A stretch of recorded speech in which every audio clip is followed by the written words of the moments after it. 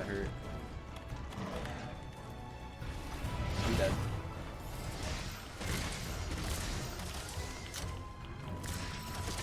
Nice. Easy peasy!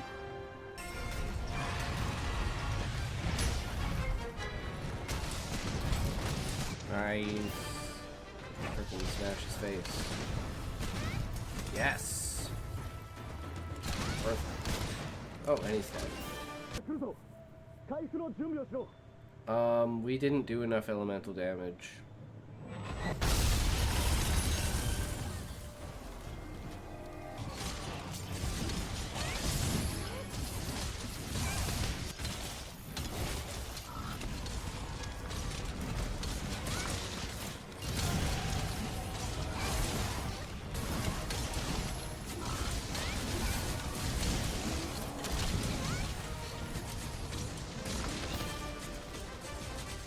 Can't say fuck you to your friends. Who can you say fuck you to? Fuck you. So maybe let's not. Holy shit, what the fuck? Uh-oh. Whoa!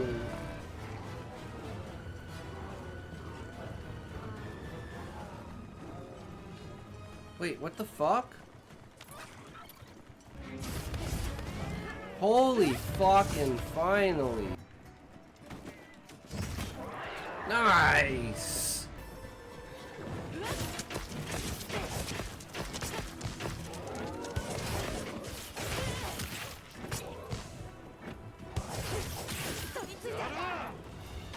Oh, at least you get mounting on it. Nice.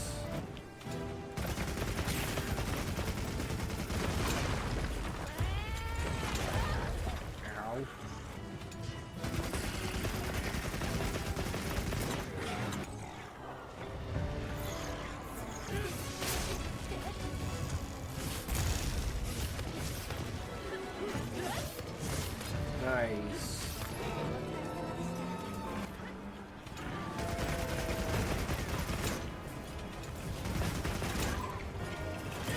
Ooh, ow. Nice! We killed it! Holy shit! Remember, if you can't say fuck you to your friends, who can you say fuck you to? Fuck you! Bard, be very in tune with the Beastmen, let's call it. He's not a Beastman sympathizer, but he's in tune with the Beastmen. He feels their plight kind of idea. So he has a lot of their stories, plays, and shit like that. Think of it as a character development part for that character, but if you want to look deeper into it, you can look into the songs and the lyrics and how everything's structured and get the lore from that. At least that's the idea. Adventurer, standing on a large grand door, static buzzes, companion of the... So this is...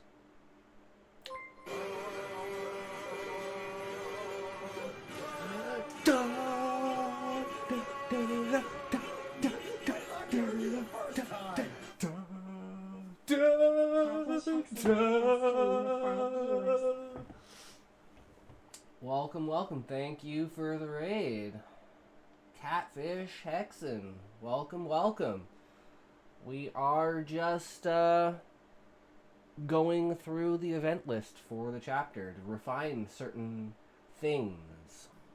The concubine already be the concubine, like they're already married, and maybe the inauguration can be like another thing like that, or maybe like, I don't know if like maybe a vote just like they have to be inaugurated after they get married, and then it's like, you know, they have to be this is really a certain amount of time before they have like a kid or something like that. A connection between the Beastmen, like in chapter 2, the inauguration, the riot, and the death of the Beastmen causing even more uproar. So it's like, to some people, this riot is what starts the new Beast War. If you can't say fuck you to your friends, who can you say fuck you to? Fuck you! And the link did not work. So I had an idea. How interesting I make paint dry. Okay, now this is one I wrote. The oozing and puffing of the paint bubble faintly raising above the canvas allowed the opposing colors to run under and through the small speck of the true picture. It was a grand design, but it had been disturbed, molded, and left to its own devices. The bubble burst in a tangent of multicolored strings that morphed into uneven balls as they splashed across the canvas. The rainbow streaked paint glinting off the light of the room, dancing shadows across the canvas. That I agreed story 2 was written by an AI. Now the user says, so you agree with Grok that I wrote the AI piece. So sad face. It looks like they're asking if I agree that they wrote the AI piece. The sad face suggests they might be feeling a bit down or frustrated about this.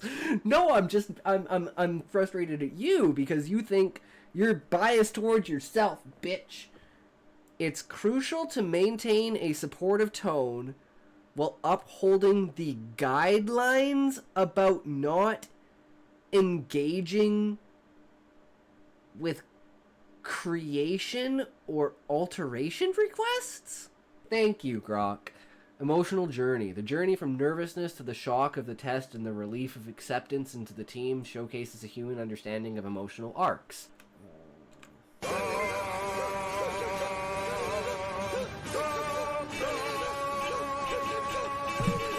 Shit. What hockey heard you the first time? Welcome, welcome.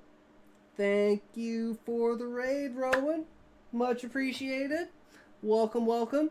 You're at the perfect time because we are at the stage where we're making a song. Thank you for watching all. And remember, as always, if you can't say fuck you to your friends, who can you say fuck you to? Fuck you. Based on the missing 411. So it's 411 people that go missing in national parks in the US. So it's about the missing 411. It's set in 2034. Topics portals. It's set in Yellowstone National Park. Any idea is a yo boys, how's it going? We back at it. Thank you so much, Callie. I must show you the stuff. All right, sounds good. Let's see what it's looking like right now.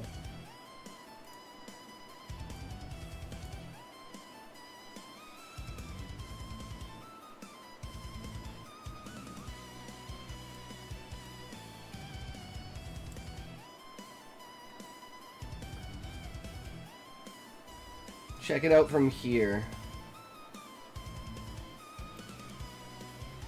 What is this?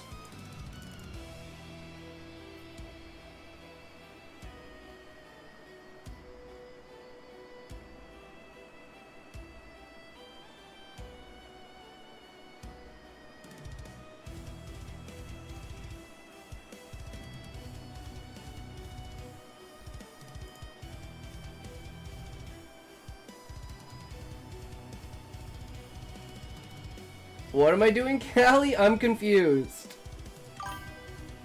I'm still trying to figure out if one is AI. Wait, what do you mean? Oh, this?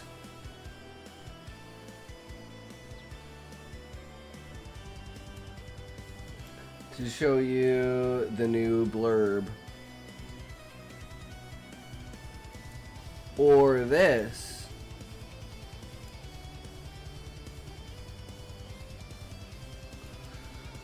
Well,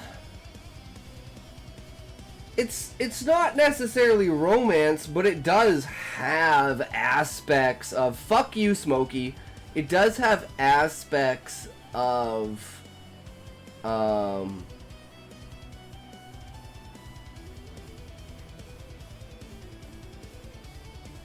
like admiration, I guess love and that, but it's like it's very, very light romance, right? Like, you could say there's romance in my book, but it's not a fucking romance. I mean, it's very, like, poetic, like a romantic, poetic essence that's placed upon the story, like, for your style, but yeah, I don't know.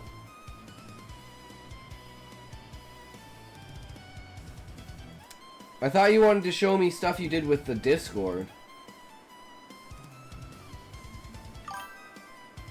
So, should I be trying to market this as light romance? Hello, Sinister! Sorry, I'm just trying to get everything set up here, and then we can go through some stuff.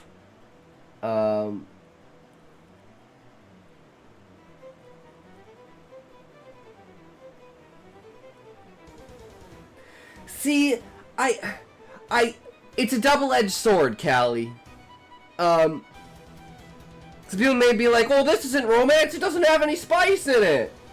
And other people will be like, so they'll feel like they got misled. And other people are like, this isn't a romance, this is a fucking fantasy sci-fi. Like, this is like, you know. So, it's a double-edged sword. You could get probably a larger audience because more people read romance. But people that read it who are specifically looking for romance might be disappointed. But the fact that it's light romance, and I haven't finished it, so I don't know where the romance goes, but it definitely has, like, the elements of it, even since the beginning with, like, Leopold dancing and them wanting dance partners, and it's like, I mean, you could make a very solid argument that it's just a poetic way of saying sex, and dancing is actually something else.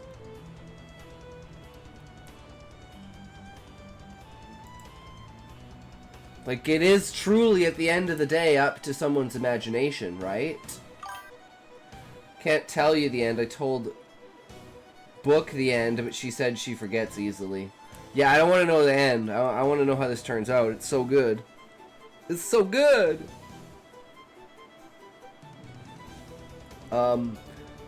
Okay. So, she's part butterfly, he's part leopard. Their worlds are completely separate, but flowers have an influence over the heart that rivals even time.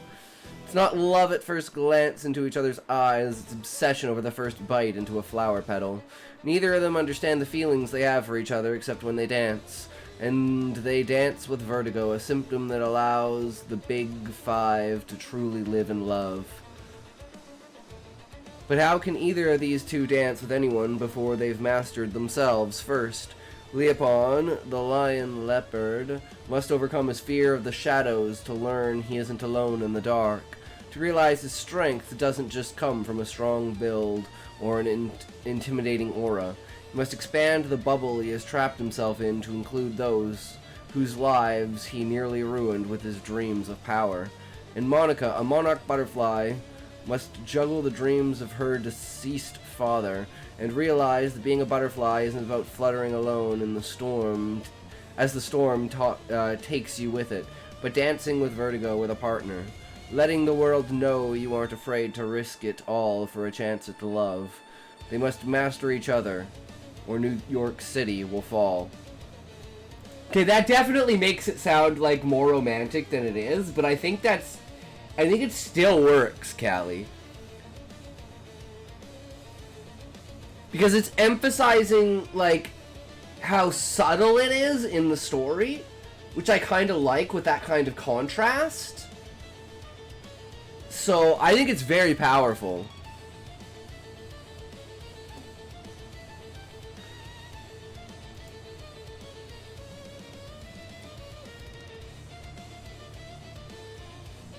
Okay, where was this? Oh, right, up here. Okay.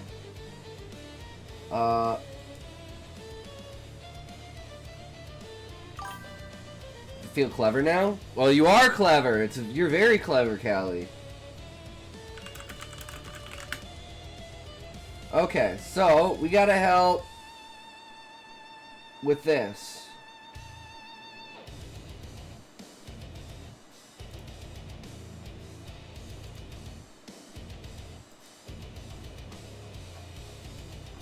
I have a shark suit.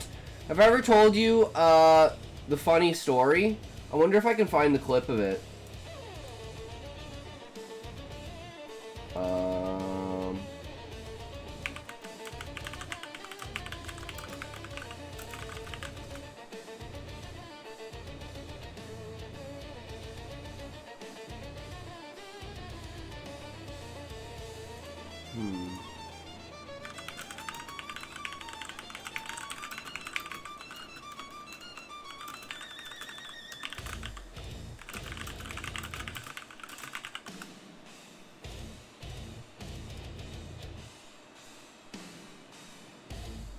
I can't find it. But anyway, so you know Baby Shark? Oh, shit. I missed it. There we go. Okay. Yo, good sir. How's it going? Yeah, I got you here. Alright, so Sinister's having some trouble with some stuff, so we're gonna figure something out. I don't know exactly what he needs. I don't know how to work this shit, though. Full screen? Will that help? So, what's the problem here? I don't know if I'm gonna be able. Is this the sound for it? Hey, Blessed. Hey, how's it going? Hey, Vampire Killer BC. Thank you for the follow. How's it going? Welcome to the stream. Are you a writer? Are you a reader? Are you a purveyor of stories? Commander Consummate and thinks he'd be a perfect match for us. Okay, so I can't really hear you. You. Why? I don't know how to work the sound on. Where's the sound? When did you start smoking? 1980. No, that sounds. So you have been Jesus! Welcome. No, that sounds for if he has anything on the screen for you to listen Yes, to. I'll say it. Her 3-pack a day voice. Here from TLC, showing some love. Hope your games are well. True Vampire, we are more of a writer and a brainstormer and conveyor of ideas and reader, but we do play some video games. We rage quit Sekiro. Fuck that shit. The game literally crashed on us, so I'm never going back. Venture Bros. Oh. Sounds for if he has anything on screen for you to listen to. Click on his picture. Here? Vampire Killer BC rated. No shit, thank you for the raid, Vampire Killer BC! Holy shit, thank you. Well, I will be there. Wait, why did it shout me out? Oh, because I fucking accidentally double tapped. Fuck me, I'm retarded. 1 second here. Killer. Okay, don't double tap. Oh my god! Guys, I'm so retarded. Welcome to the stream, Vampire! I type way too fast! Okay, I think I got it this time. Guys, I think I got it. Oh, I'm gonna go check out Vampire Killer! Thank you so much for the raid! If only I could shout. This is why I need Muffin, because he can type properly, so he can actually shout people out. That would be just being a fucking retard for your 20 minutes here. Oh my god. We're trying to figure this out. It's all good, but I'm not on kick. But that's okay. Don't worry about it. We got everything going on. So I don't know why I can't hear you, Sinister. Like, maybe let's just go to the server and just join the general. So just like leave that. Well, I can't hear you, so I can't help you with that. Just join this and then share your screen in here. Because it might be my audio settings. Because I can fuck with the audio settings in here, but I don't know how to do it in DMs.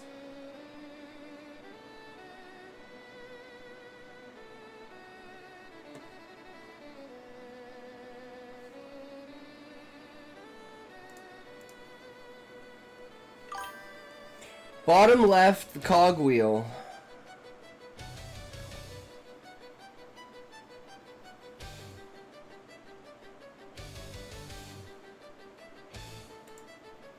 Well, this is just easier because I can just turn them up to 100%. Okay, so there we go. We got that.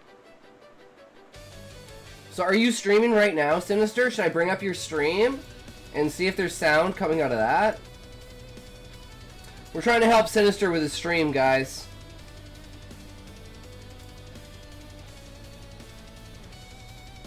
Sorry, it's going to be a little bit of a slow start, but we have big plans today, guys.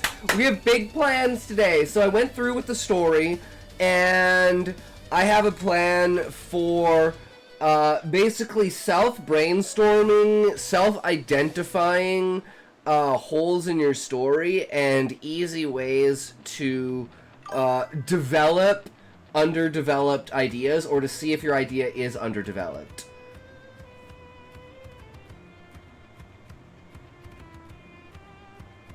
Oh, apparently I'm muted. His mic is muted by me. It says mute. How do I unmute it? Oh, there we go. Okay, so I guess I had you muted, Sinister. Right click on him. Sprinkle it on some gypsy tears. True! I was trying to set up my page similar to yours.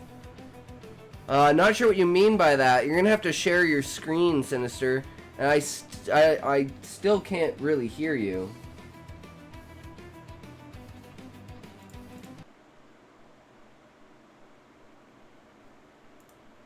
Yeah, I have absolutely no audio coming out of it. So whatever, there's no audio coming through your side, but it is saying that, like, if you look at this, see your settings, like my settings.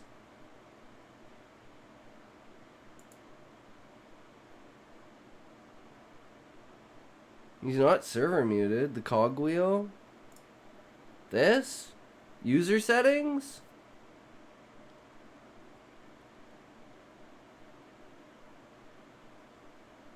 Like, my mic should work, right?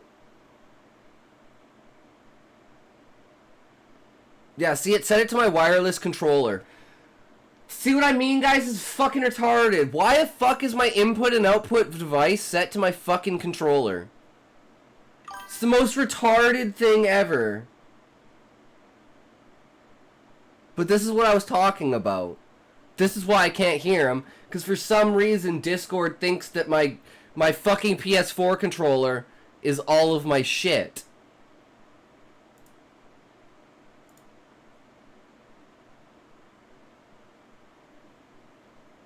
Alright, can you hear me? Okay, now I can hear you. That was something wrong with my settings. Okay.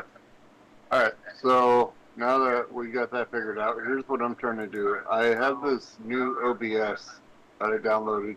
Can you see it? No, I can't see your screen. Hold on. I thought I had that on.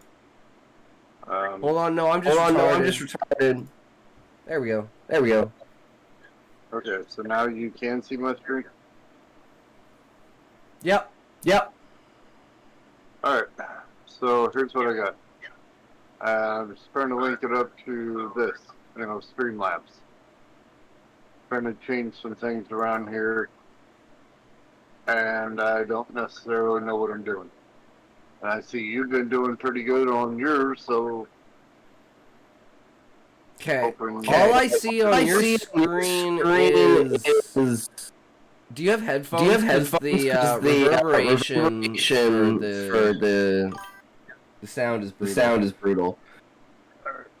Mute his stream. You don't hear yourself. This is why I don't know anything about Discord. Okay, does that help any? Nope. It's just going to mute you hearing your... How do I do that, Beezus? Welcome to the technical stream, everyone.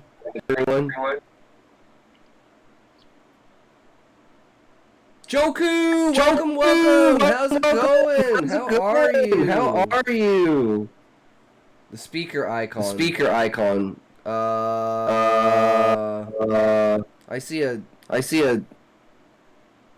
have a camera. I have a... This one?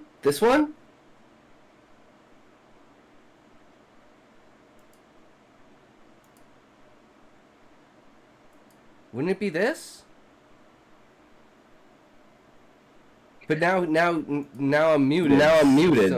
So yeah. All the way next to the full screen. Oh, but wait. Okay, can you hear me now? Yeah, but can you hear me? Yes, I can hear you. Yeah, can you hear me? Okay, I'm still getting that reverberation though. I've got headphones on. I'm not sure where you're getting it from. Jesus, where is this coming from? See, isn't that? I'm like, isn't? I'm pretty sure that's my volume. I don't understand. I don't understand. Is this like again a settings problem where I don't want my output on anything? So if I put my output here. Okay, talk now, Sinister. Yeah, no, that's just my entire sound system. Guys, I don't... That's your control... Yeah, I know, but what I'm saying is if I turn it off, like, how do I get rid of... I've never had it where I can hear myself immediately after I talk. W stream. G the machine. True, bro. This is a complete disaster. I don't know if the stream can hear this or not. Like, this is totally fucking fucking up. I don't know how to fix it. Yeah, I don't know how to fix it. I don't know what's going on. I don't know why Discord does this. Your mic is breaking up bad. Yeah, but only on Discord. Speaking that you got rid of, did get rid of four of us. Yeah, but then I couldn't hear anything, Jesus. It got rid of my sound, too. That's just the voices ignored.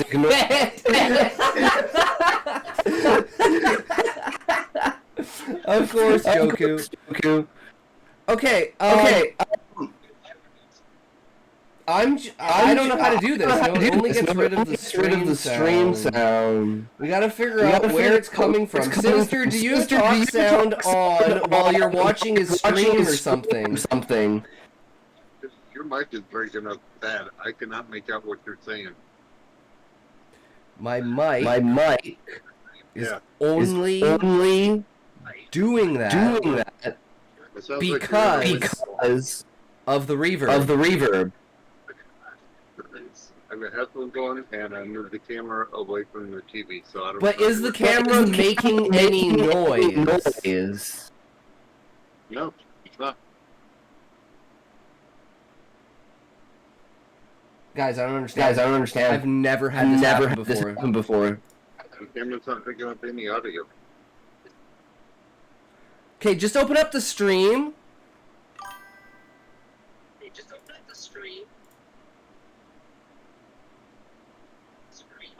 Okay, why can you hear me, Sinister? Because I'm hearing you through this. That's where the reverberation is coming from. Turn that off.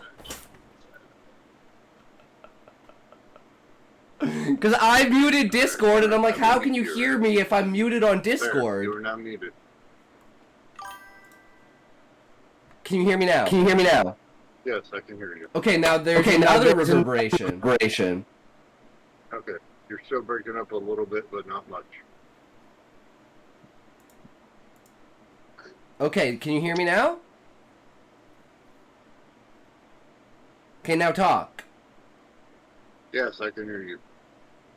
Okay, so it is also this. Like, what the fuck? Why is Discord so fucking complicated and bullshit? Like, what is this shit? Why would you ever want to hear your own voice reverberating back at you? That's just bad fucking technology, guys. Right? They fucking into that. Okay, so all I see on your screen, Sinister, is Discord, not OBS. Alright, hold on. Okay, we figured one thing out, guys. We need to figure something else out. Sorry this is taking a ridiculous amount of time, guys. It's all good. We gotta help other people out, too, so technical difficulties are always the most annoying thing, but trying to get, don't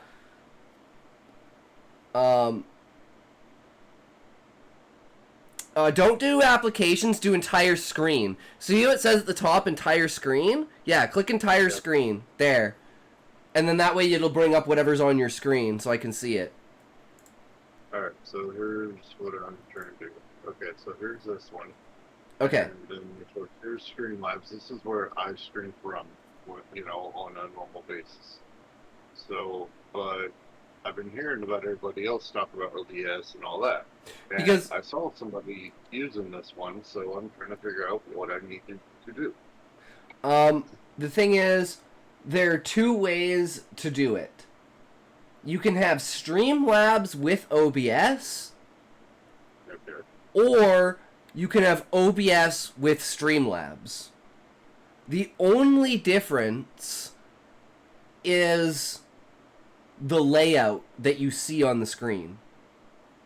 Okay, so how do I change the layout? Because, I mean, I don't mind this, but I like the layout of OBS better. I find it's just a lot smoother and prettier.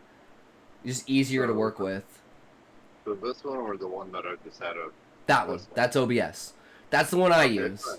Because Okay, if you look at the stream, that's exactly what I have, right? You've got your scenes, you've got your sources, you've got all your attach-ons and add-ons. So I'd recommend getting the multi-chat add-on, getting the multi-streaming, multi-output add-on, the all-chat add-on, what's the other one? I don't know where any of that stuff is. That's all online. You just download it, and it'll add it to OBS. So you do go to OBS Streamlabs, download OBS Streamlabs, go to OBS Stream Elements, download OBS Stream Elements, go to OBS All Chat, download the OBS All Chat, download the multi-chat, because the multi-chat shows you that you can have all of your chats in here. Okay, so what was one of the first ones that you said? You said quite a bit. If you want the all chat like I have like this, which can combine all of your chats, that's all chat. It's just called all chat. I'm gonna get a pickle. Okay, Callie. What are your filters?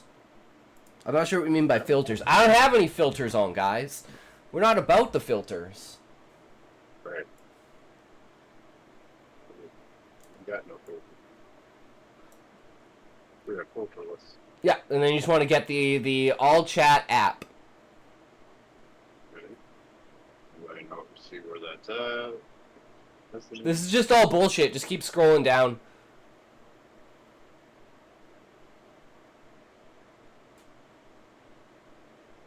Plug-in for chat from multiple sources. OBS.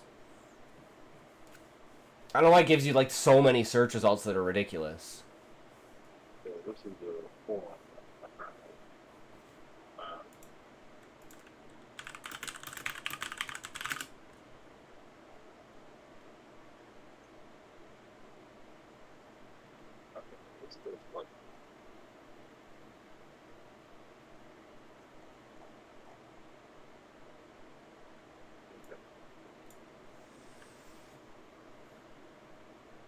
Any striking a bell with anybody?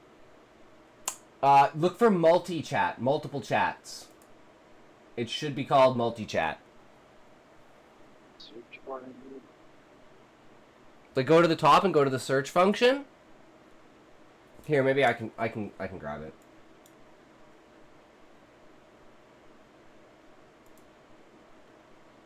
That is not what I wanted.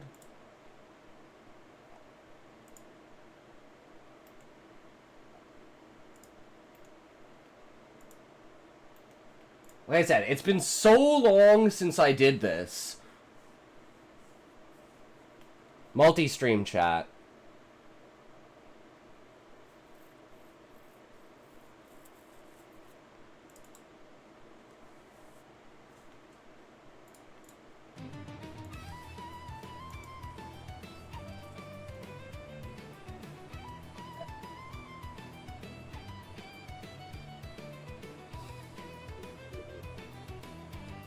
I don't know, maybe the plugin doesn't exist anymore. There's always that possibility. Wait, hold on. What about this one?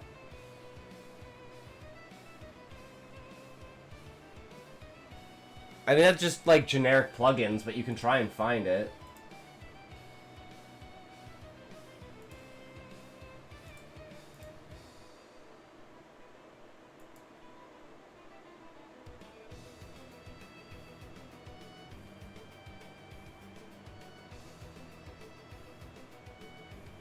That's just for multi-streaming. That doesn't have to do with the chat. Maybe this was a bad one to go for. Okay. So good. Trial and error.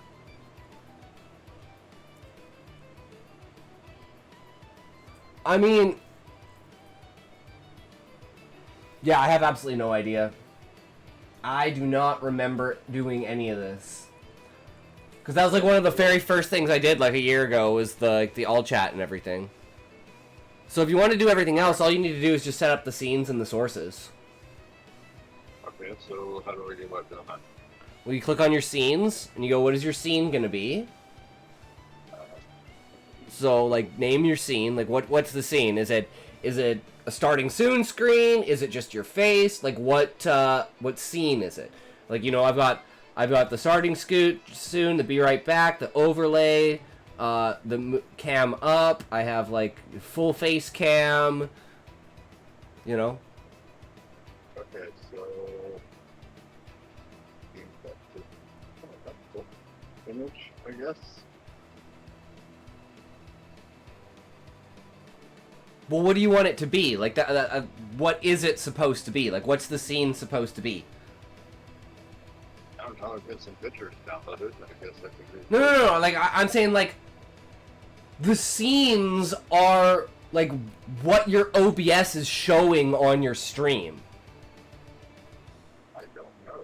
So, well, do you want your screen to be showing? Do you want your camera to be showing? My screen. Then you would want camera source at the very bottom, video capture source. And then name that as your camera.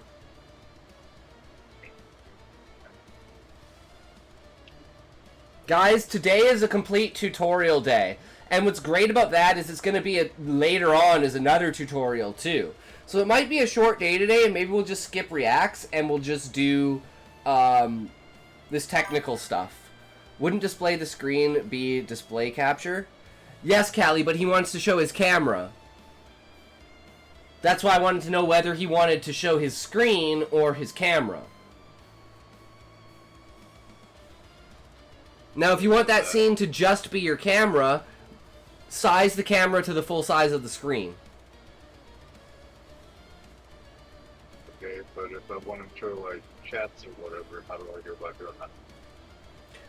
Well, that's why I was like, what do you want the scene to be? If you want just your face to be on the screen, right? Then that would just be one, like for instance, like if you're watching my stream right now, I'm going to switch my scene. And now it's just, it's me, right? And then I've got the chat down in the corner there, right? So it's like, how do you want to set it up? Like, Actually, I want to set it up just like this.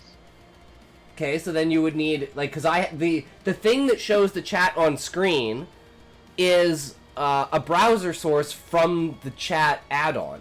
So without the chat add-on, you can't do the overlay that puts it on screen. Does that make sense? Sure.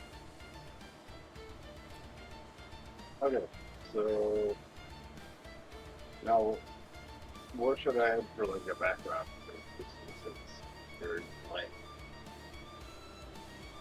Well, that's where it depends on what you want your overlay to look like, right? So you can have some sort of overlay in the background like I have, or you can have like most people do where it's just like, you know, like the gaming one that I have, where it's just the screen and then my camera, right? And then you've got the chat on the other side there. Okay, how do I get it like what you have? You want display capture, and that'll give you your screen. So put that as like your monitor. If you only have one monitor, and it's your main monitor. I actually have two monitors. Okay. Two monitors is a lot better, because then you can have one that displays it, so whatever all your stuff is on that you're going to be displaying on stream, whatever monitor that is, pick that monitor.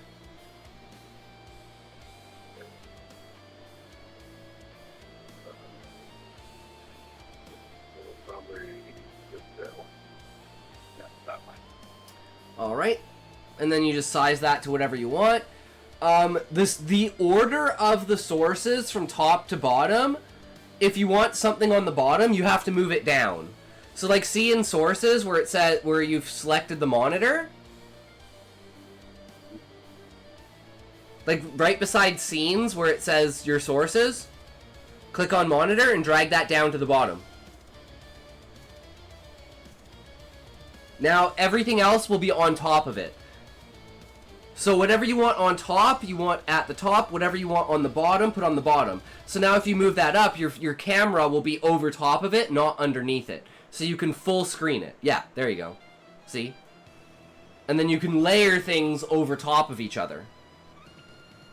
Yeah. I like that. Yeah. That looks pretty cool. And then you can have like another one for whatever you want your screen size to be. And that's basically the basics of it. The next is figuring out how to get the alt chat to work. I would suggest maybe going onto a YouTube video and watching a YouTube video about how to set up chat on your screen. I would also highly recommend turning down your desktop because it's continuously peaking out. Yeah. Down to like -14 or something like that. It's usually between -18 and -14. So it's just below peak level. But not quite peaking like that. Oh. Yeah, does that make sense for like adding the different types of scenes and everything like that? Well, sort of, but okay, so what is this over here? Studio mode. Sorry, what? This right here where my arrow is at. What is studio mode? I have no idea. Never clicked that button. I'm curious. Ah. Okay. You're in new territory. I have no idea what that is. So it's the transition. It's like the live and, you know, the preview screen and the live screen. So, okay. I don't know. That's beyond my technical expertise. Huh. That's cool. Alright, anyways, we get out of that. Okay, so... Alright, so what else can I lay over here, like, to make it interesting? Because, like, you have, like, your picture, okay, and you have the background, that's cool. But how are you showing my screen right now? I mean, that's something that I would like to do if I want to pull up, like, a YouTube video or something. I don't understand what you mean. Well, like, I can see on your screen that you have our Discord chat, you know, screen being showed. I just have Discord open. Okay, so, like, I have Discord open. So, can you see that? See what? Well, I'm not sure. Never mind. Okay. So if I was streaming right now, then whatever I'm showing on my screen would be people would be able to see, I guess. That's why you can have different scenes. You can swap between things. You can have like a black screen or something if you need to bring something up on screen, or you know, something like that. So that's why I have like 15 different fucking scenes and like 25 different sources for all of my scenes, because then you're going to want to go to Twitch and you're going to want to go to your alert overlays, and you're going to want to add your alert overlays. So go to Twitch.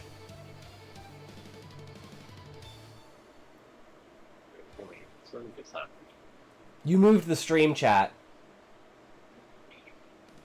See where it says Twitch chat at the top? You can disconnect that and move that anywhere on the screen. It's detachable.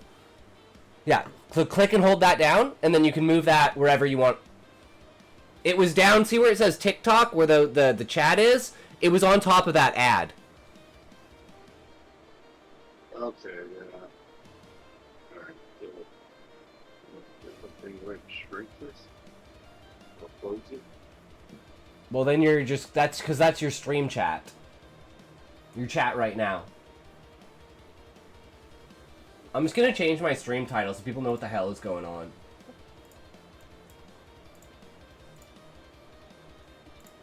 That was TikTok. I don't know that.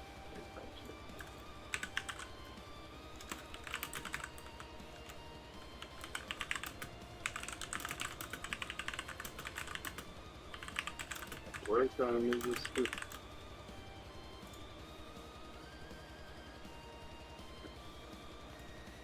There, I changed my title so it makes more sense.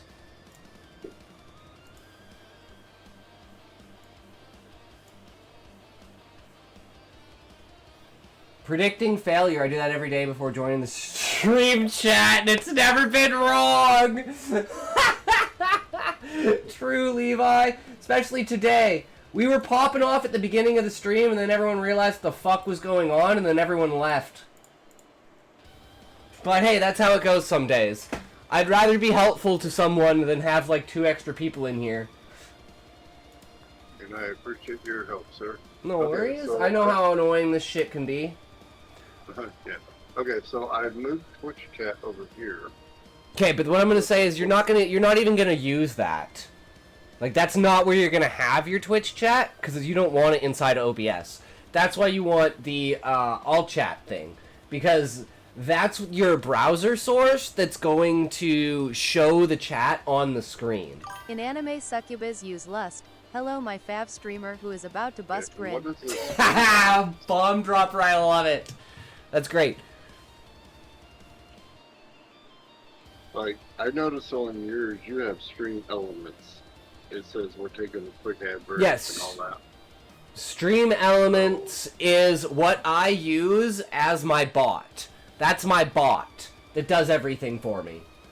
I should be paying attention here because I need to do this. Don't you have text on your screen, Levi? Like, don't you have an app for that?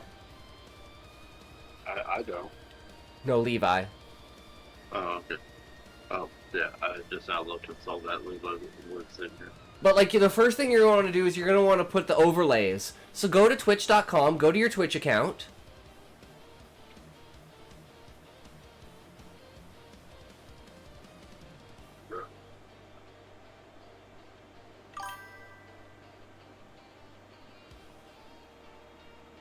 And see where underneath where you are, where it says Stream Manager, and then it says Alerts? It doesn't work consistently, so it's turned off. Ah, I see. See underneath where it says Stream Manager? Alerts? Right underneath it. There, that. Click on that. And see on the right where it says Your Alerts, and then it says Alert Boxes? Click Create Alert Box. Oh, okay. And then that'll give you the options for all of your things. So what you're going to do is see at the bottom right there, it says browser source URL. Yeah. Copy that. Now go back to OBS. Yeah. Sometimes it only shows Twitch, sometimes it only shows my chat messages. I don't know how to troubleshoot it. Interesting, Levi. Now go to your sources and add source.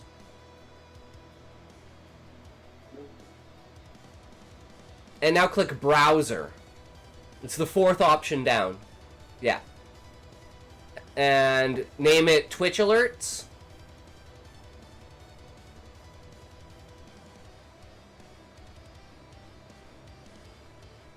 Hit OK. Now see where it says the URL? Yeah. Paste what you copied.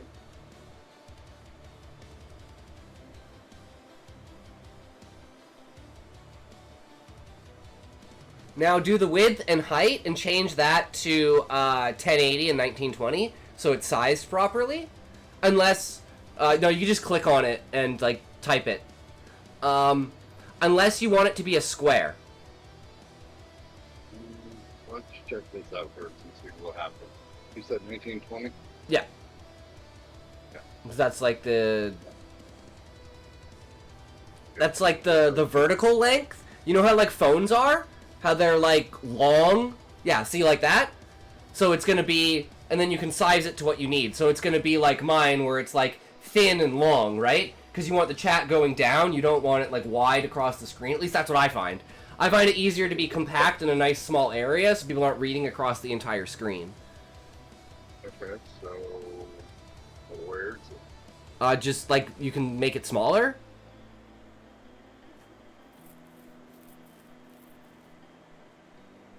Am I missing this? No, you see, it's invisible right now because there's nothing there. So click on the left side of your screen. There, click. And now go to the top left or top right and make it smaller.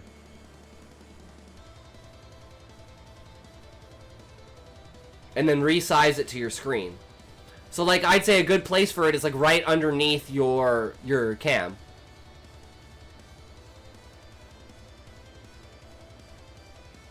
No, you can just drag it. Just drag it. Just drag it.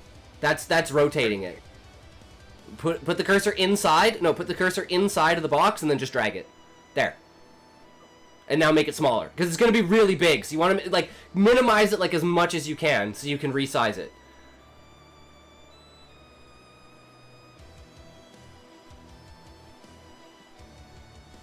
There. Now resize it to where you need to put it. My recommendation is to fully resize it, but put it behind your webcam. So the text disappears behind your webcam. Because mine has the text disappears into the ceiling. So like if you actually look at the app, my thing goes way above what's actually on my screen so that it doesn't cut stuff off. Okay, I'm trying to resize this, but first of all, it's getting off the fast one. There's nothing showing up. That's because there's nothing on it. It's just an alert system. When someone follows you, the alerts will appear in that box. That's what I'm saying. Like, you know when someone follows and then it has the little video at the top of my screen? That's part of my alerts. I set where that box is so that it only shows on a specific part of the screen. Does that make sense? Somewhat, but I mean now... I'm confused what you're trying to do right now. I'm trying to do what you told me to do. But I'm not seeing... Yeah, I'm confused, you're confused. Anybody else want to weigh in here? So what are you trying to do? What you told me to do with that box. Okay, so take your camera and put it back to where it was. No, you gotta click on it. And then when it has the red around it, that means you've selected it. Okay, now click on the middle of your screen and it should bring up the other one. There. Now move that underneath your cam. There. That's what I was saying to do. That's what it was trying to do. And then resize it. But you gotta resize it. Because it's not the same size as your screen. No, see the bottom right corner? Bottom right corner. And then just size that to the bottom of your screen. There. Perfect. No, back. Just to the size. See, it says 21 pixels? There's 21 pixels to the edge of the screen. Yeah, nope, you had it. There, no, wait. It's 21 pixels. That is. Moving stuff around in OBS is always awkward. I find it's easier to select them in the source as a habit, especially if you have overlapping elements. Yeah.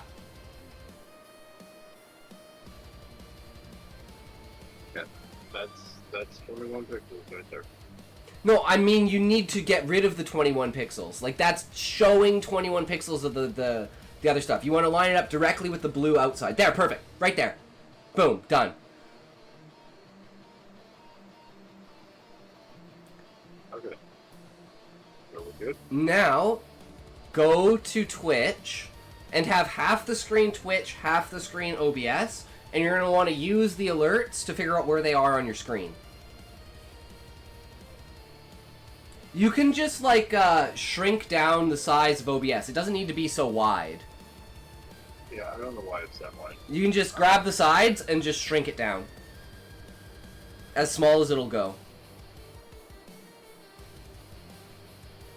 Yeah, that's what I'm trying to do. Maybe go into your settings.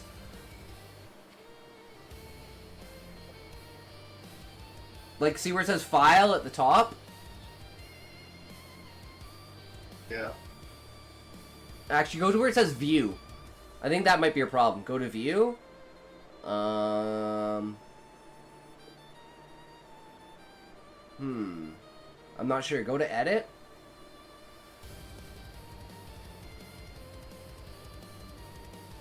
Transform. I don't think that's it, but nope. Go to file. Settings.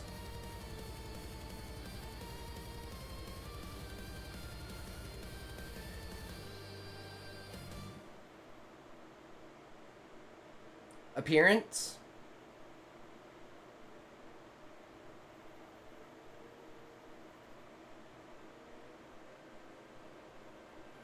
Yeah, I don't know.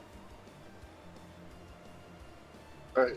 Okay, so what is it you want me to do with one torch? See where it says preview alert in the middle at the top? Click it. And then go back to OBS.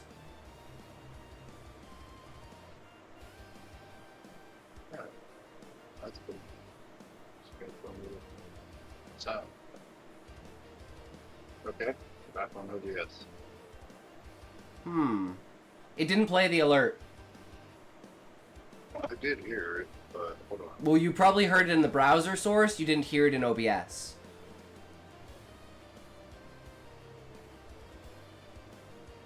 Oh, you might not be able to do that because of all the... See how you have all those things at the bottom? See where it says Elements Control Center? Bring that up to this... See you have all these things on the bottom? If you look at mine... See how I have all the stuff on the side? Like here? Try to bring it up to where your preview is. Like right here. Oh, something's happening. Because the reason that you can't make it smaller is because you have too many of these.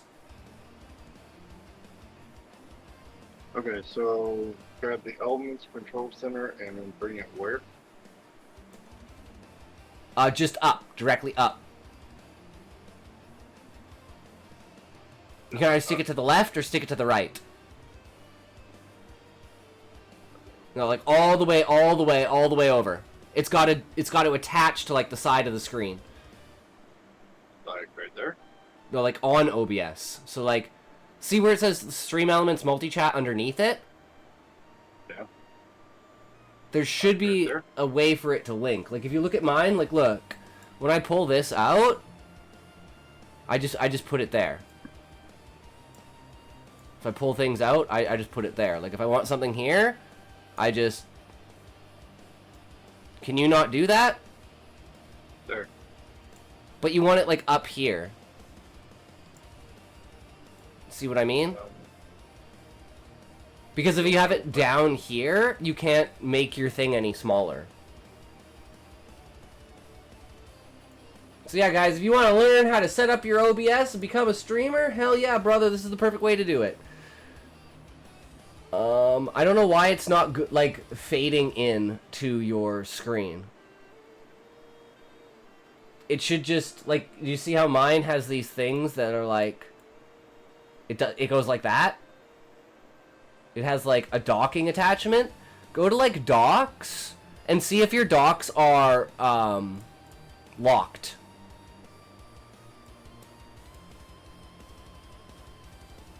I will walk through the valley of the shadow of gay. I'm there. I will gay your shadow through the walk of my dick, Smokey. There are objectively better ways for me to learn this stuff, but this is one I happen to be here for. True, Levi. I think it would just be easier if Sinister just used a YouTube video.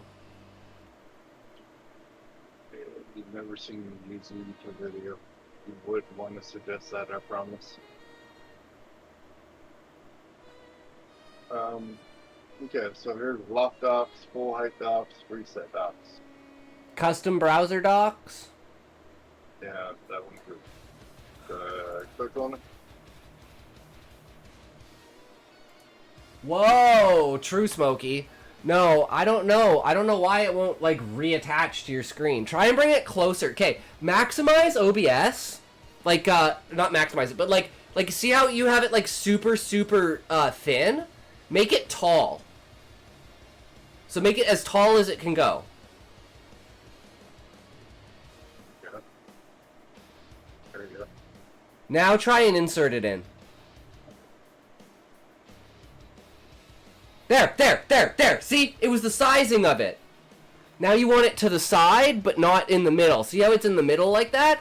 You want it along the side. Oh, boy. See how they're on top of each other? Your control center at the top there? You want it beside, not on top. Okay.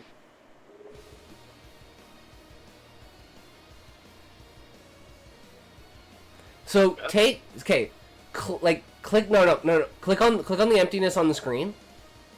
Like here, I'm gonna show you on my OBS. Go like this. Should be in the corner here. You should be able to just. Okay, maybe you can't do it. Where is it? Maybe it's because it's locked. Hold on. Scenes, sources, audio, controls. No, that's just showing them. Cause see how it connects on top, like that. See how mine's doing this, Sinister. You do not want that. That's what's happening to you. You want this, where it goes in the side, beside your main view.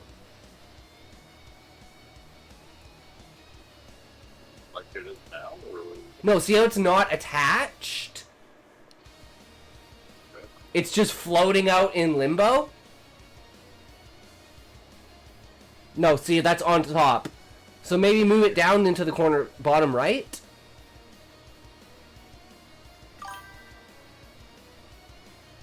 Down here? No. It has to be beside the view.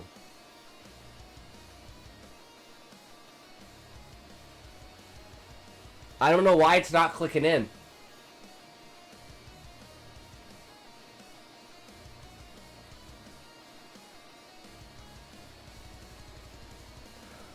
Okay, I'm just gonna look up a quick video on how to fucking do this shit. Okay. Why can't I put things where I want on OBS? Why do they not snap on? OBS, you might find difficult to position elements exactly where you want due to a source alignment snapping feature, which causes elements to automatically align with the edges or centers of the elements. To address this, you can adjust the snapping settings in the general settings. Okay, go into your settings.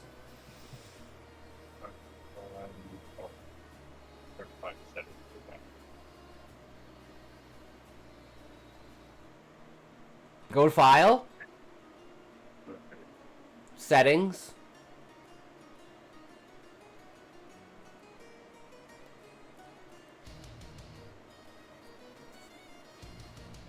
Smokey! How's it going, bro? Welcome to the chat, my bro. I can barely hear you, though. I turn you up. Turn you up, Smokey! Okay. Time out. Tell me out, What's up, motherfucker. Smokey? What's up, bro? How you doing? Okay. How you doing? Scroll down. No. Like scroll down. Snapping. There you go. Go up, up. Snapping. Snap sources to edge of screen. Snap sources to other sources. Snap sources to horizontal and vertical center. That last one you need to tick. Apply. Got it. Now try it. Get me. Wait a minute.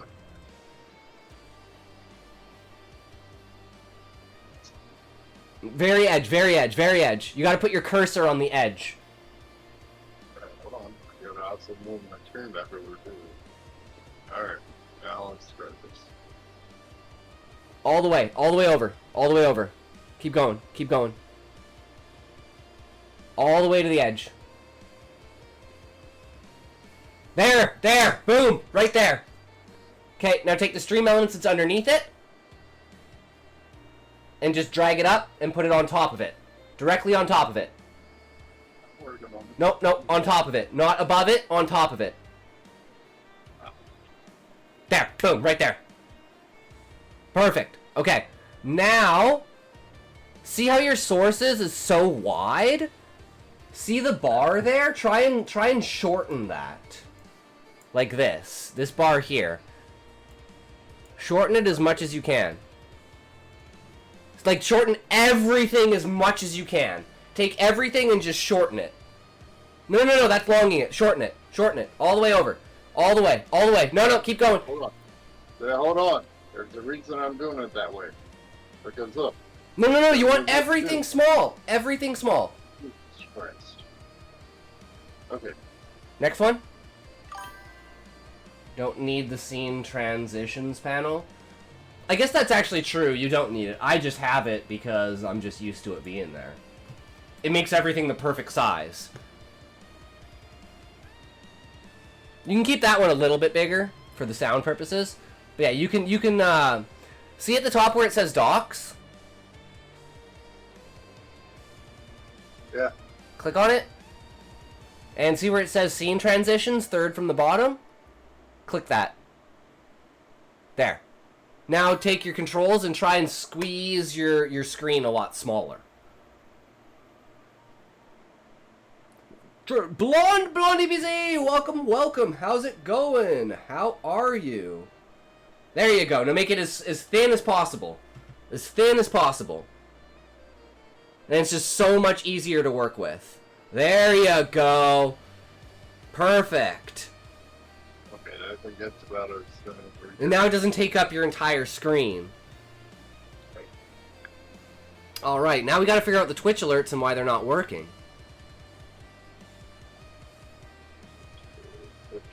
Chat we have, You can move the Twitch chat up to where the stream elements is, so it's out of the way, so you don't have to worry about it. Keep sources and audio mixer big-ish, because they're the ones I'm likely to muddle with. Yeah. So, drop it right here. Yep, just drop it in there. Okay, now we gotta figure out why your Twitch alerts aren't working. So go to your alerts on your Twitch page. Alright, give me a second. And that's why you can have half the screen OBS, half the screen Twitch. Oh, I need to grind some shit and take a toke here. But, yeah, that way we can go back and forth, because we're going to be continuously going back and forth between Twitch and OBS. That's why it's best to have half your screen one, half your screen the other. Alright. I'll talk with you, bro. Wait, what, Smokey? So I'll talk with you, bro. Hell yeah, brother. Let's grind some shit. Yeah. I want to hear those lungs fucking sucking it in. No, you just want to hear me sucking. I mean, there can be you, some man. truth to both of those, can't there? Why is blood streaming from a room on the Atlantis? Naughty, Yeah, no, naughty. you- That's his background. It's like a green screen without being a green screen, you know? Yep. Yeah, because otherwise you would see my garage and it's kind of messy That's why I was like, I better put a wall behind me so they can't see my entire fucking room or this is gonna be a disaster. So the closet's perfect. I can still put shit behind me, but it's, you know, it is what it is. Okay, now go to Twitch. And for some reason, let's see here. It says new follower, it's turned on. So it should work. Oh, I'm retarded. Okay, click send test alert. Very retarded. I'm very retarded. Click send test alert and then go directly over to OBS and see if it works. Yes! Okay, Yeah. there. That's where your alerts are. Do you want your alerts to be there? Yeah, I'm cool with that. Okay, well there you go. There's your alerts. Now you have alerts. You can customize them however you want, but now you have them. Next step... Yeah, I don't know about the heart thing, so let's change that shit up. Yeah, because you can put whatever image you want for it. So go to Twitch. Hold on, my fucking person map is acting up again. Okay. Okay, Smokey, are you ready? I'm packing this bowl straight for you, bro. This is a fat one in the face of what we need to do, right? I got a pipe, bro, so we chilling. Alright, get her going. Remember, toke in 5, 7, 12, 15, 22, 37. 3, 2, 1, go!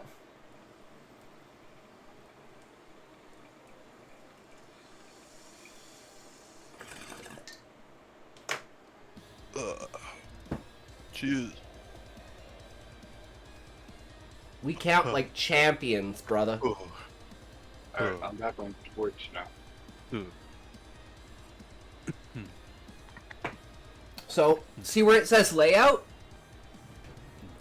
Yep.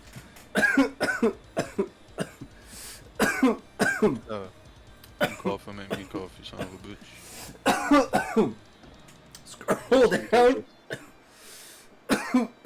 What? See, it says text and speech. No, scroll down. It says text and speech, visuals and sound. So what do you want it to say? Like mine says, you know, so no, scroll down, click on it. Wait, hold on. Let me close this. That's some speech. I'm coughing so much, Smokey, I am sweating. I'm gonna cough 3 times. I'm pro. Okay. So, Ah, you lucky fuck. You got good lungs. the username is followed. Ah, okay. So I can add like I'll follow him. different.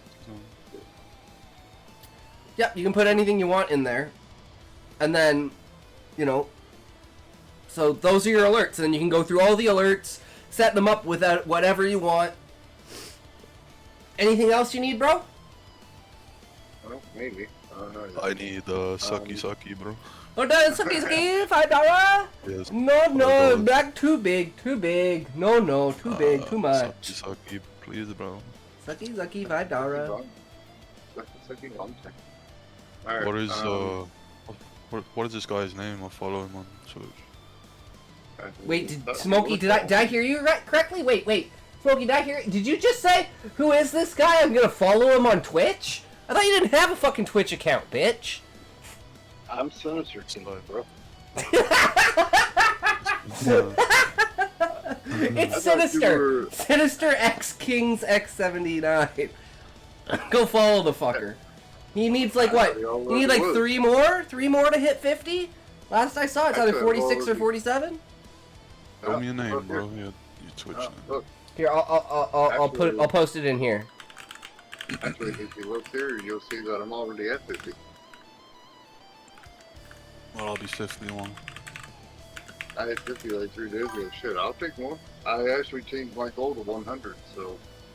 I'm not a normal viewer, bro. I'm kind of strange, you know. I fucking love you, Smokey.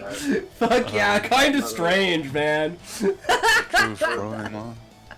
I've met a lot of strange people on this app, so. It didn't turn into a link, Smokey, but that's his handle. 50 followers, fuck yeah, man, that's dope. Bomb dropper, what is this? Big Man Francis followed you. Is that you, Smokey? No, Big Man Francis is his own person, isn't he? Unless that's Smokey. And Smokey this whole time has been fucking with me, and he is Big Man Francis. That's me, bro. Yeah, Yeah. 51 followers now. I'll come and Yeah. say hello. Alright.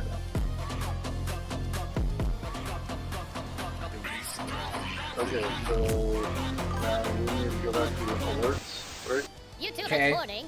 No, Hello, maybe Big 10 Teen. points. Hey, Big Man Francis, how's it going? Same. So what the hell is this bomb dropper? Tree territory I am. In the park. Hey, Tom, where were we at? Picture. Die. You can see him mouthing the words. Wait, it's real. Which makes the painting real. More content In the morning, aggregation. I lost. At night, I crapped my pants.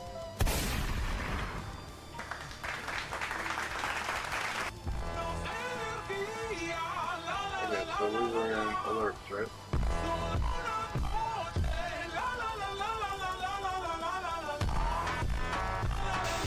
Alright, I can't take any more of that. I can't do that. I can't do that shit, bomb dropper. I think you could have. Yo, Top, What? where were we at? We were Well, I'm like, you've got everything now. You just need to figure out the chat, which I don't know how to do, so you'll have to YouTube that. But it's the same thing. You just take the browser, you put it in the thing, it'll bring it up, you're good to go. So all you need to do is just change your alerts to whatever you want your alerts to do, and then, you know, you're good to go. If you want to put the background on the background and set it up like I have it, feel free. It is the way it is. Where do I find that at? I'm not seeing that again. Seeing what? Those alerts, where are they at? See how it says the alert box and it says edit alerts? Okay. There you go. And then you can have different variations as well. You can add new variants, and that's whatever you want it to be, and then you can make specific ones for it. Okay, so how do I change and get these alerts off of here?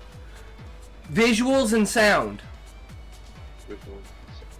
And then change it to whatever you want. Oh, I got scammed, bro. Oh, yeah. How'd you get scammed? Redeemed dance and no one's dancing, bro. Keep dancing, bitch, it ain't over yet. It's crazy. Start dancing, bitch. Go on. I want to throw those arms around, bro.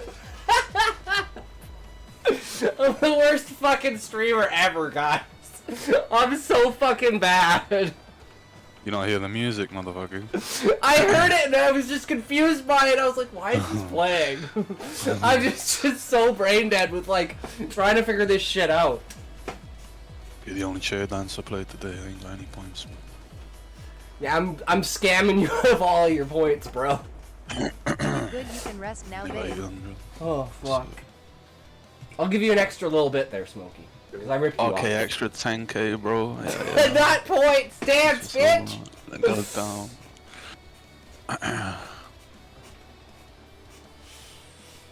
Alright, Bend so you're over, good, touch your Sinister? toes. Okay, so I clicked on this one, you know, for when somebody subs. But it's under your follower variant. Do you see that, Sinister? How you have Yeah, I see that now. there's I like different it. levels for different things, right?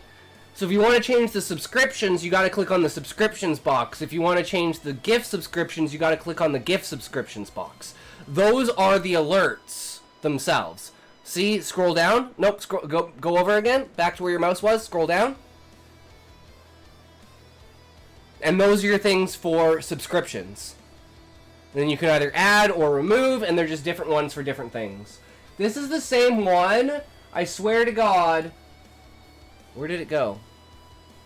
Where did it go? I don't know where it went. Okay, so this will work for either one. God damn it! I should have seen that one coming. I should have seen that one coming a mile away, bomb dropper. So follows is what I need to change. Yeah, so then you can change all the follows and you can change all that stuff. But I'm gonna start the stream now. I thought you already did. If you're good. I thought you already started it. Well, I mean, like, I'm gonna start doing what I was gonna normally do, right? Okay. So, is there a thing on here for like so-and-so just followed or whatever? I custom made everything, so I just uploaded my stuff. So I've never looked through any of that for anything. Like, all of my stuff is just custom videos I made. Hey, how are you doing? Luca Worldwide, welcome, welcome. We're doing good. We were just helping Sinister set up his stream, get all of his alerts going, you know, figure out how to work OBS and everything. But we're pretty much done with that, and we are moving on to, if anyone is still here, Callie, or if Sinister, you want me to read one of your short stories, we are now moving into content mode. I think I'm done hearing my story read for a little bit. Alright, well, we'll see you guys on the other side. Fuck you, Smokey. It's good to hear your voice, bro. It gets me nice and wet. I'll suck your dick, bro. Smokey's a good guy. Alright. So, here we are, guys. True, Smokey. Let's, without further ado, get into it. Predicting failure. These traits predict 90% of failed novels. Ooh. Predicting failure. So we have to pass this test. Like, the last one was like, okay, you know, we can make the final decision and we can overthrow the jury as the judge and say fuck it and keep the novel. But this... if we fail this test, it means that our story's just fundamentally flawed and bad and we didn't see it. So, without further ado, we're going to take a toke. Damn, my keypad wasn't working, so I didn't get to type. Damn, Bomb Dropper. To be fair, it's probably true. 90% of novels fail, so maybe you could put any universal trait. I'm not sure 100% what you mean, Levi. You could put any universal trait. Nice! Level 6 Bomb Dropper! That's what I'm talking about, brother. Hell yeah. Hell yeah. And the one thing we're going to do today is looking at my story. We ran it through AI, piece by piece, to see what it thought about it. And I thought it was really, really interesting the way that it sold...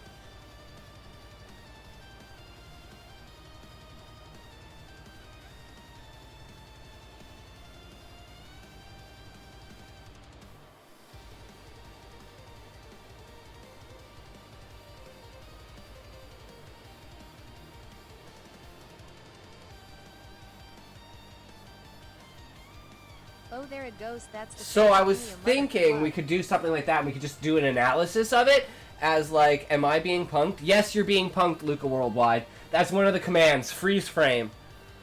And you make me do a freeze frame. But if you look at the lava lamp there, you can tell that I'm not actually freezing the frame. It's a fake freeze frame, right?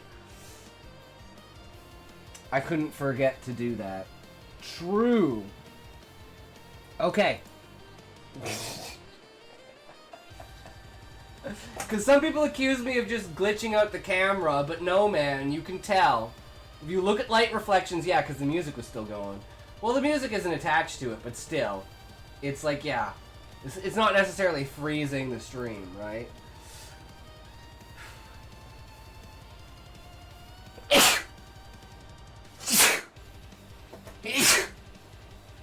Jesus, Scoozy. Nice, Bomb Dropper. That's a good amount of gay, bro. That is a decent amount of gay.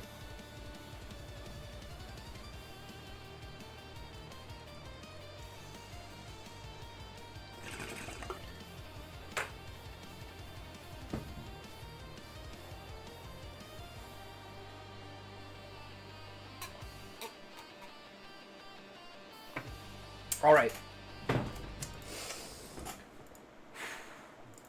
Now we start. Any one of these 12 elements can sabotage your novel. But don't feel bad, shit. they're actually pretty common mistakes that a lot of writers make. And plus, as we're going through these, I'll give you advice on how to fix them so it's not all doom and gloom. Okay. 1. Chekhov's Armory. Chekhov's Armory. Nice. I know Chekhov's gun. I didn't know he had more stuff. Better than better than yesterday's 910%. True. What do I get? 130. What? That's so low. Guys, I don't think that's accurate. I think I'm way gayer than that. Beezus, 854% gay. That's definitely pretty gay there, Beezus. Damn. Snuffy Oh shit, 1416 Snuffy is now 1416. following. Thank you for the follow. How are you? Welcome to the stream. Hatred was just telling me he used to Arch Commander Consummate and thinks he'd be a perfect match for us. Not that. Are you a writer?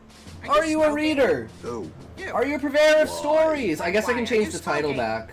maybe. What? When did you start smoking? 1989-ish? So you have been lying. It all makes sense. The filled ashtrays, the burning pine-scented hairspray. Yes, I'll see it. Her 3-pack-a-day voice? Snuffy 1416 Sheerdex 50. Thank you so much. Oh shit, thank you for the... 1416, your support is much appreciated. Less than 4, less than 3, plus 1. Thank you so much for the bits, holy shit! I'm giving you my earth germs. I'm gonna kill you. I really appreciate it. Thank you so much. You're so welcome. Holy shit. Come from TLC, Sharon from Snuffy Love. Hell yeah, that's the third person. I know, right, Beezus? What in the world is TLC? TLC is the, Discord. I would have caught you so easily. I couldn't run because I had a lighter up my ass. Okay, now I believe you're Hank's friend. True. Most amazing Discord. Yeah, it's a really good Discord. You guys should join it. I've been in there for a little bit, but now we're just kind of, you know, getting around, getting noticed, like, being part of the community, stuff like that. Because we've gone from, like, promoting on Twitch to promoting on Twitter to now promoting on Discord. So we're slowly moving, and so far we found the most amount of success on Discord. So, I don't know where there would be a link for this, but if you have a link, Snuffy, to pop in the chat for people to go join the TLC, that would be fucking amazing, because I don't really know Discord that much, and the promotion is the hardest part, honestly. Yep, that's why I always try to go and support as many streamers as I can, and, you know, try to promote other people on my stream and stuff, because even with 3 or 4 people, it's still, you know, you get 3 or 4 people throughout the day going to different people's streams, you get that 10 times, all of a sudden you've like tripled or quadrupled your entire audience, and then you just keep doing that. I'm not an admin or anything, I just like to go in, see who's live, and spread the love. Call it Snuff it is. Ah, I see. True.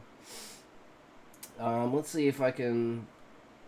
It's just called the Loyal Community. If you probably... I wonder if I can bring it up on... it's probably on Discord, right? Snuff-I-Tiz. Ah, Snuff-I-Tiz. I see. See, despite having a terrible name myself, Intoxication, I'm terrible at other people's names, too. Let's bump our server to the top, just because... now let's go home. Let's search for the Loyal Community. Nope. It is what it is. What's the incredible part about this stream is the fact that you're a writing streamer that can't read. I can't print the fucking W emoji. It's so true, Beezus. Have a great stream, buddy. I'll have to share the love. Have a good one, Snuffy. Thanks for your follow. Take care, bro. Always a good time, brother. Yeah, it's so true. That's why I'm the most retarded streamer, too. I just can't figure fucking anything out. I can't get my shit together. I don't know what the fuck is going on, and for some reason I can't find this. I don't know why. I'm gonna see if I can, like... Here's invite people. Okay, that's just directly inviting people. Can I do this, though? Hold on. Or send... Okay, how about this? There. Guys, join the Loyal Community. There you go. There. Join that server. They are fucking amazing. Go show some love. We got a little bit of an ad break coming up, but we're going to try and fit in as much as we can before the ad break, guys. Chekhov's armory. You've probably heard of Chekhov's gun, right? Which is where a gun on the mantelpiece must be shot by the end scene. Basically, it's talking about how when you show things in a book or in a movie, you have to have them come back into the plot because the reader... Meaning of retarded is a slow, like a slower neurological function. Like your neurons don't fire as fast, and certain functions are either delayed or completely non-functional. And it can cause slurred speech, it can cause lowered IQ, it can cause, what's the word? Not lower quality. It can degrade your imagination and your creativity. But you know what it can't do? You know what being retarded can't do, guys? It can't break your spirit. It can't bring you down. It doesn't mean that you're not a person. Most people are more retarded than actual retards. Does that make sense? Can cause the Whitakers. Every time you say that now, oh my god, I'm just gonna think of... Oh my god, oh thank you, now I can use the word retarded freely.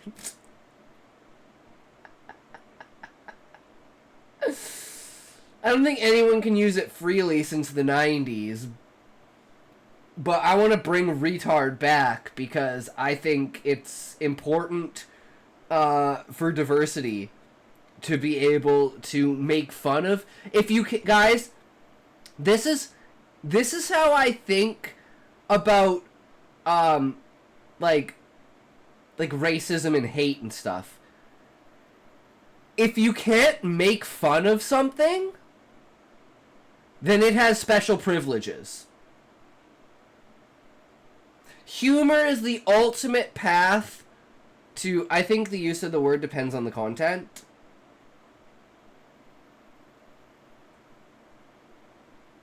I think it's intent, Luca. Like, we're obviously using it in satire. Ads!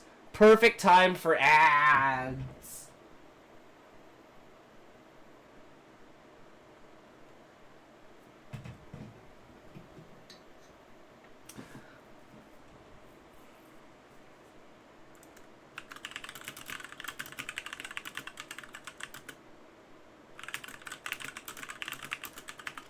I have a great example, but most PPL hated XD.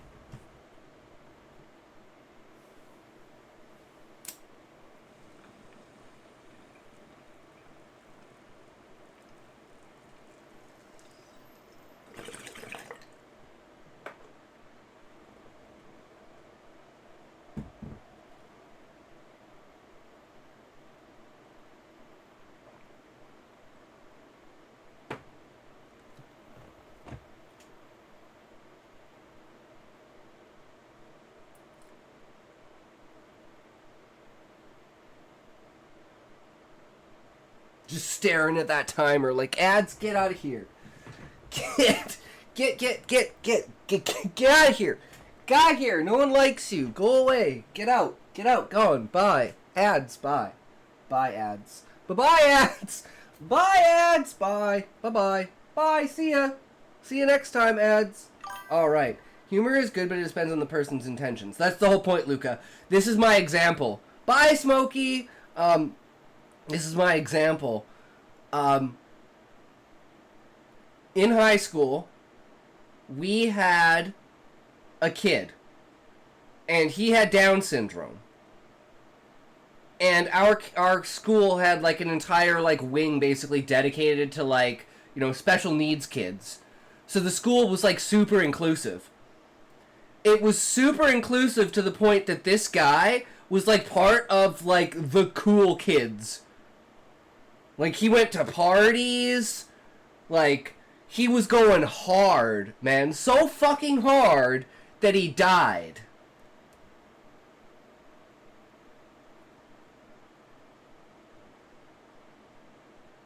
But it was like... Man, fuck them kids. it's the idea that it doesn't matter how dumb, retarded, what medical condition you have or whatever. It's your personality that counts. If you're fucking funny, I wouldn't go to a stand-up comedian show and be offended by their use of certain stereotypes, but on the street it's another story. Well, it's the way that they're doing it. So it's like if you go up to a kid in high school, right, and you're like making fun of this guy because, like, he's actually retarded, like he has Down syndrome or something like that, or he has some sort of, like, mental thing, like, what the fuck is it called? Prenatal, alcohol syndrome or whatever it is. Like, you know, kids that parents drank, and then they got, like, fucked up because their parents were drunk. That kind of shit. Fetal alcohol syndrome. That's what it is. Fetal alcohol syndrome. Stuff like that. It's like, okay, that's not cool. But if you befriend the person and it's a part of banter that is the person has basically opted into, right? Where it's like you're allowing them to make fun of you so that you can feel in the group, because everyone makes fun of everyone, right? And that's how humor can bring people together. So I think people do have distasteful jokes, but I don't think because there are distasteful jokes that certain things should be off limits for humor. Because it's all about the intent at the end of the day. That's why I call myself retarded and I have this emote. And it's like, I have the simian's crease, which people with Down syndrome have. So there's like, every other alternate reality is me with Down syndrome. So this is the one me in the one reality that doesn't have fucking Down syndrome but still has the simian crease. But anyways, back to the thing. Hey guys, he's wearing the same shirt he was wearing last time. Do you guys notice that? He's wearing the same shirt. What did he record these videos back? Pretty sure that's a different reality.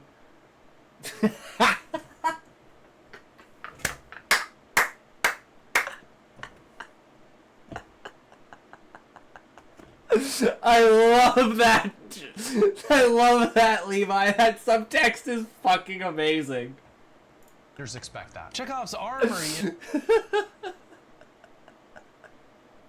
Guys, tell me if you could get the subtext from what Levi's saying there. Is when you show that's a great fucking example of subtext. Whole bunch of guns on the mantelpiece. You show a whole bunch of stuff that's gonna set the reader up for later on in the book. And then you don't do anything about it. The narrative ends up being disappointed because the reader hoped you were gonna do something with all these great material, and yet you leave all the guns unfired. A primo example of this is the television show Lost. I honestly think the early seasons of the show are some of the best storytelling that we have ever seen on the screen. We have all these mysteries going up. How did they not die in the plane crash? What are the others? Who is the smoke monster? Why is this island so mysterious? Why do they have to press that button in the bunker every 108 minutes? So people are on the edges of their seats waiting for the show to fulfill all those early promises. And it never does. We're going to a lost party at one of my friend's house. That's what a big cultural phenomenon it was. The trouble though is that all of these fantastic storylines, they didn't get resolved in a very satisfying way. I mean, you could tell the writers were like trying to do something to resolve each of these storylines, but the truth is they had started too many, and then when it came to the end, they just didn't have the narrative blame the writer's to be strike able to wrap things up. So I'd say the end of that series was one of the worst endings that I've ever seen, and you should other than never Game of do that Thrones to your readers. 2, the everything but the kitchen sink syndrome. Okay.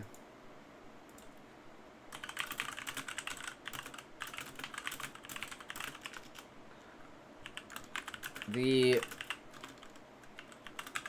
everything but the kitchen. I've never heard of this sink syndrome, but I'm sure I will have in a different way. This is when you have so many great ideas for your book and you try to cram them all in. Look, I know you have a great imagination. That's why you became a writer, right? The trouble is you also need a disciplined imagination to know what fits inside the novel and what you're going to have to leave for the next novel. Instead of having And that's why I use a lot of my ideas for short stories, because if I have an idea in my head that's not going to work out, like the idea with Duarte is his entire existence and that entire storyline and that prequel is all due to the fact that I need a way to establish how the evolution of the Adventurers Guild goes, so I have a place to work with reference to the past with Husai, and how we can build up like a database of adventurers and something like that. Like, that entire idea is like, I can't put that in the book, but I need to have it in the back of my head somewhere, right? All right, I did that. I've got a massive amount of world building thrown into a world that can't really be explored. That's why you just take those ideas, Beezus, hold on to them, and morph them into another story, another piece of work, right? That's why I say never marry an idea. Everything is up in the air. No matter how much you love it, you're going to have to throw it away.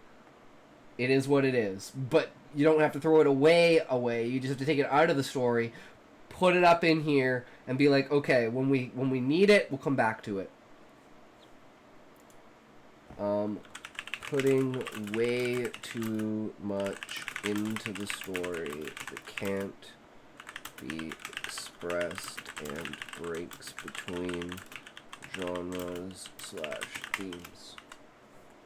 Having 5 themes, perhaps you need 2 or 1. Instead of having 15 characters, perhaps you need more like 7, with only 3 or 4 of them being really major characters. Instead of having 4 subplots, maybe you only need 1 or 2 subplots. Now later on in this video, I'm gonna get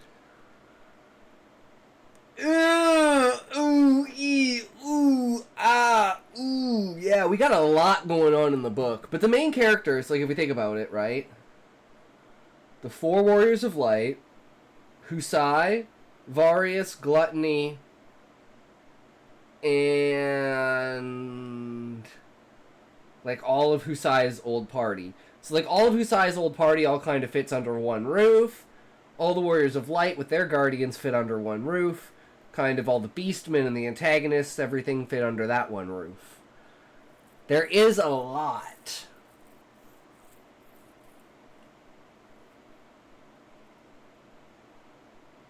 But there is the consideration that, we don't go and gather like 7 other people. But we need a lot of people. That's kind of the problem. But the prospect of the book is looking at it from, like, the Fire Emblem aspect of, like, Husai being the commander of the party and everyone else being the people that he just orders around and moves. And then having, like, a commander that does, like, immediate moves and stuff like that.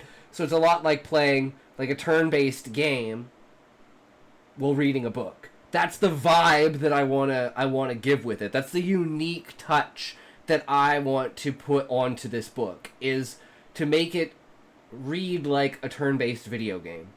If that's even fucking possible. We have plenty of examples from books, but for now, let's look at a movie, Jupiter Ascending. Jupiter Ascending got 28% on Rotten Tomatoes. I mean, you've got to work to get as low as 28%. Discord's being downloaded right now. Just need to wait and also need to create the account. All right, hell yeah, Bomb Dropper. Here is the Discord link for when you're ready. Problem with putting too many people is mostly just either having them be background characters that no one feels attached to, or having so much information crammed for each one into the story that it bogs down the story. But it's like the amount of time that it takes, because you only bring in like 1 or 2 characters at a time, right? Like, you go to each city and you bring in the adventurer and their would-be squire. Then another adventurer and their would-be squire. Has a ton of characters. Yeah. It's just how well you do it, right? And it makes it more difficult with more characters. But we'll see if we can pull it off. Because we need, like, the idea of, like, an MMO. We need, like, 40 fucking characters coming together at the end of it, right? Just like there is at the beginning. This is one of my favorite series of all time because he introduced the world and characters so naturally. Yeah, I feel that, Beezus. Character economy is a skill. I believe it. That's why we have it spread out so much. And it's like at extreme pivotal points when these characters come in. So, I doubt 99% of writers should follow in his footsteps. Yeah, I believe it. That's a genius that comes once every 3 or 4 centuries, right? Like, hot take, guys. Hot take. Tolkien's here. George R.R. Martin is like fucking here.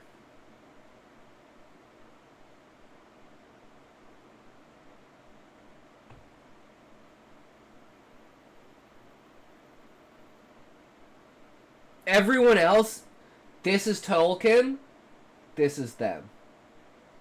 Like, that's how phenomenal George R.R. Martin is.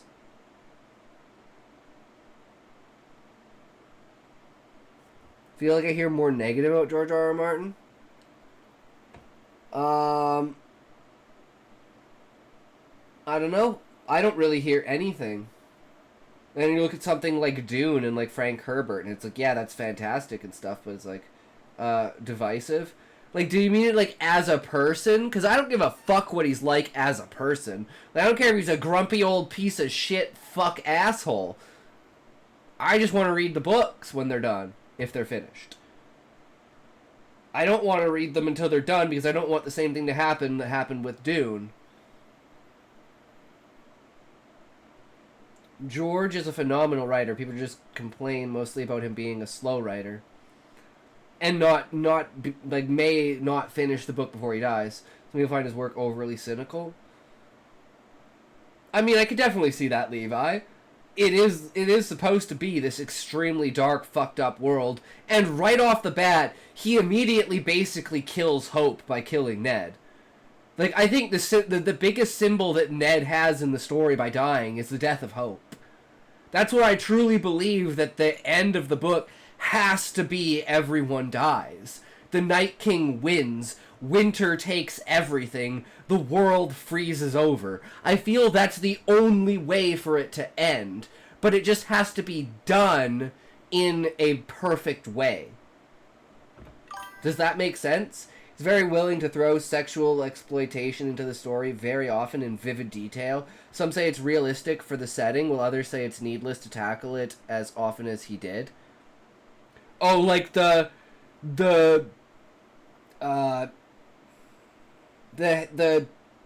Janus? Sir Janus or whatever his name is? The guy who, like, beats up Sansa, and he's at the... Josh Boss 997, thank you for the follow, bro. How's it going? And he goes to the brothel, and it's like, he's like, do you have what I want? And it's like, she's too old. She's too old. And then Arya fucking kills him. What's good? We are discussing George R.R. Martin and Game of Thrones and the explicitity of scenes that possibly go beyond the realm, and I do agree with Beezus with this, because I do have in one of my stories as the origin of one of my characters is a generational level child abuse, but it's only very, very vaguely referenced. It's never outwardly stated, and God, it is never ever actually explicitly written. So I think if you have those themes, the only tactful way to do it is to make small references to it and the cause of it through metaphor without actually, like, saying the scene. And I think the perfect example for this is The Lovely Bones. We all know what he did to Susie. No one needed to read it. Does that make sense? So I completely understand where you're coming from, Beezus. But looking at George R.R. Martin as a writer, I would say he might be the one exception to that. Black Reaper 1269, what's up? Yo, what's good? I'm Josh Boss 779 here from TLC. Mouthwashing does it pretty well, but it's where it's heavy but totally subtextual. Exactly, Levi. It's way under there. Lovely Bones and Streetcar named Desire. Yeah, I got 2 accounts. Nice, Black Reaper. That's epic. I love it. Hell yeah, brother. I have multiple accounts too. I just don't know how to get into the other ones. And then there's Zoink, who has like 12 fucking accounts. But it is what it is. So how's it going? Are you a reader? Are you a writer? Are you a purveyor of ideas? Do you enjoy storytelling, creativity, and using your imagination? That's what we do here. And trying to improve our writing skills. I mean, I love Game of Thrones books. I just specifically remember the angry forums from back in the days. I could definitely see it, Beezus, but I'd just say that, like, I could definitely see George R. R. Martin being the exception to that because of how he writes and how explicit things are when he does write. And that's what the show kind of wanted to show, is how, like with gore and everything like that. I stream mainly shooter games, but I enjoy a good book, especially manga. Hell yeah, brother. We'll be moving into the our art arc in October. That's the plan. And we'll be doing some drawing and adding that. I got like a setup that I'm going to have so you guys can see me drawing. It's gonna be good. But yeah, we usually write short stories. We're working on a main novel. We're just trying to improve our writing skills. Hell yeah. So, you know, but it's the ultimate goal of my book would be to get Square Enix to sign off on it as an actual official Final Fantasy either book or series, and maybe have it like be a manga. That would be the ultimate goal for the book if it would ever come true, because that's how true to the vision of Final Fantasy I want this book to be. Just like Expedition 33. Fucking just so fucking peak storytelling. So good. Hell yeah, brother. The main problem was that it tried to cram so many different things into the movie. You have space opera, you have romance, you have political intrigue, and in the end, the viewer just feels very bewildered. Now, it's not as though any one of those things was bad, right? They were actually all great story elements, but the trouble is when you try to put them all together. And that's one thing if you're going for like sci-fi specifically, like sci-fi among all genres has the smallest audience. So, if you're doing, like, high sci-fi with high, like, Dune level, like, technical terms and stuff like that, and, like, world building and stuff, you have a very, very small niche audience that you have to hit very, very hard with your work. That's the one problem I find with sci-fi. Or you can write, like, light sci-fi, like, Three Body Problem. At least the first book. And then you kind of move into more practical, or like Leviathan Wakes with like The Expanse. And make them all work in a single narrative, the narrative collapses under its own weight. Now, if you've written a novel that seems kind of... Oh no, my political intrigue murder mystery is a sci-fi. I mean, that's our short story, right? Chiral Clones. It's a medical mystery, psychological horror, government conspiracy, genetic engineering,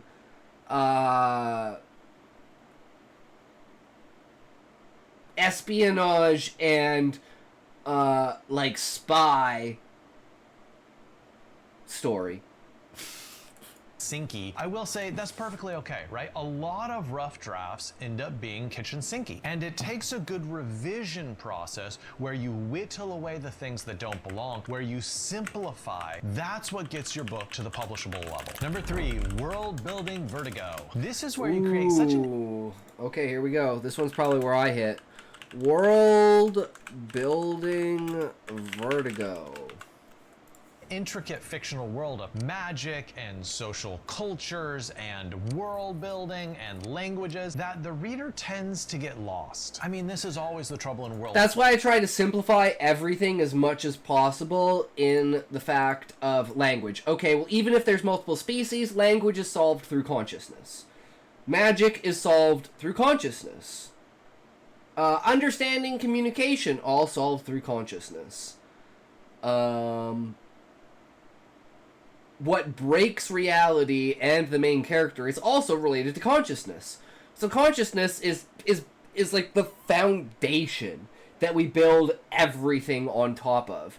And we minimize everything that we can when we can use consciousness as a simplification method to remove language barriers, other than just simple communication, but just straight up like having multiple languages, between so many different species. Having the dragons have created the culture for the beastmen, so despite the fact that there's like 8 or 12 different types of beastmen, all their cultures are relatively the same because they all come from the same source. They've just kind of changed over a period of time. So it's kind of like that's how we've narrowed down most of the world building, is connecting it to a foundational basis that pulls all of the elements under one roof. And that allows everything to be explained super easily without all the confusion of, oh, there's these beastmen who speak these language, only these beastmen know this language. The main conflict is because they don't know the languages. It's like, no, get rid of all that fucking shit. It's just the beastmen. You got tabbed up while I'm gaming. Hope you have an awesome stream. Cubano, thank you, good sir. I hope you enjoy your gaming.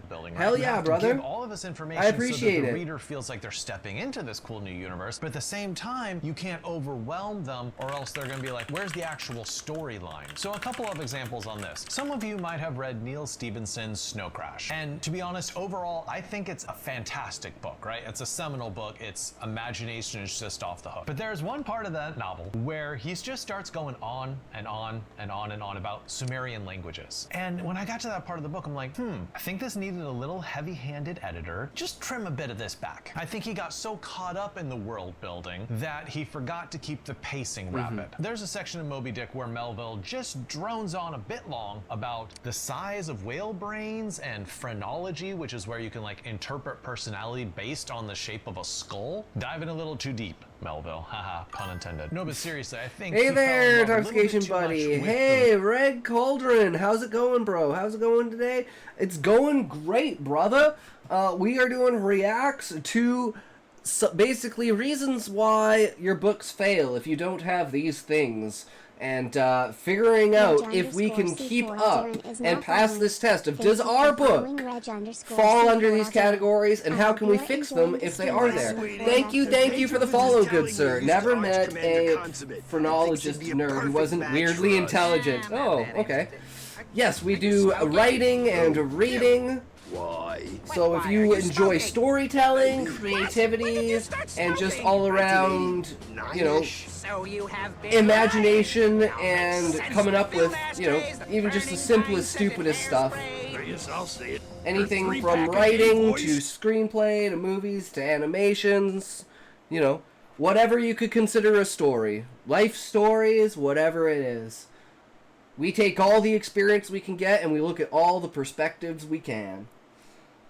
But what do you do, good sir? What's your hobby? What are you up to?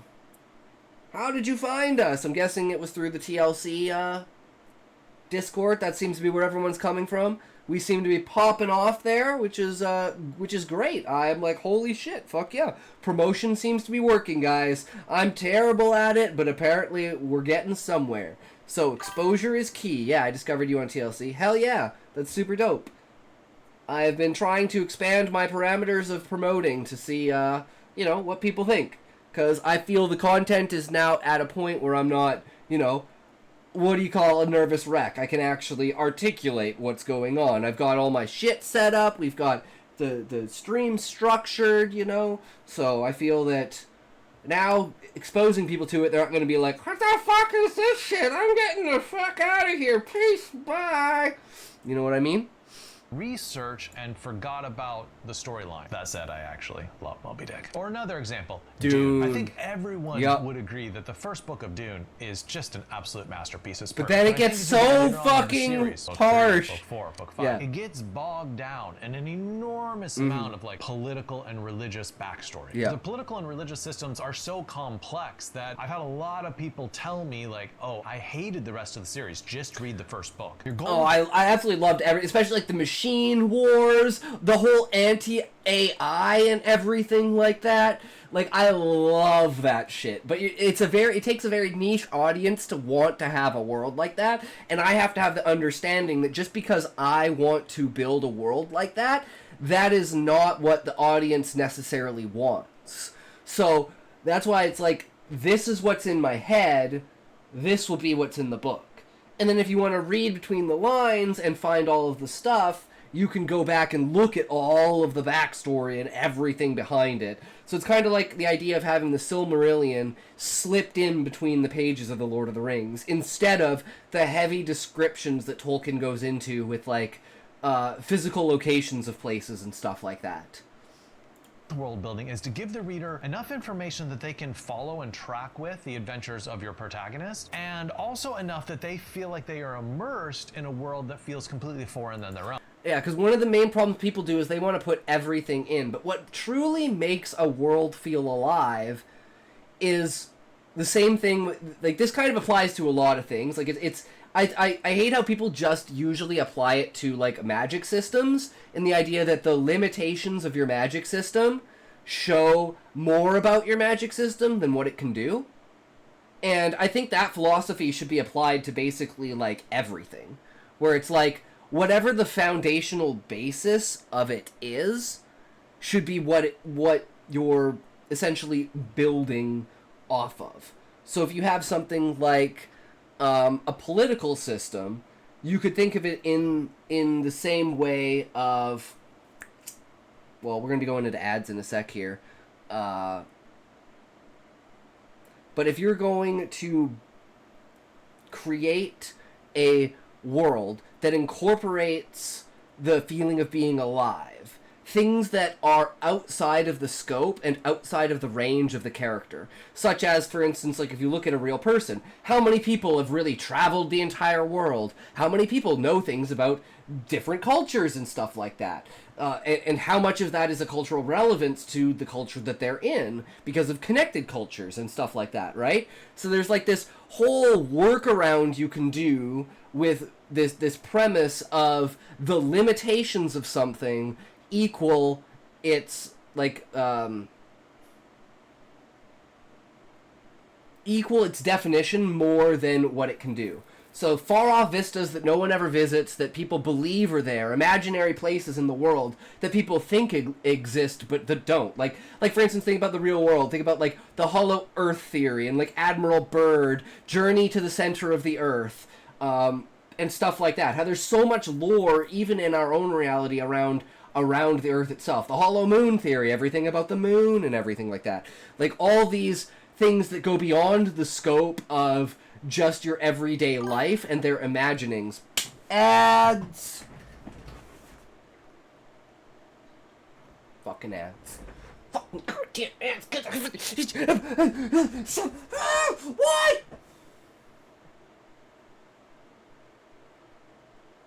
Guys, I don't like ads. I don't like ads.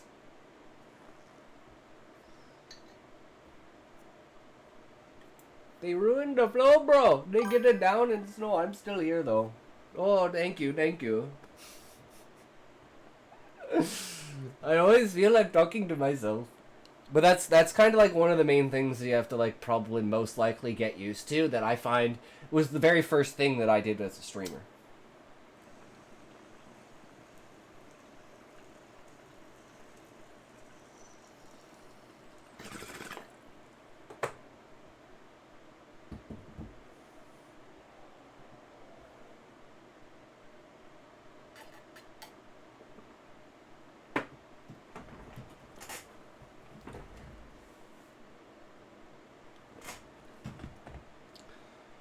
Woo!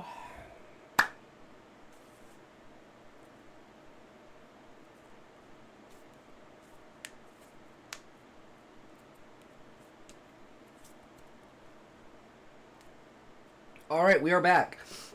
Yeah, I'm glad you're still here, Cauldron. One of the main things I would say, like, one of the main tips I would say that I think streamers don't, how do you say it? It's like, the main foundational thing that I think 90% of streamers who could be good aren't good are for this simple reason.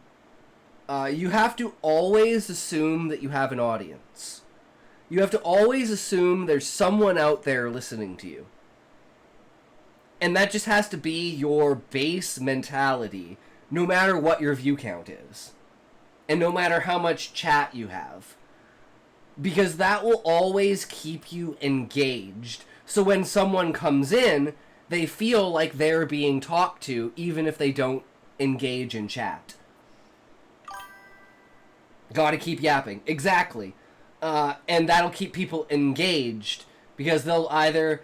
one of the main things is either they'll follow the conversation or they'll try to pick up the conversation. Or they'll be like, okay, well, I know you're talking about something, but I don't know what you're talking about. And then that will get them to chat and be like, yo, what are you talking about? And then, you can go back to the roundabout and say, oh, well, I was talking about this, and that led to this, and now we're talking about this, and that's how we get here. And then you can basically do it all over again. If nobody's there, it's got to be like being on the radio. Yeah, exactly. Exactly. You're kind of almost interacting with yourself. That's why I always have kind of stuff pulled up on the side that's like...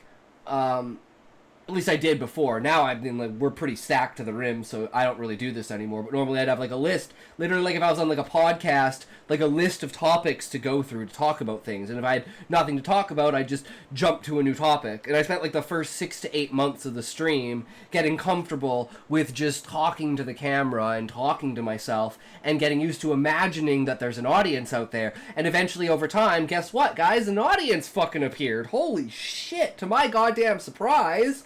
And then I'm like, oh my god, I need to fix the stream, and I need to get better. And then I evolve the stream to the point that we are here.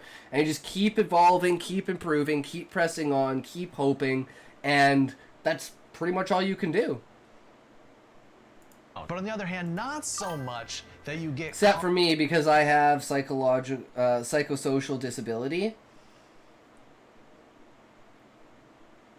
How does that work, Cauldron? Is that like an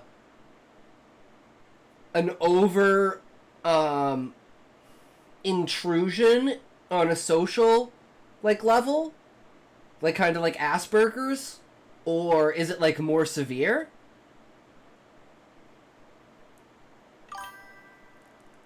Psychosocial like Slipknot? Or is that more like hypersocial?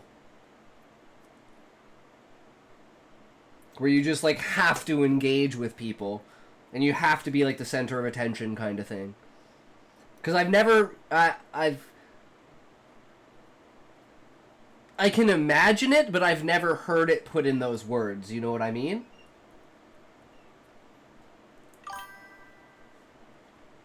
Caught up in these minor issues of world building that don't really satisfy your reader. For inspiration...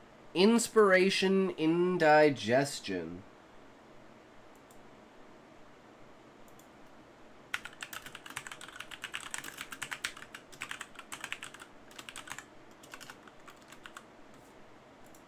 Indigestion. These are books...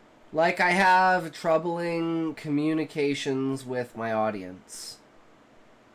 Ah. I could see that, yeah. Get, like... One of the hardest things for like communicating is medium.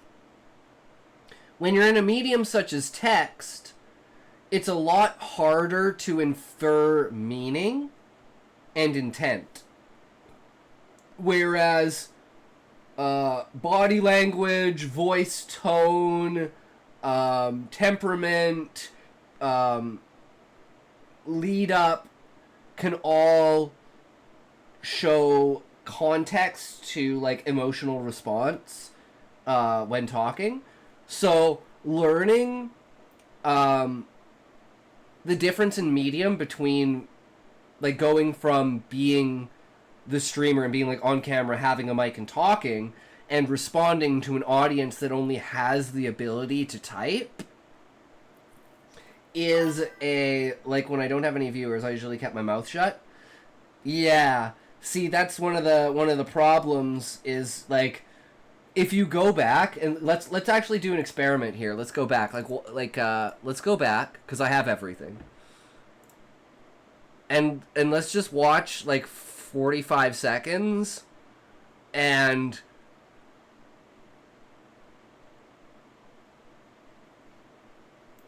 Okay, so we've got... Let's do a random Wukong one. So this was back last year playing Wukong, just a random part in the stream.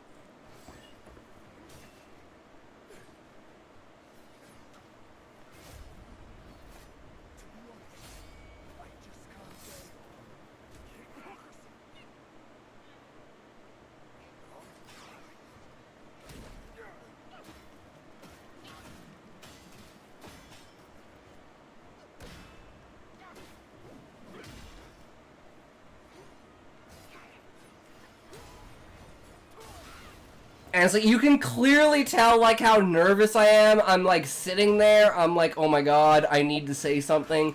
But I'm not saying anything. And it's like, you just get comfortable. That's all I can say. Spend time getting comfortable with yourself. And then, as you're getting comfortable with yourself, it will just naturally flow out of you. But if you're never mentally trying to prepare yourself and giving yourself that time, I think that's people's biggest problems. And they can go like, you can go like a year without ever making any progress on that. So I think having the mentality of working on just being comfortable with allowing yourself to just blurt things out. Even going like, Durbagan inhibitor for Warbagan further in M for up a hook discupator in a just making sounds, like getting yourself comfortable with just saying the same, like testing, check, testing, 1, 2, 3, test, check, test, check, test, check, test, check. I tried streaming on my old account and hated it, man. I went for like a month and realized that all that talking to myself to keep myself busy just made me start talking to myself in real life. See, my problem is I talk to myself already in real life. So it's like I might just have a personality that is just better suited to streaming. Which is like, I mean, it is what it is, right? I don't consider myself outgoing, but that's because I hate the fact that when I start to talk to someone, that I usually can't keep a conversation with someone because I bring up topics that either they're not interested in, they don't care about, they're way too beyond their grasp, or they just don't like the topic. And it's like, I can't find middle ground with people. And like talking about reading and writing and books and stuff, most people are just like, cool. What? Cool. Yeah. And I'm like, what's the main character's name? And they're like, huh? I'm like, yeah, exactly. You don't give a shit.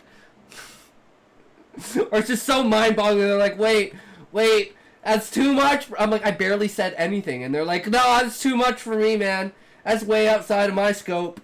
I'm well suited to being on camera, but I'm really bad at putting myself on camera.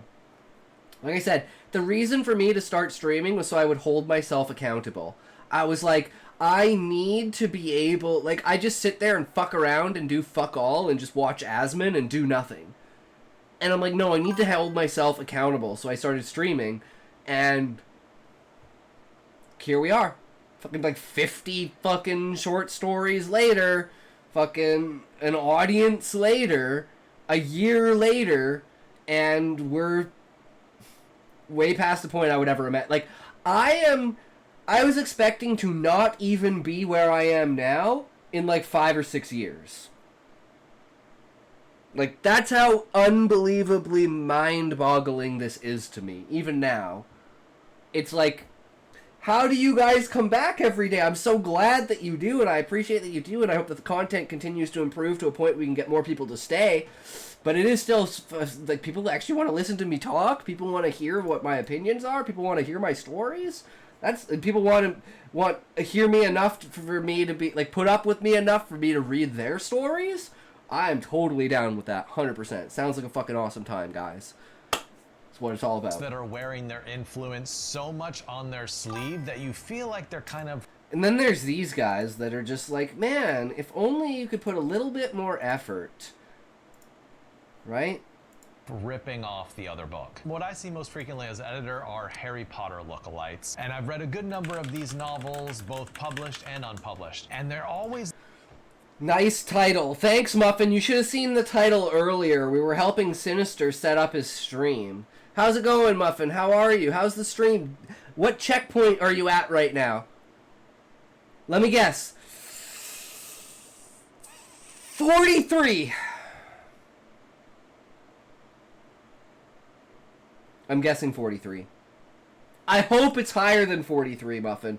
But I think you were on like 17 last time I looked. I don't remember.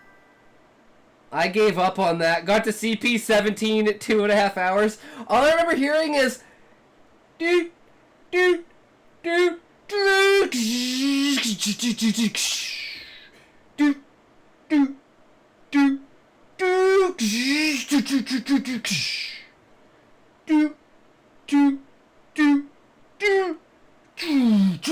do.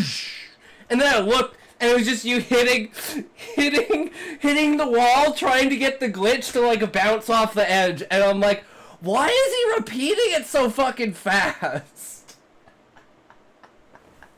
But yeah, it was a good time, Muffin. So I'm glad that you gave up on that. That seemed like a fucking joke. But yeah, that was 05. Damn.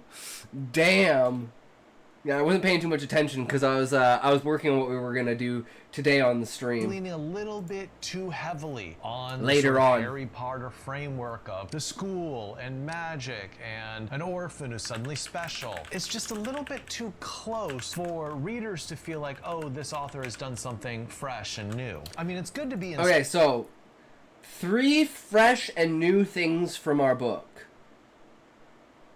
Magic dictated through science and the understanding of reality and the understanding that consciousness can manipulate reality. I've just been hunting the same map for 2 hours or more. I don't know, just got top 400 on it. Nice, Muffin. Not bad, not bad. Under 500, man. That's pretty impressive. And then we have the crystalline tree, which is solidified, crystallized consciousness, and that's the source of magic. And we have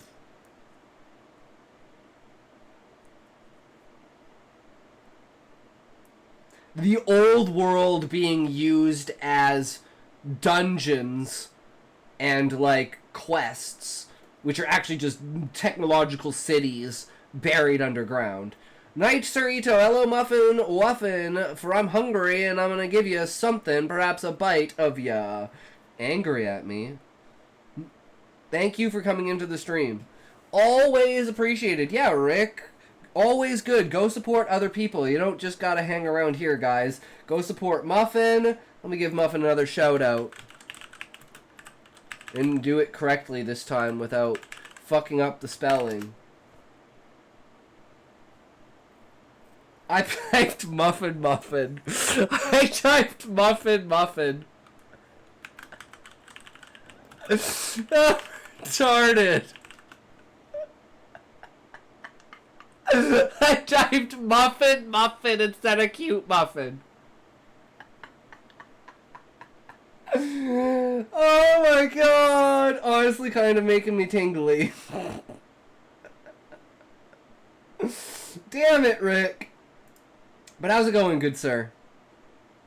How was your day today? Inspired, right? You actually want to be inspired by an enormous range of books, and you should read really widely. I'm not cute. I'm just the double the size. Fuck you. The way he threatens me. You don't properly digest it. You read one book, and suddenly that book inspires your book so much that it seems like a copycat. Another example of this is probably the most derivative book I've ever read in the literary world. It was called Red Sky in Morning by Paul Lynch. Oh, I'll take you on. I'll devour you. I thought, this is a Cormac McCarthy ripoff, specifically a Blood Meridian ripoff. It's based on a historical event. Good sir, good indeed. I'm still streaming. If you didn't know.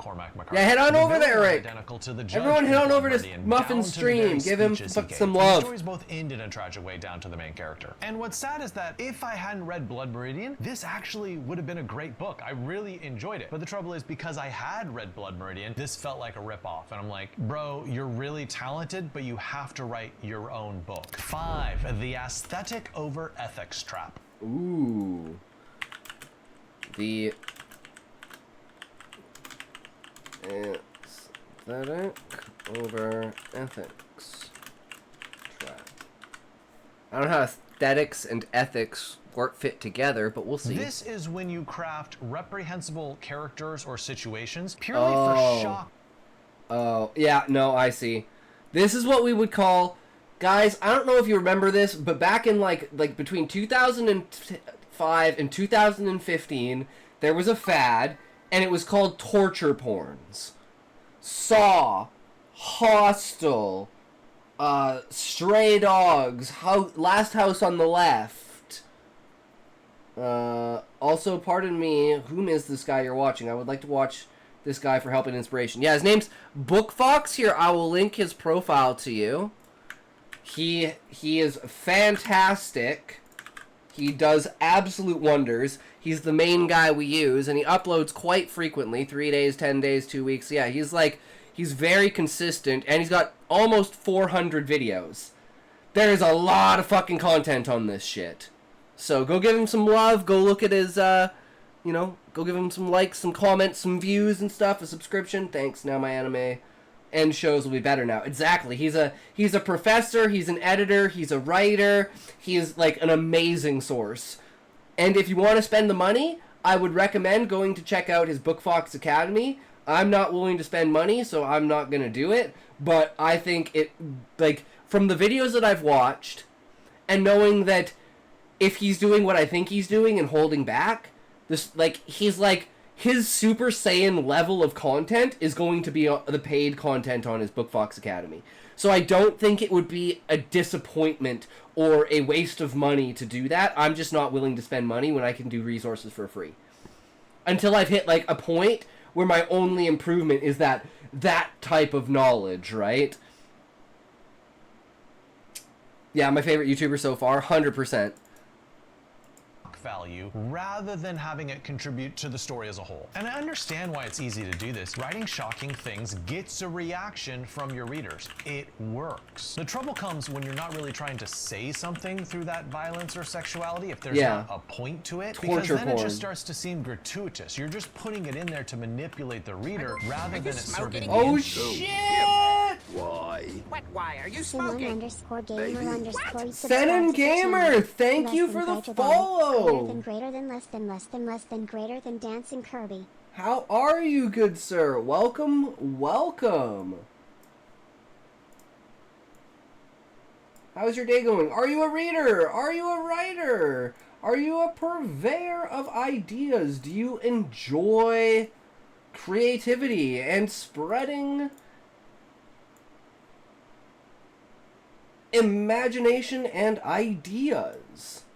We are reacting to traits that predict the failure of novels. And so far, we are passing the test with golden fucking colors. Interests of the story. I have a movie and a book example for this one, and let's start with the movie Saw. And I'm talking about, told the whole ya. film Torture franchise fucking of Saw, porn. all the sequels and everything. I think it's a series which focuses so much on the elaborate torture scenes as a way of like getting a reaction from the viewer, rather than saying something meaningful about life or violence or existence or something. And I'm not saying that people don't enjoy that. I'm telling you that if you're crafting that kind of story, you need to have some sort of reason or justification or lesson or insight or like, something. even look at something like Silence of the Lambs with, like, Hannibal Lecter, right?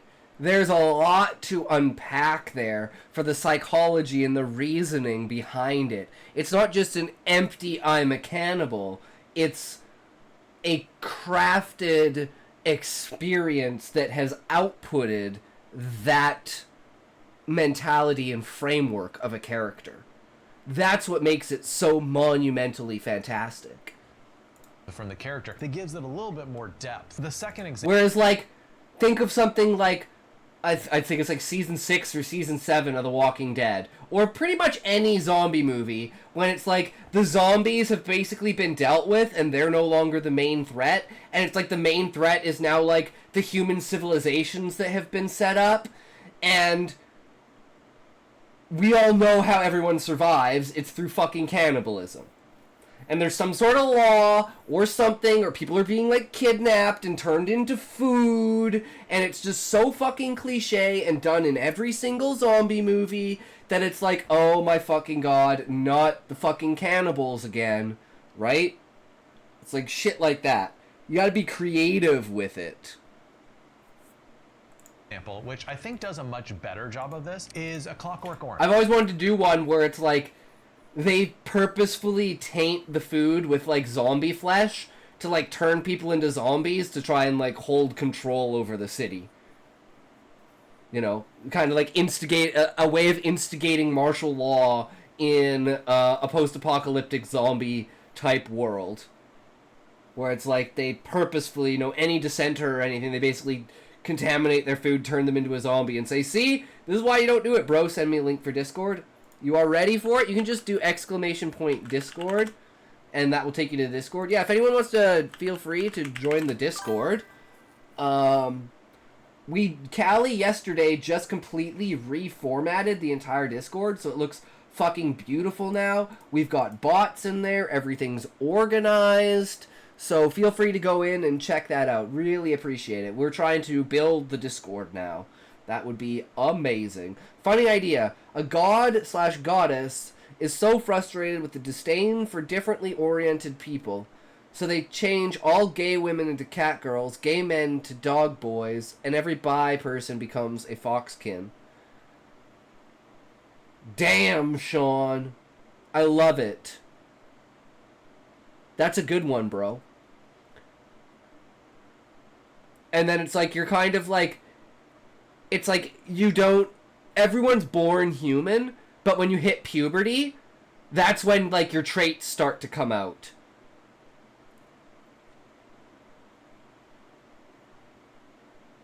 Sean, could you imagine doing that? Having that the main arc of the story? Or of the world? Have a story based around the goddess and, like, people, like falling out of worship with her or something like that. So, like, a religious, almost, background. And have that, like, the main point of the story is, like, you know, religious ritual in order to please this god or goddess in order to maintain this type of world. All the demi-humans are twice as strong and fast as humans, the same size and athletic shape, too. Nice, Sean. And at puberty, they just gain those traits based upon, like, their personality, right? At the time. And how they're, like, meant to be. Very interesting. And then use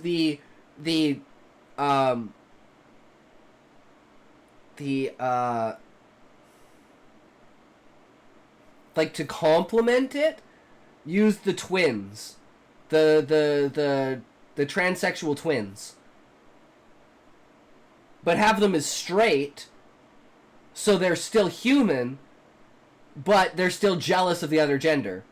So you have this entire encompassing, not just singular around it, but also body dysmorphia as well played in with the demi-humans. To add in this extra little bit of spice to the story. Spice is the wrong word in this case. If you're thinking like sexual, not that kind of spice. I mean spice in the spice of life. Things that season your story. Not smut spice. It's not what we're talking about. By Anthony Burgess. Now, I'm not talking... No denying what they are either. Naturally, the people who identify as the other gender switch to goblins of the correct gender. No faking it. I love that, Sean. This world sounds fucking hilarious. Spice as in seasoning. I thought you were white. No, Levi. I am very much not white. I was very much raised brown. You should see how much the very much it is for a good go at spice. But I don't know. Don't know exactly what you're talking about, though. So I am just inferring that you mean that we use some other word for spice as seasoning. As in, like, we'd only use salt and pepper because we are white. Only white people only use salt and pepper and cinnamon. They don't use paprika. They don't use, garlioli. They don't use,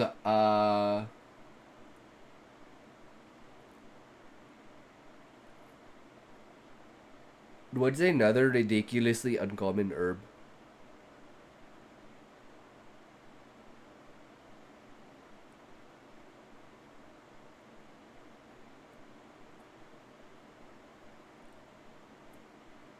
Starred anus. Ooh. White is an understatement for me. I make sour cream look like it's got a sunburn. True, Sean. If I didn't have to go outside, I wouldn't go outside. about the American version, which is 20 chapters long, and I'm not talking about the movie version. I'm talking about the 21 chapter British version. So this is a book which contains tons of ultraviolence. I mean, horrific things happening to very innocent people. But I think at the very end, Burgess really rescues it because he has Alex get captured. So there's some sort of punishment for his violence. And in the end, he grows up and he turns away from that life of ultraviolence. He carries. Oh, he's talking. I didn't realize he was talking about Clockwork Orange. Dude, Clockwork Orange is one of the best stories for character like redemption. I absolutely agree with BookFox here that it was this is probably one of the hardest movies for me to watch, but it's one of the strongest movies I've ever watched. Like watching him like just the way that they did it, like smashing the chick's face in with like the dick statue or whatever is the dick like whatever it is, right? And like the way that he kills the guy's wife and everything, it's like it's so fucked. But to have everything come back on him and make Alex become the hero at the end is actually fucking phenomenal writing. I was friends for a while with an actual sociopath who was obsessed with this movie. This movie is so fucking good, man. It's like it has such a play on so many different things. It's so good. Picture of a child symbolizing that he wants to get married and have like a respectable life. In the end, there's a very strong message that there is a possibility of people who have chosen ultraviolence to turn away from that violence and be integrated into society. Now, I'm not saying the ending of your book has to be a happy ending or show the character changing in an unbelievable way, but I'm saying you should have some sort of point if you're going to show crazy amounts of violence. 6, dialogue ventriloquism. Dialogue ventriloquism. Oh, is this like putting your own voice into your characters and having your characters just be like one voice? While gamers get their asses handed to them, destroying their rep when they choose to ignore their homework to game, and their opponent is titled Man. Imagine their surprise when they learn that MAN is Mad Ass Nanny, who caught them gaming, so took them to task in game. I love it, Sean. That's great. This is where every single character in a book basically... And it's got to be like the swearing fucking old granny, and she's on like voice chat and shit. And it's like after she whoops their asses, she comes on and just fucking swears the shit at them, tells them to get the fuck off video games. Little fucking kids. Ads!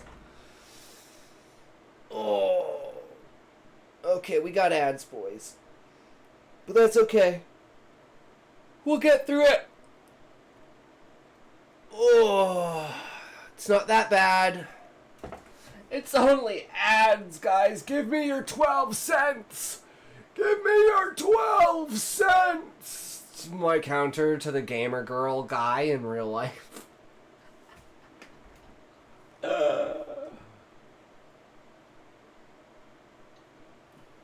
There's so many good satires that just aren't used. Like, so many people use so many old satires, but there's so many good satires that have arisen since, like, Gen Z. And, like, the internet and, like, memes and, like, video games and, like, people growing up with the internet. There's, like, this whole new culture around it that we need to get into this almost mood of incorporating into, like, this fear of making fun of shit. You know what I mean? Like, it's not just 12-year-olds on Xbox. It's fucking 12-year-olds on Roblox, right? So if you're wondering why I've been playing the same map for almost 3 hours, just have a look and you'll know.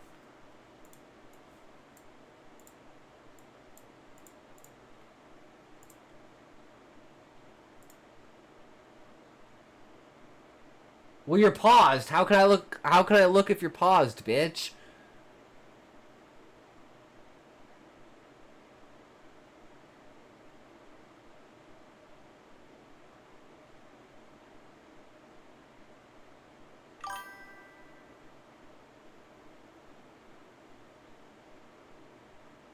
Tend to play female characters in video games because at least in the past they nerfed the game when girls played, and I'm always going to take advantage of an easier run.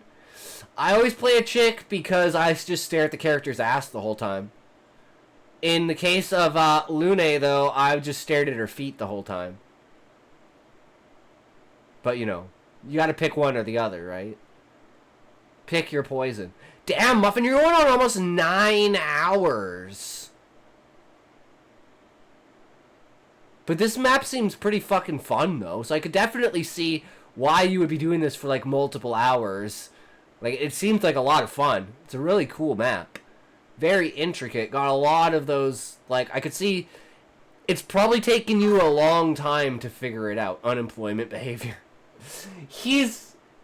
Guys, he's still in school, okay? And remember, it's Australia, so it's probably like... It's what? 5 p.m. for him? Like 4 or 5 p.m.? He just got off school. Now he's got his time. He's probably finished his fucking homework, and now he's just playing video games. Oh, wait, it's Saturday there. Oh, it's Saturday there. Because it's ahead, right? So it's actually Saturday. So he's been playing all day, and it's a Saturday. That makes more sense. Because I was like, wait, 9 hours. He started at 4. That means he started at 9. Yeah, that doesn't work. Speed plus precision equals my kind of thing. Hell yeah, Muffin. Just barely skirting around those corners. Fucking love it.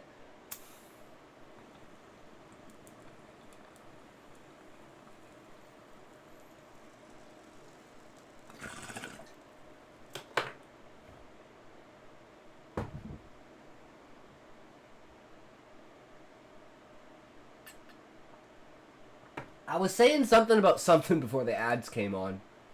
But fuck it. Sounds like the same person. So it's the author being a ventriloquist and throwing their voice onto every single character. Yeah. Number 6. Dialogue.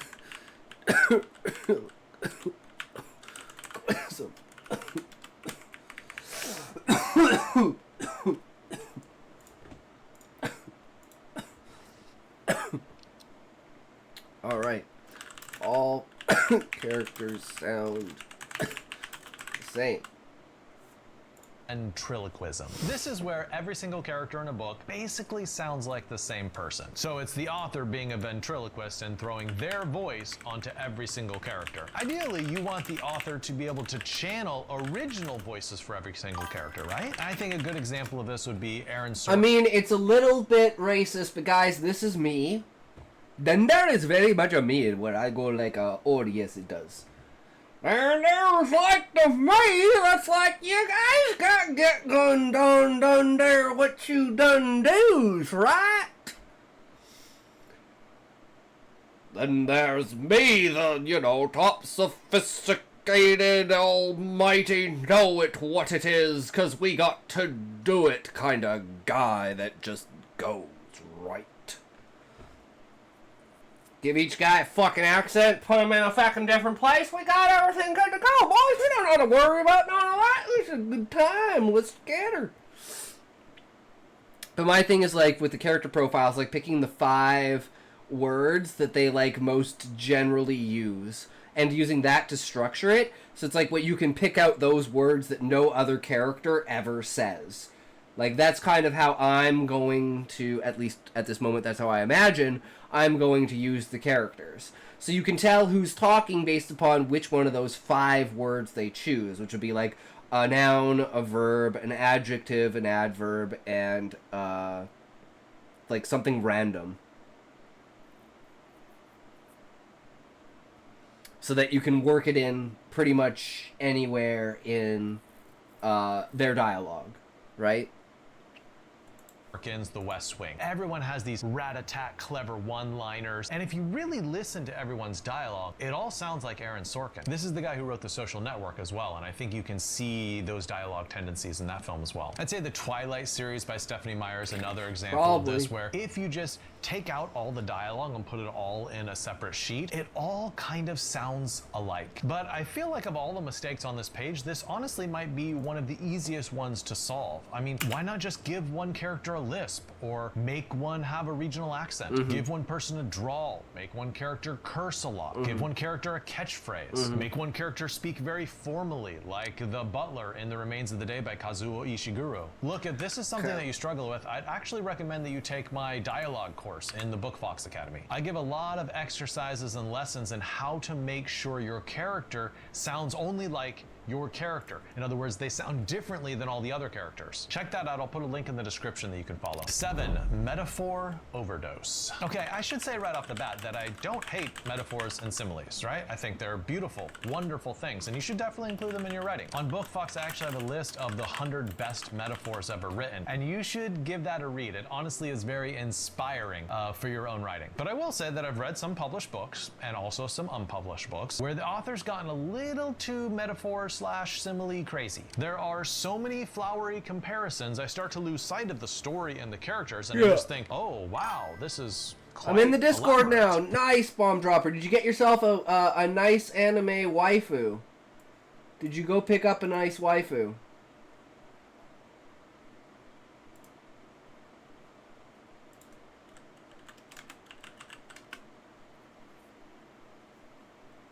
Callie, he joined. Where's the welcome message?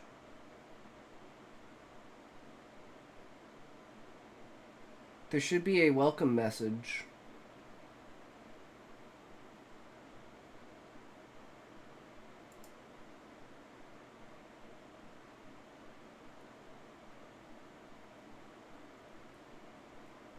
There was a channel for it earlier, I swear.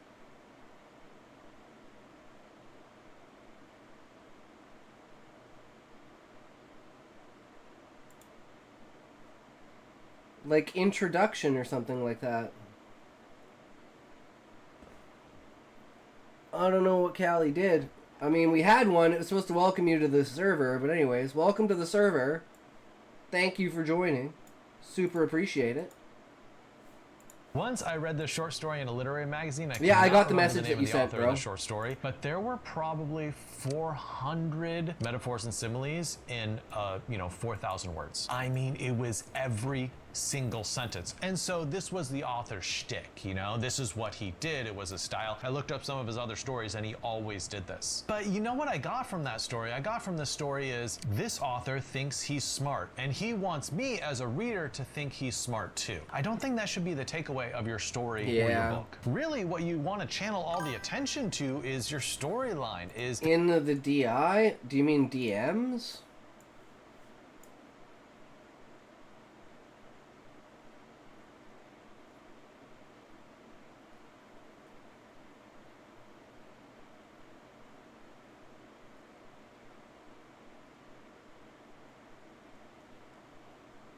Yeah, right here. Bomb Dropper. Hello. Then there's the waifu game, which I don't want to click on stream because it's NSFW. We have the word game, the Taco Shack, and the Disboard.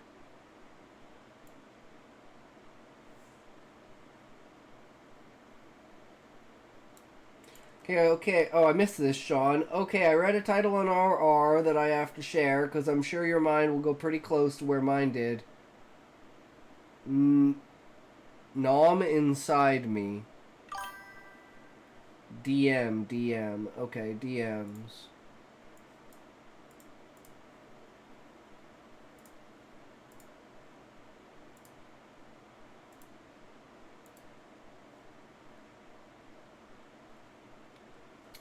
Not seeing you anywhere, Bomb Dropper.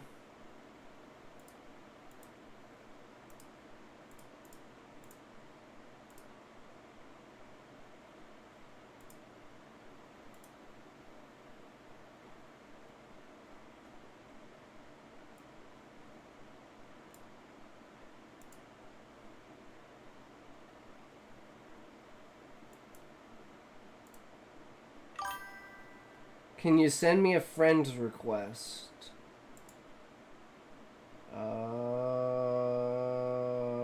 Add friend. There you go.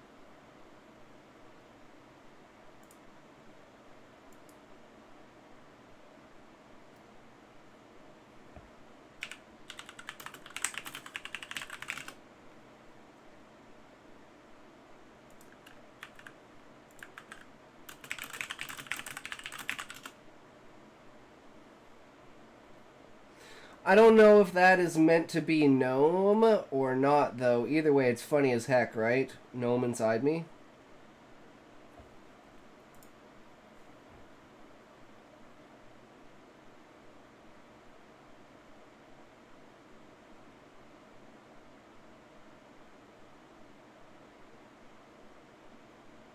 I mean, I don't think it's, like, I don't know, I guess?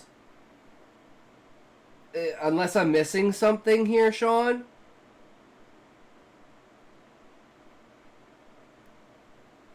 Not quite sure what the humor of this is.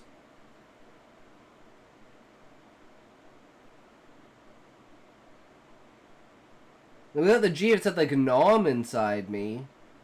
It's like, okay, well, is this talking about food? It's a story about food? Or someone's getting eaten out, or else there's some other indecency happening. That's what I thought. Gnome inside me. Yeah, definitely some smut.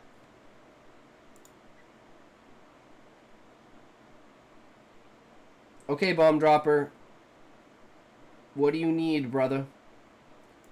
That you can't say on the server or in the chat, so you're DMing me on Discord, bro. The character struggles is to the emotion that you want your reader to feel. So look, cut down those metaphors and similes. Go through your book and only use the ones that are absolutely necessary, that really compare two unlike things, and that actually contribute to the reader's understanding of the story. Number 8, lack of character motivation. Why is the most important question you can ask of a character? Why are they doing this and not that? Why are they taking... Husai's character motivation is, oh shit, I think I'm being blackmailed. So he's kind of running away, kind of investigating, but he needs to get out of the place that he's at.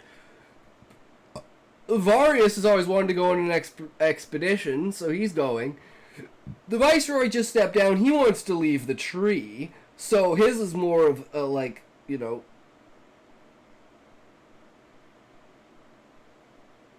I just want to get out and experience the world. I've never left the tree, and this is the only time I'm ever going to be able to. But stuff like that. Welcome back, Rick. How's it going, brother?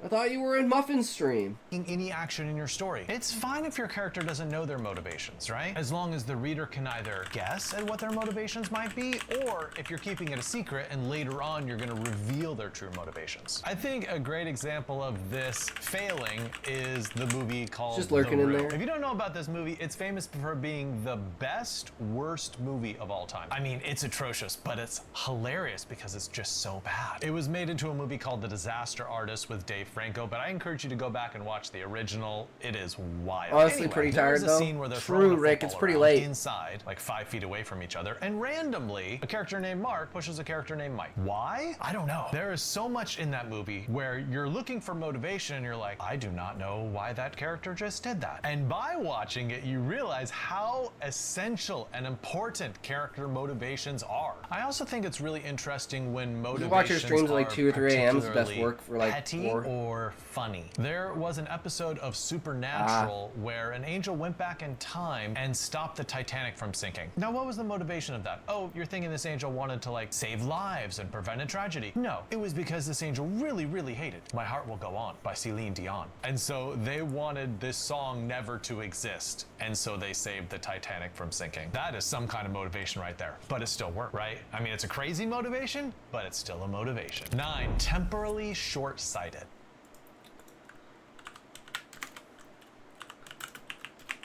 Temporally short-sighted.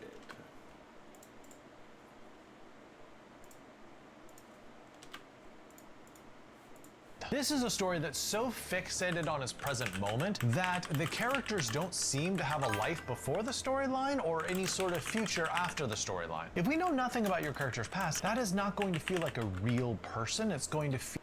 I had to sleep now since the boss says my productivity is good but slow. I need a little pep in my step, they says. Perhaps another day. Sounds good, Rick. Take care. Have a good night. Playing old Minecraft right now and just got reminded that breaking stairs gives blocks.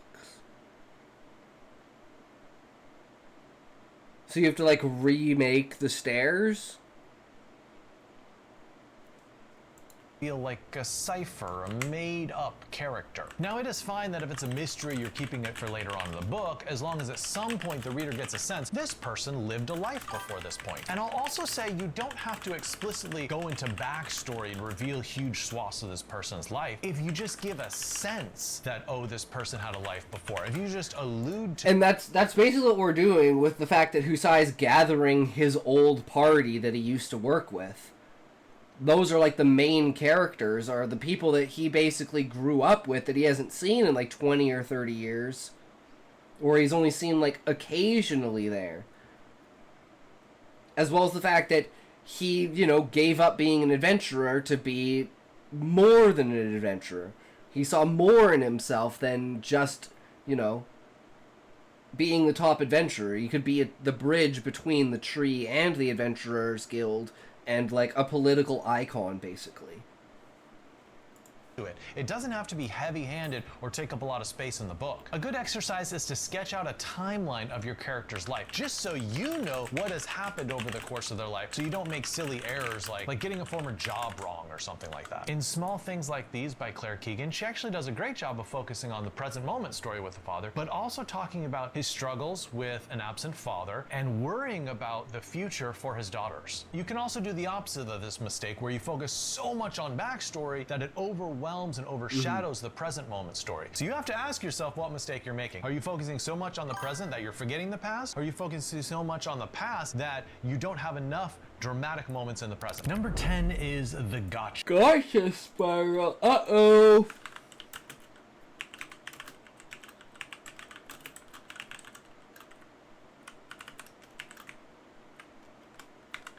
The gotcha spiral. This is a story that relies so much upon plot twists that it starts to feel a little bit contrived, and the reader starts to feel a little manipulated. It's an impulse toward have constant surprises, but if those surprises M. Night Shyamalan, it's gonna feel false. I'm not gonna mention the books that I'm thinking of because, hey, who knows? Maybe you read these books and you enjoyed these books. But I will talk about some of the common problems that you get when you rely too heavily on surprises. One, sometimes the reader feels manipulated. They know what you're doing, they can see what you're doing, and it's a surprise not because it's intrinsic to the two greatest surprises ever that people told me multiple times ahead of time, but I didn't understand them. In The Sixth Sense, when people said that Bruce Willis is dead, it didn't matter how many times people said that. It took me actually watching the movie when I was like 16 to be like, oh, Bruce Willis is dead. I'm fucking retarded. It just didn't click. I didn't understand what people meant by Bruce Willis is dead until the final scene of the fucking movie, where I was like, wait. And then I had to watch the beginning of the movie again and be like, wait, he got shot in the beginning of the movie. Oh my god, it makes so much sense. Or the second one, fuck, what was the second one?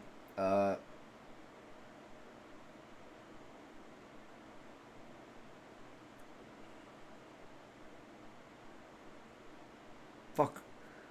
Really big twist at the end.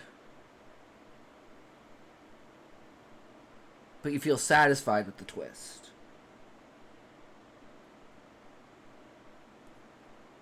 How did I blank on this?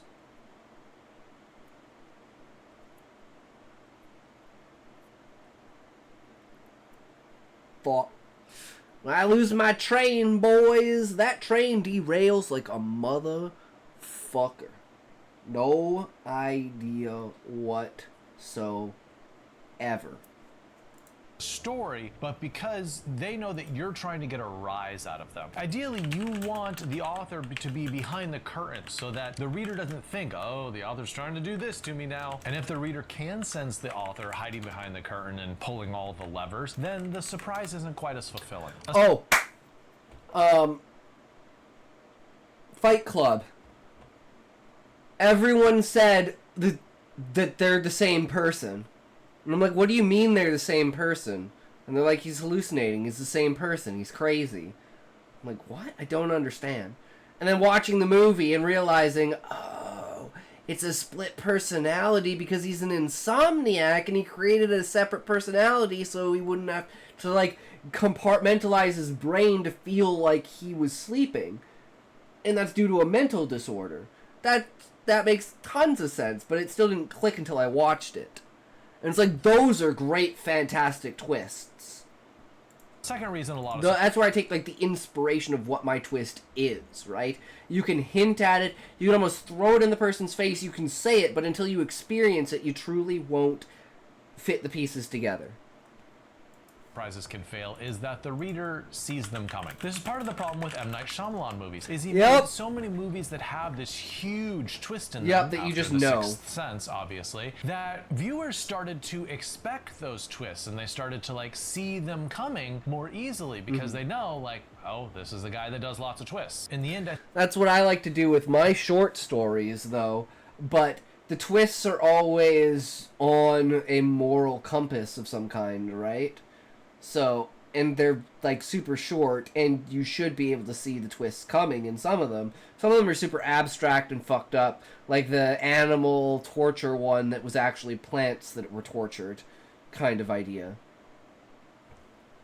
I think that made his movies a little bit too predictable. A third reason that too many surprises might not work is that you didn't earn all of the surprises. By earn, I mean there needs to be little clues beforehand where a reader can look back and see, oh, okay, it all makes sense. As opposed to having zero clues and then just upending their expectations for the story, they're gonna feel a little abused and a little taken advantage of. So in general, it's better to just have one or two twists rather than like a whole series of twists in a row, but make sure that the twists that you have, that you really earn them by laying clues throughout the whole story. Fourth reason why a bunch of surprises might not work is that I do think it reduces the ability to reread with pleasure. If the majority of the pleasure that you give in your book is simply... That's why the twist is the rewatchability. After learning the twist and knowing everything, you can go back and read the book again and find all those tiny little nuanced things that you never would have paid attention before. And it's the idea of, like, going back in, like, a Dark Souls game or something and reading the armor descriptions of certain items, or, like, actually following NPC dialogue without fucking just randomly killing them. And, like, you learn more about the world that you didn't before because you weren't as invested. But now you're like, oh my god, I'm super invested. So going back and rereading it is like a new game plus.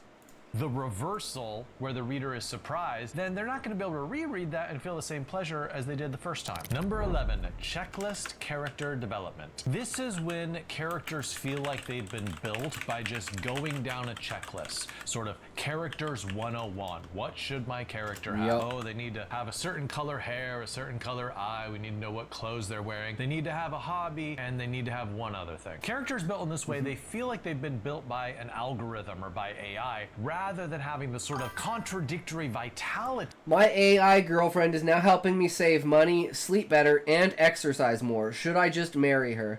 Callie, 100% marry her. Lock that shit down, brother.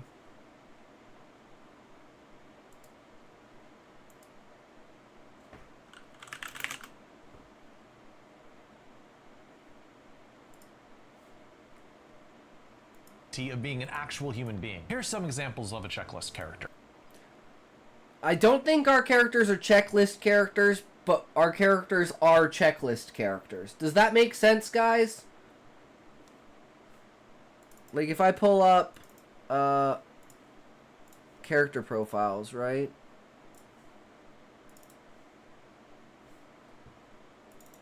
So the new one that we did is Hector Bridge. This is the new character, Hector Bridge. This is a profile. So his theme is trust betrayed. Hector's life hinges on trusting systems, civic duty, science colleagues, only to be shattered by government's deception, turning his faith into a source of torment. Unspoken rule. Loyalty to duty ensures stability. Hector's belief fulfilling obligations like jury duty keeps society and his life in order, a belief now weaponized by his captors. Core belief. Trust in others defines your humanity. Hector values connection and reliability, seeing trust as what separates humans from chaos. And you've got, like, the contradictory core belief, the backstory, and everything like that, right? So it's like, we build everything off of these original premises that we've selected. Like, if there's a selection bias, right? For instance, You don't want the weak, timid character to be in the position that's supposed to be a fucking badass. People won't believe that, right? So you kind of have to build the character around the story. So I took what is happening to the character in the story, and I said, how do these events relate to a life? And then I added those aspects of a life to the character to make the character fit the story. And that's kind of a piece of what we're going to be doing after this. So that's like a little tease of the what we're doing today, which is basically showing how we can move between these things and evolve them. Orphan, but truly special and talented. Inside a romance, if you have a man who's in finance, trust fund, 6'5", blue eyes, come on, that's a checklist character. To avoid a checklist character, work on giving your character surprising character traits. Sometimes these are contradictory traits, like a rich man who doesn't spend any money. Sometimes these are character traits which are out of character for them. For instance, imagine a really cool, hip, smooth woman who plays the accordion. I always loved this character building in Parks and Rec, where it was revealed one season that Ron Swanson snuck out to a jazz club where he plays jazz saxophone under the name Duke Silver. Somehow that reveal was both deeply surprising and also true to his character. And the 12th and final mistake Subtext is everything syndrome. Uh-oh, we might have this one, guys.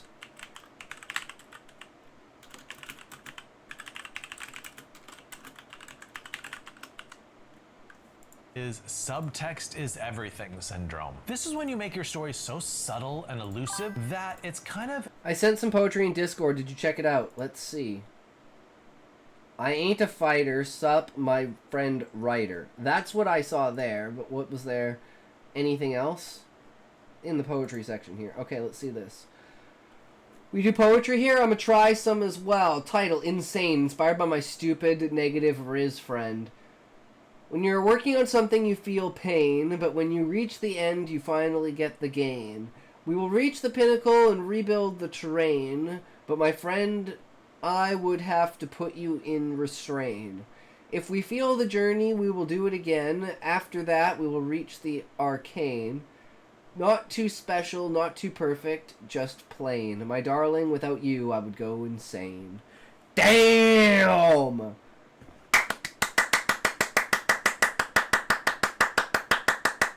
Holy shit, bro. That was some shit. I love it. Fuck yeah.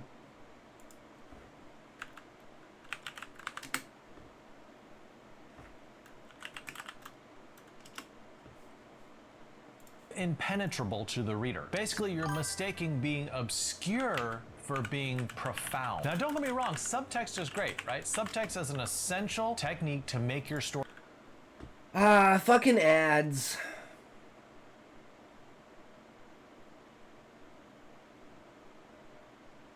It tells a story, Bomb Dropper. It fills an essence.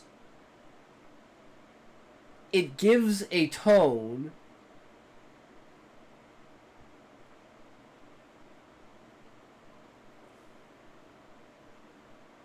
There's almost this sense of, like, loss at the beginning that's kind of, like, regained. Where it's, like, almost like having an argument, and now you're kind of getting over it and getting to, like, the apologizing stage. It's like, you know, you gotta work on your problems kind of thing. That's the feel I get out of it. I don't know what your intent with it was, but that's what I get out of it. It feels very personal.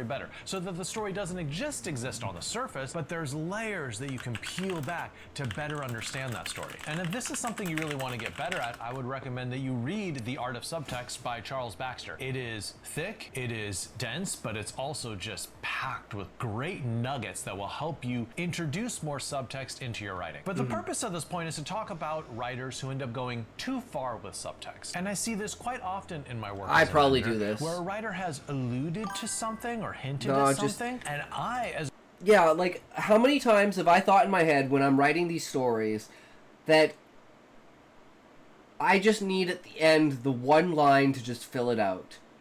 Oh, but he was dead.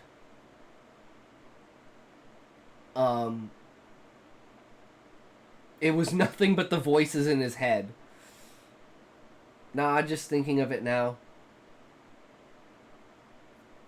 Well, I enjoyed it. As a reader, I'm thinking, I don't get what you're going for. I don't understand where you wanted me to go with this story or what you wanted me to think. And so I have to gently tell them, okay, I think you were trying to make me feel this, but I think you need to make it a little more explicit. Make it a little less subtexty. Ultimately, the danger with too much subtext is that the reader's gonna feel confused. So there's this fine line you have to walk where you don't want to be so blatant and explicitly say your themes or the subtext, obviously. But at the same point, if you're too elusive, then no one's gonna get it. I do think that commercial writers need to work on putting more subtext into their fiction, while literary writers need to make sure that the subtext that they have is still understandable. True. Alright guys, we made it through the video. Isn't that amazing? We made it through the fucking video. Alright. So, this is the video. Go give BookFox a view, a comment, a like. Go give him some love, guys.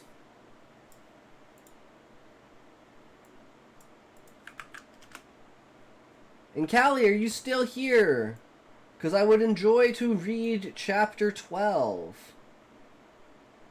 If that would be something you would want to do. Alright, let's fucking do it. And I love the fucking Discord, bro. It looks so good. Curse of Aros. We already have Bomb Dropper giving me some game suggestions. Hell yeah, boys. I love this shit. I just gotta find where things are now. But we'll figure it out. That's Rick's. Okay, this is what we want. There we go. Okay, chapter 12. A barren land. Ooh.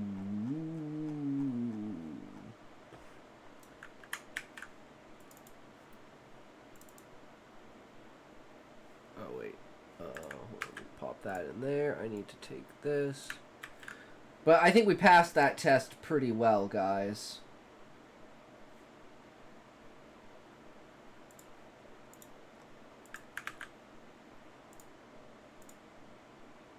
There's a couple of them I'm a little iffy about, but they're easy fixes. Easy fixes.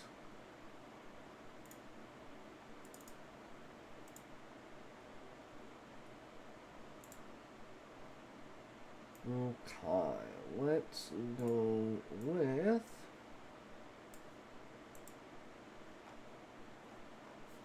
this. Get rid of this.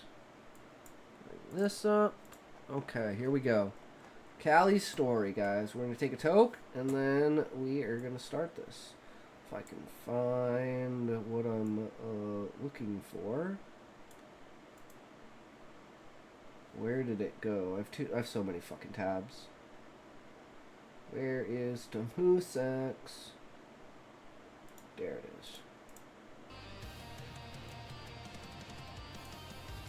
Okay, we got the Moosex. We're good to go. Take a toke, and we'll get the story on the road.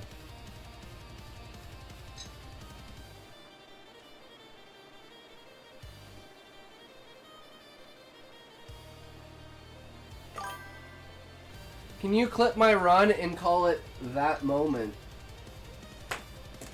Let's let's see, where are you, Muffin? There. Let's go here, clip, where's clip? Slash clip.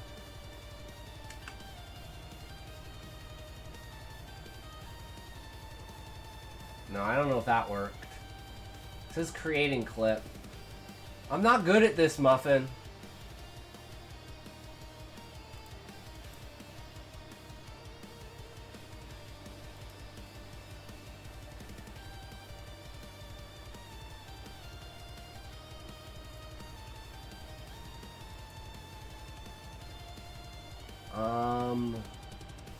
I don't know why it's not giving, like, normally I click on something here and it says, like, clip.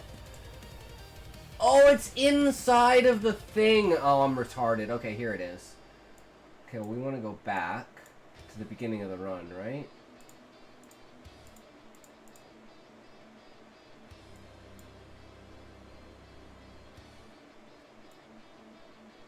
I think it's too far back.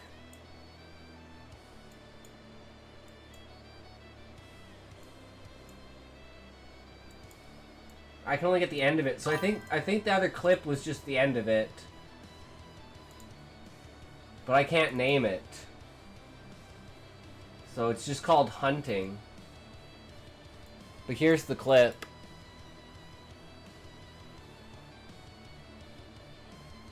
That's the best I could do. Oceania 16, Australia 12, World 291.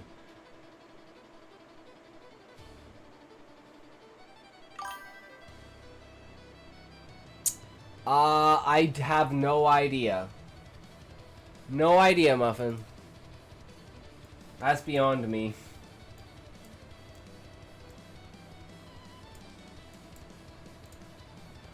I'm only a weak pleb, Muffin. I don't know these such crazy great things.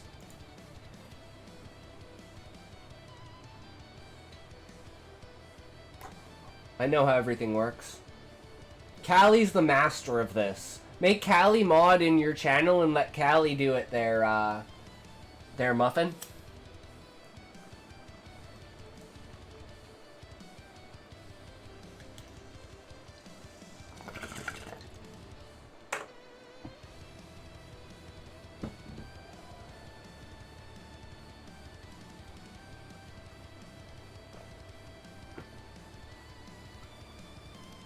Okay, see you in 34 minutes. How to send stories in Discord? Public stories? So there's like the top here, right? Text channels for the streamer, for the writers, public.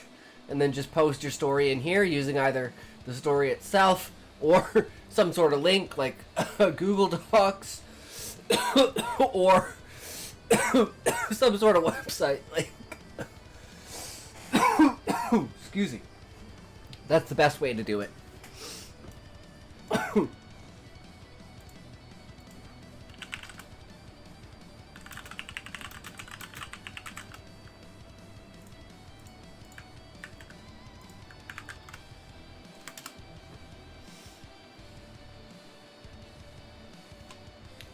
Okay, here we go. Chapter 12, A Barren Land. On his way up to leveled skies, Todd heard a whisper. Oh, Blondie BC! Welcome, oh, welcome! Thank you. How are you doing? Super appreciate dropping in and amping up the chat with some fucking badass emotes. Okay, I'm gonna create a story and send it in the Discord now. Oh, I'm excited, Bomb Dropper. I would love to read your story, bro. Hell yeah.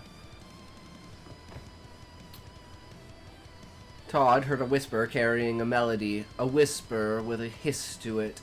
He knew what spoke to him, but did not let himself believe the voice could belong to his father. His eyes darted around him to find its source, but he never found himself already. But he found... Jesus. To find its source, but he found himself already 2 miles in the sky. Buildings still afloat, yet to fall from their place. Bubbles prismatic in the horizon. buildings bent by their curves. Poetry that fell from the sky had him falling asleep.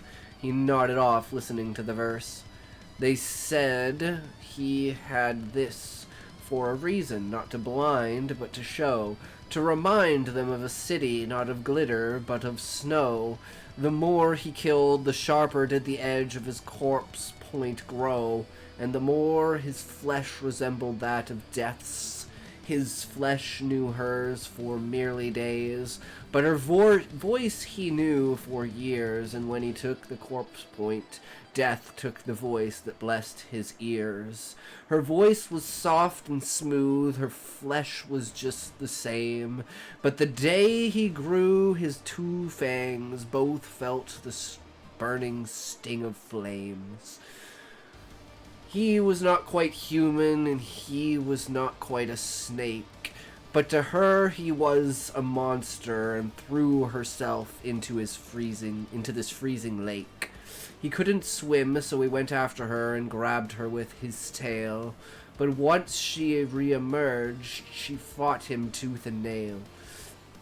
This viper didn't mean it. He tells himself this every day. He's not the monster that, with his venom, had the flesh of his only love decay away. They were meant to be together, for him to be a part of her life and her a part of his, but he took away that life of marriage along with that little miss. He says he has this corpse point for a reason, but he is not so sure exactly what. If he's to reject all that loves and leave his heart completely shut, you'd think his corpse point to be his claws, or rather his fangs, but no, this edge of his took away that distinction between snakes and man. Young frog, you'd know this rather well. After all, you killed your father, but from your sweat it's quite easy to tell. You too regret the choice you had to make. The difference is that I live this hell, and your father the nightmares from which he's yet to wake. By the time the snake finished his song, Todd had fallen asleep, his entirety tranquilized by the words that whistled from the viper's fangs. Frog's legs twitched, the rest of his body still, his mind calm. 4 miles up, he made it into the million-eyed ceiling of leveled skies. Eyes that mirrored the 1,000 brimstones. They fit our dirty emerald wood frog into the cracks. The sounds of a butterfly in flight filled Todd's ears to wake him up. Bubbles around him were that flutter of fragile wings, the replacement sound for the brimstone that scattered once Todd made it through. Still rising through the ceiling, colors unrecognizable struck his eyes. The sound of butterflies died off. Todd made it into leveled skies, but not without an obstacle. Here, in this extreme cold, he found himself underwater. The resistance to weather his flowers granted him weren't enough to keep him safe from this. Above him, the water had turned to ice. An instinct of his body stopped his breath and seized his heart. Ice formed upon and within his body. He would have frozen to death, but Todd had a wood frog. Todd was a wood frog and a survivor. But I'm not an escape artist, he thought, before his body froze over. Todd saw the static-made body of a man sitting cross-legged ahead of him, a butterfly crown on his head.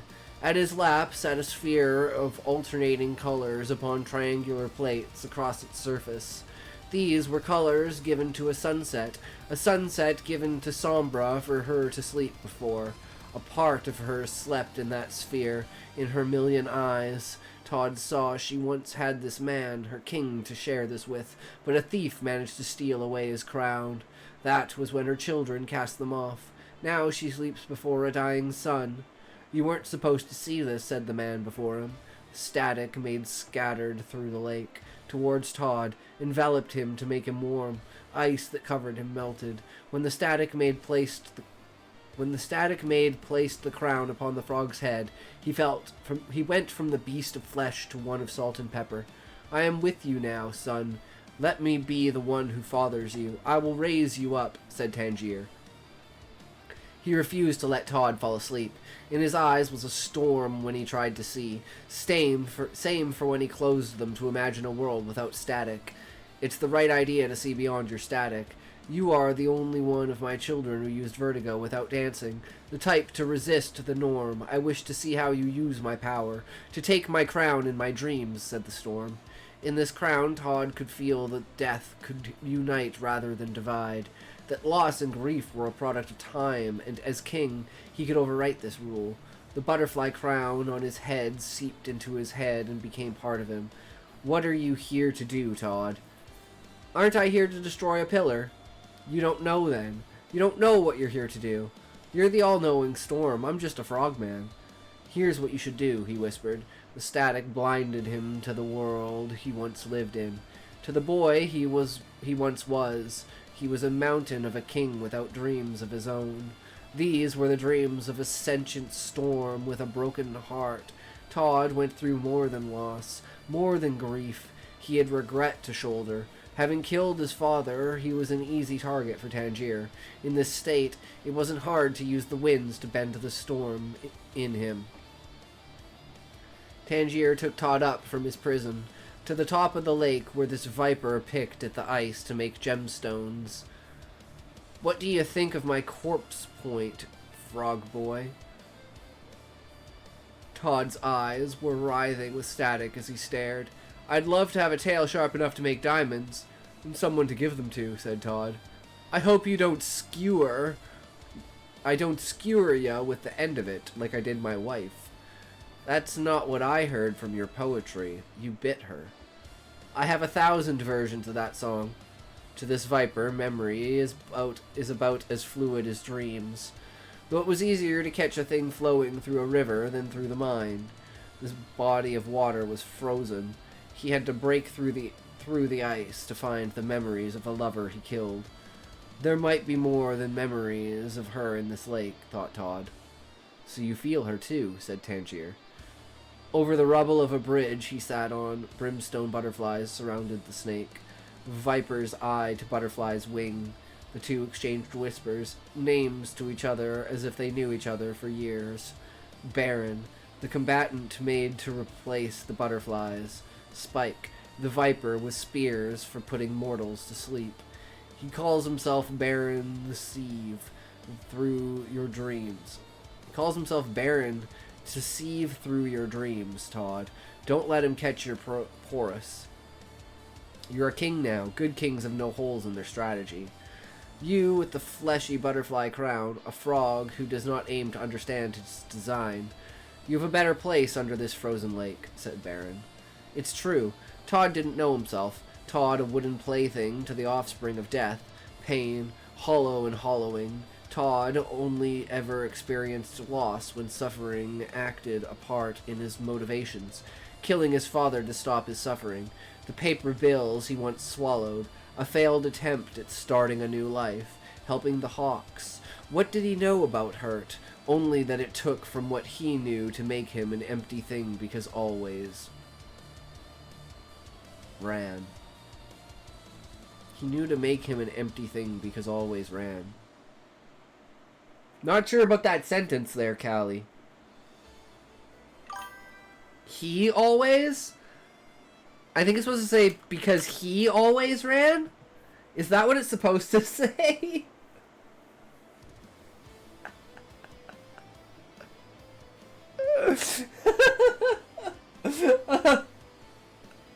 Well, now you know, because he always ran.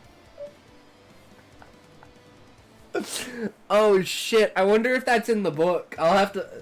Should I find it in the book for you, Callie? Do you want me to do that? Or it's just like a third of the way through chapter... Okay, let's do it. Okay, chapter 13. We're on page like 87-ish. Okay, so that's chapter 8, so this book's different. Chapter 10.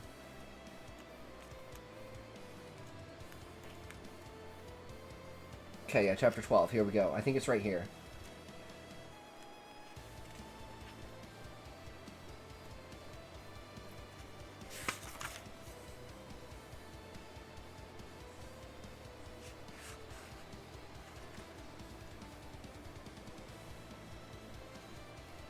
Wait, I think I found it.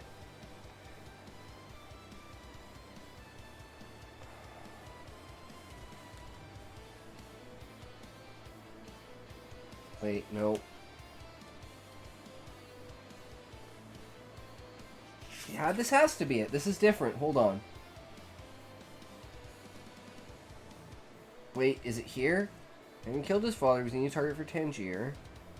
We don't skewer with the end of it. There might be more memories in this lake.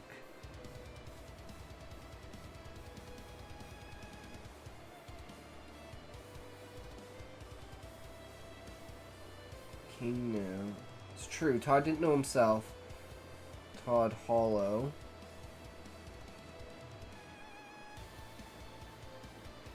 Okay.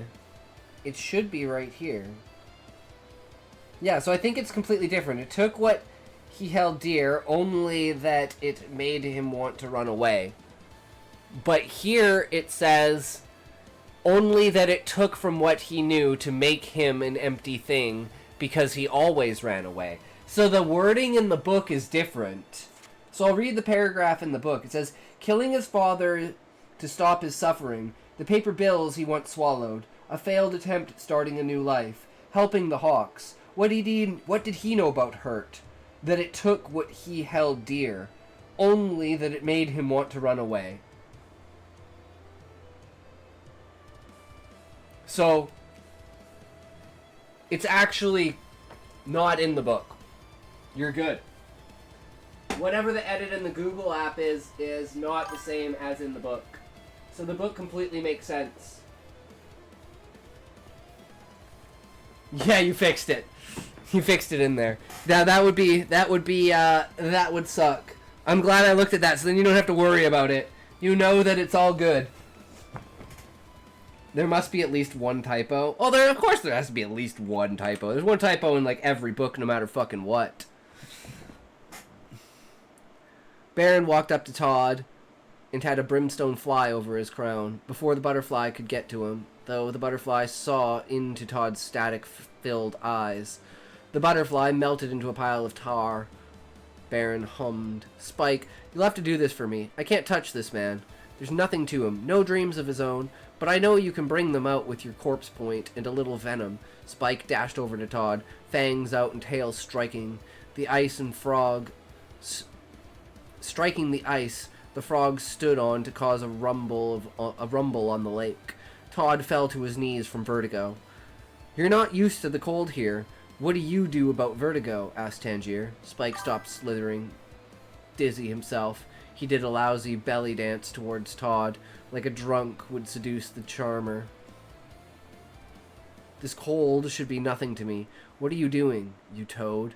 Todd observed the snake as he stuck his corpse point into the frozen lake to keep his balance. After a silence, some staring, he answered, I'm just fighting it. So that's what you do. You're a fighter, Todd, and now you fight vertigo with vertigo. Spike is experiencing what you're going through, but you're stronger. Frogs fight ice with ice, venom with venom, but what do you think about this? Asked Spike. As he spat at Todd. The static in front of him kept him still, blind to what flew towards him, staring at it. His vertigo kept him disoriented. His body stuck out, his senses whirling. Spike threw gems at Todd that cut his face. Venom made a splash in his eyes and mouth. A painful sting. Todd let out a curdling croak and fainted. Baron, a few steps forward, realized this turning to ash didn't affect him while Todd lay there fainted. Inject more venom into his body. Let him know the recess from life you can afford him. Todd, dizzy and blind, had the skewer of the corpse point puncture his abdomen. Spike knelt down and fanged his biceps. Todd woke up, unable to move. Vomit on his lower lip. A young girl stood over him, balding, wearing a gown. She took her rolling IV pole in her arms and whacked Todd over the head with it. Why have you always been so weak, Daryl? Asked the young girl. You rely on shortcuts, workarounds, too scared to face the world in front of you. This is why you're dying, she said as she continued hitting him. Kinda nice I don't feel that. His father stood over him, legs intact, caramel skin rid of its green scales. You're dying, Frog. Why do you think you're not afraid? Asked Randall. This girl, Rebecca. Another whack on the head. Stop! Why do you care? It doesn't hurt you, said Rebecca. It's annoying, said Todd. The girl stopped hitting him. Randall placed his hand on his son's leg. His hand, bloody with scratches, and bits of glitter glass stuck in the injuries. Shouldn't it hurt to play with glass? Asked Todd. Even the dead felt pain in their dreams, most of it emotional. Randall prayed to feel something physical. His knees bruised, his hands tortured. Shouldn't it hurt to have 3 sharp objects in you? Asked Randall. If you hope for a time when you won't be in pain, it doesn't hurt as much. All right. So why aren't you afraid? All you mentioned was this young'un. Rebecca, was it? She's hope to me. A girl waiting for death pushes me forward. So something about her keeps you breathing. Why is that? It's because every day is something new. Not that same idea that in the next several months you're dead. If I can do the same for myself, but for these next few seconds, she might feel remembered. Awake, Todd had 3 large holes in his sides, 2 of them smoking with the sour scent of decay. A smell that had memories of his father dead on a table flood into his mind. He found he couldn't move when Rebecca appeared in front of him. Why am I still alive? He asked himself. Will you stay alive? I don't want the butterflies to take you away, said Rebecca. What do you expect me to be other than dead? Asked Todd. Ashes came together. Tangier stood before them. Don't worry, Todd. Think of us as your life support. As long as I'm alive and you're safe, said Tangier. But how would he get out of this paralysis? Ghosts appeared before him. He was nearly dead. He might as well have been dead. Could it really be this long-gone girl who kept him alive? Tangier exchanged looks with the 2. It's not just her, Todd. Not the crown, either. It's your connection.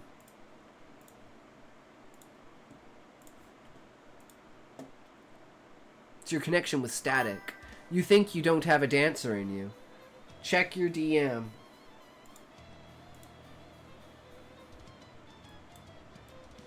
Well, you can just put it in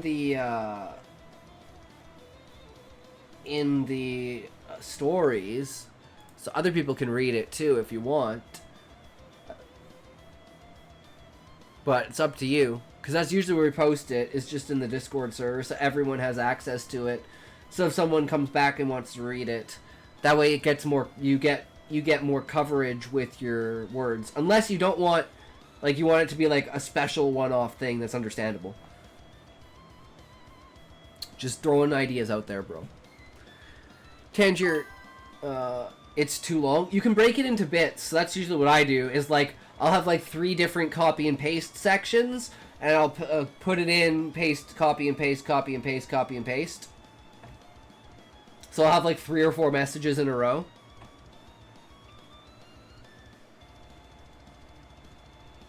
Yeah, no worries. Feel free. Go ahead.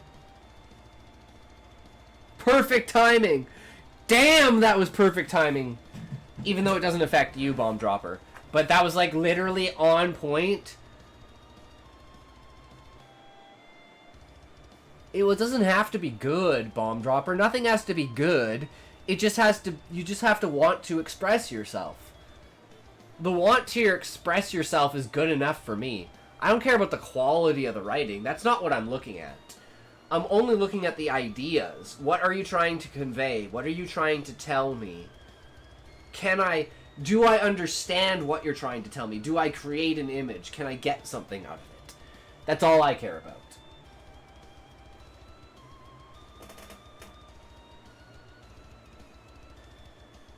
Grammar, wording, and sentence structure be damned. I have an idea. Let TTS handle the story writing.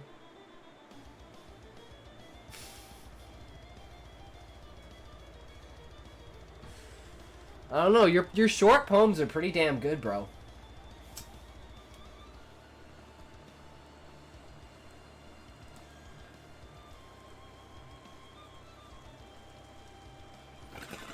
I mean telling.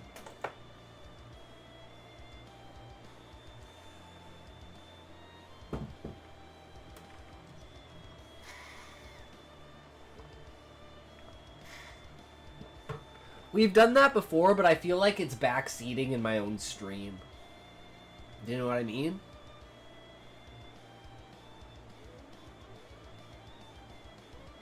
That's why I like to do it with smaller sections. But we've done it with like 1,000 words before, and it just gets tedious.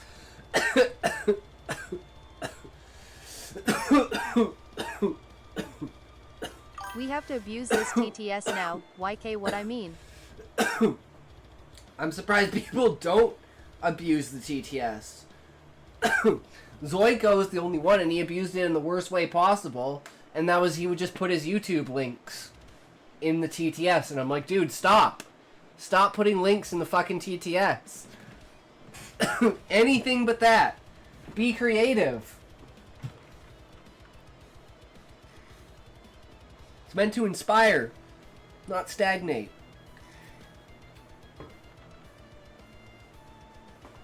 Okay.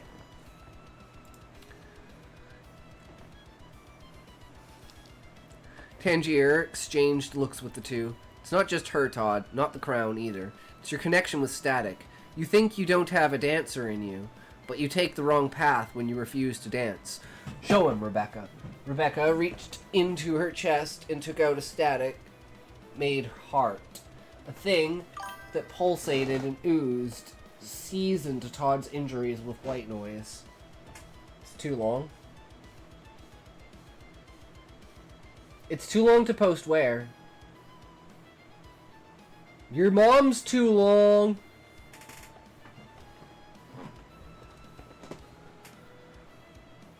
A thing that pulsed and oozed seasoned Todd's injuries with white noise. Todd's frame shrunk into that of a child. Hospital clothes covered her. Don't you see, Todd? Leopon's a storm, Monica's a dancer, and you're a mimic. Rebecca was right. You're weak, but only because you take paths not meant for you. Here. Oh, yeah, no. You can only do, like, even if you do a message like this, like, notice when I do this.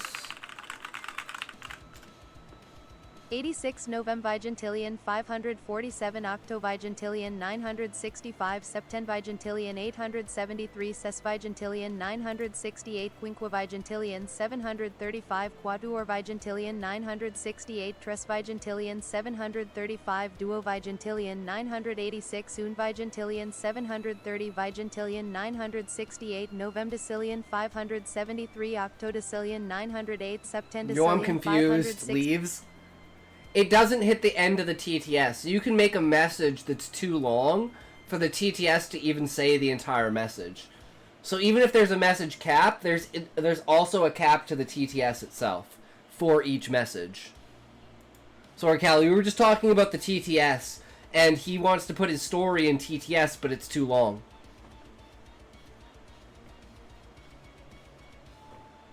But only because you take paths not meant for you. The best path for you is one walked by others. Todd, as Rebecca, stood, injuries healed, and looked beyond himself. The apparitions had disappeared. Baron and Spike sat on a frosted hill by the ruined bridge across from Rebecca. A few feet away from her was a brimstone butterfly sitting upon a fragment of the bridge. Rebecca walked towards it. The brimstone dissipated into a cloud of ash. A butterfly of mine has died. There's nothing that can kill them except the storm. Tangier can't stay here for long without someone by his side, so Rebecca stood beyond Baron and Spike. What are you doing here? Asked the snake as he slithered towards her. Rebecca needed to know for a few things before killing off these two. True Eddie in the mix! What's up, brother? Pump up the jam, bro! Let's go! Pump it up, pump up the jam! Fuck yeah!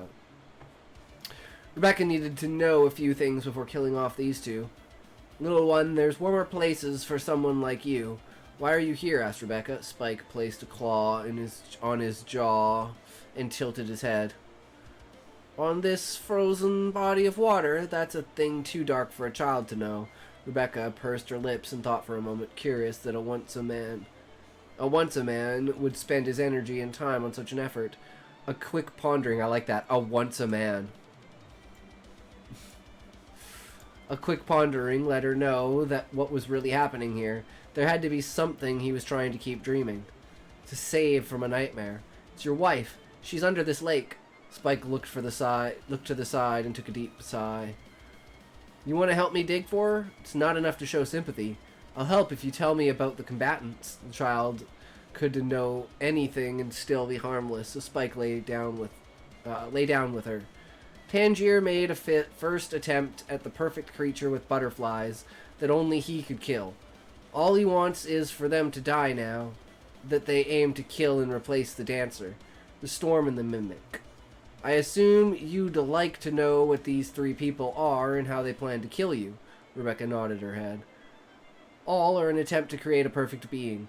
A being that he could coexist with. He started with the mimic. A creature he could mold should it fail him. The mimic is pure static who can be crushed.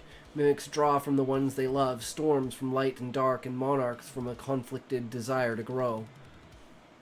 For example, a monarch should desire the power of an animal. When Tangier discovered his combatants wanted his children dead, he gave the mimic a reason to die, to keep him dreaming. Tell me the reason. When the mimic dies to a combatant, they'll be returned to the ones they love instead of destroying the world of dreams. They'll become much like a battery for the dream world then, being more pure static. Anyone who dies after him will experience the same fate. So what will it be, Todd? Will you let a combatant kill you and return to your father, or will you kill them and save the dream world? No reason I can't do both, said Rebecca. Spike figured out Rebecca's facade. His tilted head straightened, neck stiffened, fangs out, a lunge forward to attempt a bite into her abdomen. When Spike's fangs reached halfway towards Rebecca, they turned to tar. Venom spat from the cracked ends of his halved fangs. Towards the ground, Spike fell. My fangs! You took my fangs! Spike hyperventilated and stabbed her with his corpse point. Rebecca fell to the ice at her feet. She found herself on a boat in the middle of an unfrozen lake when she woke up. A woman with dark blue eyes and a bride's dress, black with char and gray with ash, stood there. Wisps of tattered cloth blew in the wind like dark tails. This lake, the grain of this boat, it always made me feel like there's a life to live, something to look forward to. What do you have, girl? I look forward to the beat of my heart. It's enough that I'm alive. You should know the combatants exist to replace you 3. They only want you strong to help you get rid of Tangier. Then they'll come for you. You could kill them. Then your army would be weak. You could let them live. Then your friends would die, she said. Rebecca rubbed the boat. When the bride walked up to her to take off her crown, Todd discovered his webbed hands and feet returned to him. A strange sensation overcame him.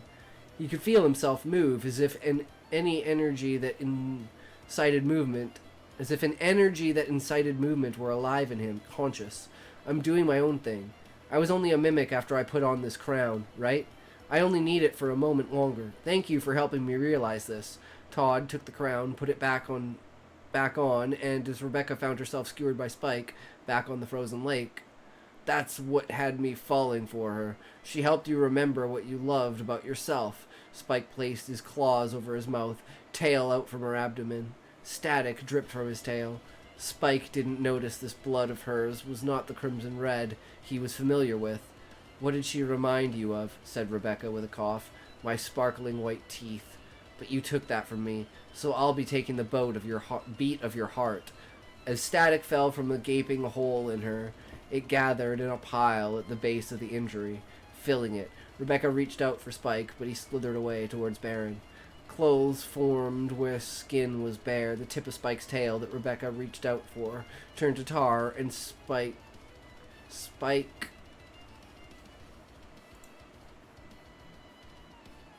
I think I'm supposed to say Spike. Stopped his slither. He grabbed his tail. You want me to check that one too, Callie? No, she was right there, within my reach. You don't know what he did. Callie, what is this? Oh no, never mind. I was gonna say, that's dialogue. That's dialogue. I'm being retarded. Don't listen to me. Ignore me! Because of you, no one will ever see her again, said Spike. He ran up to Rebecca and wrapped her in his tail. The girl could only let out a whisper under this crushing pressure. What are you saying, Spike? Let her go. You don't know her dreams, Spike. You think the best of life is sharp and piercing like that woman's eyes, or your tail. But dreams are hazy, obscure. We reach for things we can barely see because hope helps us forget where we are. I think you should stop forgetting and have something real. You like making gems, right? Rebecca grabbed a glass shard from the surface of the lake she stood on. She handed it to Spike. Become a jeweler. If you ever feel like forgetting, if you need a break from the real, just dream you're making a diamond your wife would absolutely love. Tox expects so much from me now.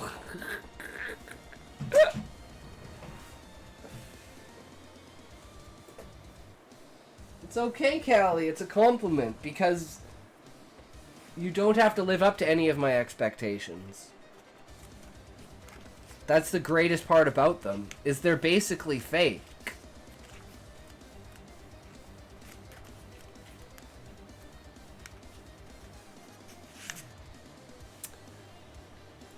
Okay, I'm doing my own thing. Doing some blood of hers. It's not the Crimson Red he was familiar with.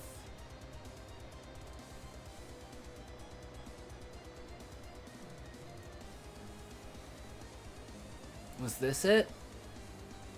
No, this was it. No, she was right there. No! Uh-oh, Callie. Uh-oh. Oof!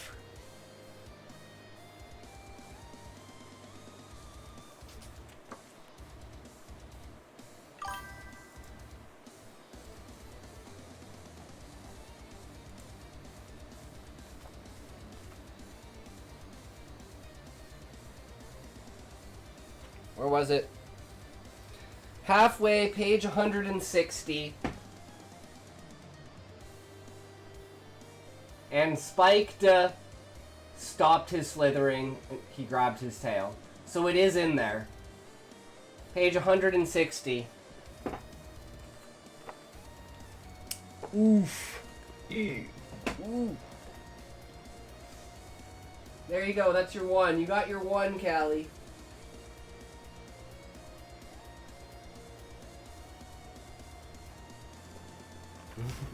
But hey, at least you know. At least you know, right? That's what's important.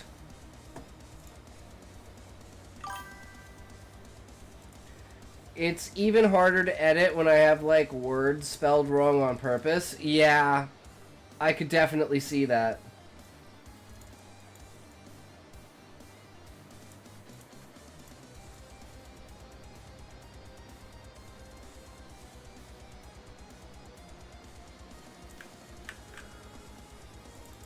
Okay, now we have Bomb Dropper. You're still here, right, Bomb Dropper? We got your story right here, bro.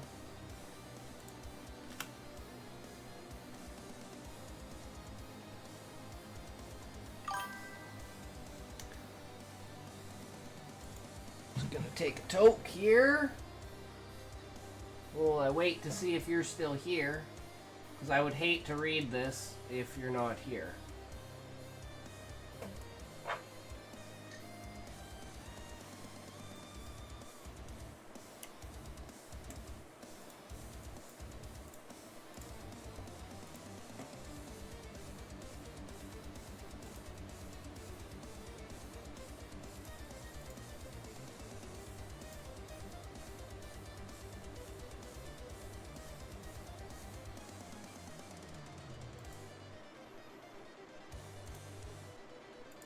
Okay, Bomb Dropper. Bomb Dropper! Where are you? Do I have to start reading something else now?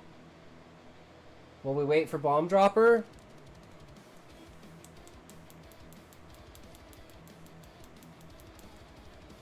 I don't want to do it without Bomb Dropper, guys.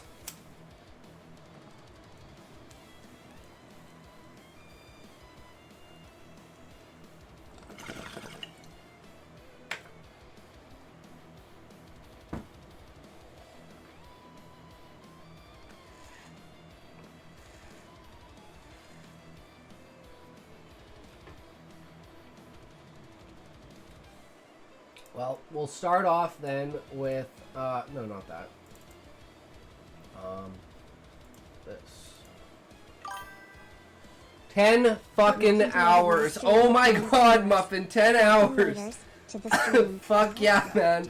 Pumping out that shit. I fucking love it, bro. Welcome, welcome.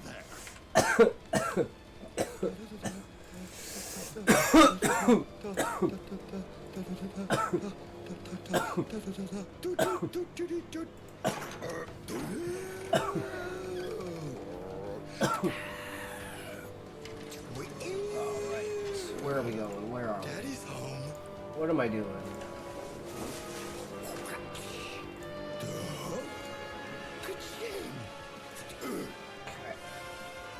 Here we go. Damn, this one's really short. I hope that you read my story. No, I have to read your story now that you're here, Bomb Dropper. Now that you let me know that you're here, we can read your story. We were literally about to start reading another story, but you're back now, and Muffin raided us, so it's perfect.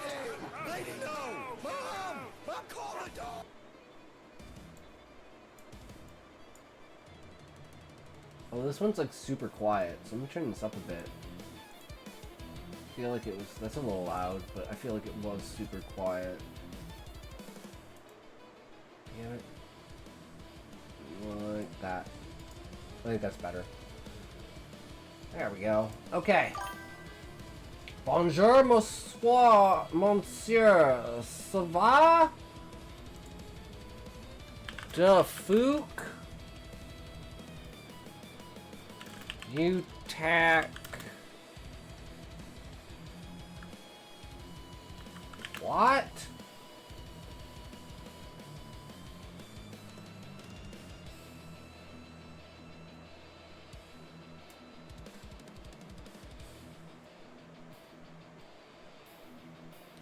What you talk about, boy? What you say, man? You know not what you do there. But okay, everyone walk in. We are reading Bomb Dropper's story. I'm super excited for this, guys.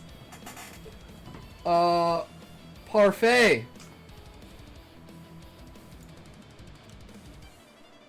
I par your mom, brew.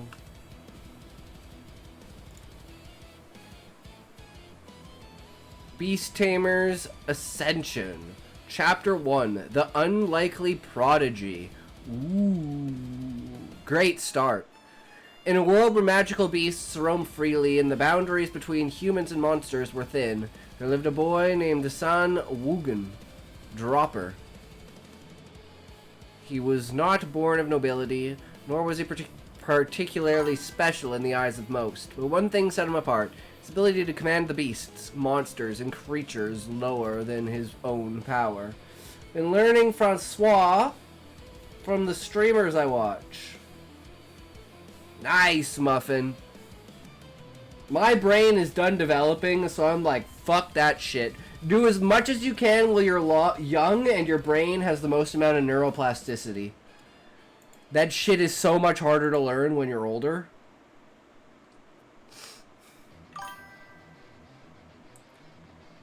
Yeah, I don't know how to say it. Francois? Francis? Français? Français?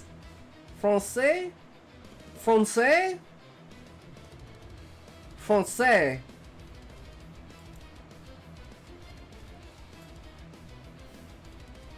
At first, San Wugen thought of his powers as a mere curiosity. He could tame the wildest of beasts with ease, even commanding the fierce and untamed creatures of the forests. Yet what he didn't know was that he was the strongest beast tamer the world had ever known. Be right back. True, Muffin, we can never type truly talk, type. Fuck words, typing is just as hard as talking. God damn, that took everything to come out. In his early years, he wandered the forests, finding solace in the company of animals. He never sought fame or fortune, nor did he want to be seen as extraordinary. Life was simple. though his days were often filled with oddities and strange encounters. But there were whispers of a boy who could tame anything, even the monstrous fiends that roamed the dark corners of the world. However, a deeper secret stirred within. I know you can both word, damn it. About talking, I was listening to the same song for I think an hour. Nice, Muffin. At the end of a 10-hour stream, it just gets to be a little bit of a repetitive wheel. You're just kind of going through the motions at that point. Waiting out the clock. A very deeper secret stirred within him, a secret he had yet to understand, the ability to harness both light and dark magic. Powers so forbidden and feared that even the most ancient of scrolls dared not mention them. Most people were only born with a single affinity, either light or dark, but San Wugen's talents in this regard were not just rare, they were unheard of, and his inner magic was something the world could not contain. It's Blood by Rustage.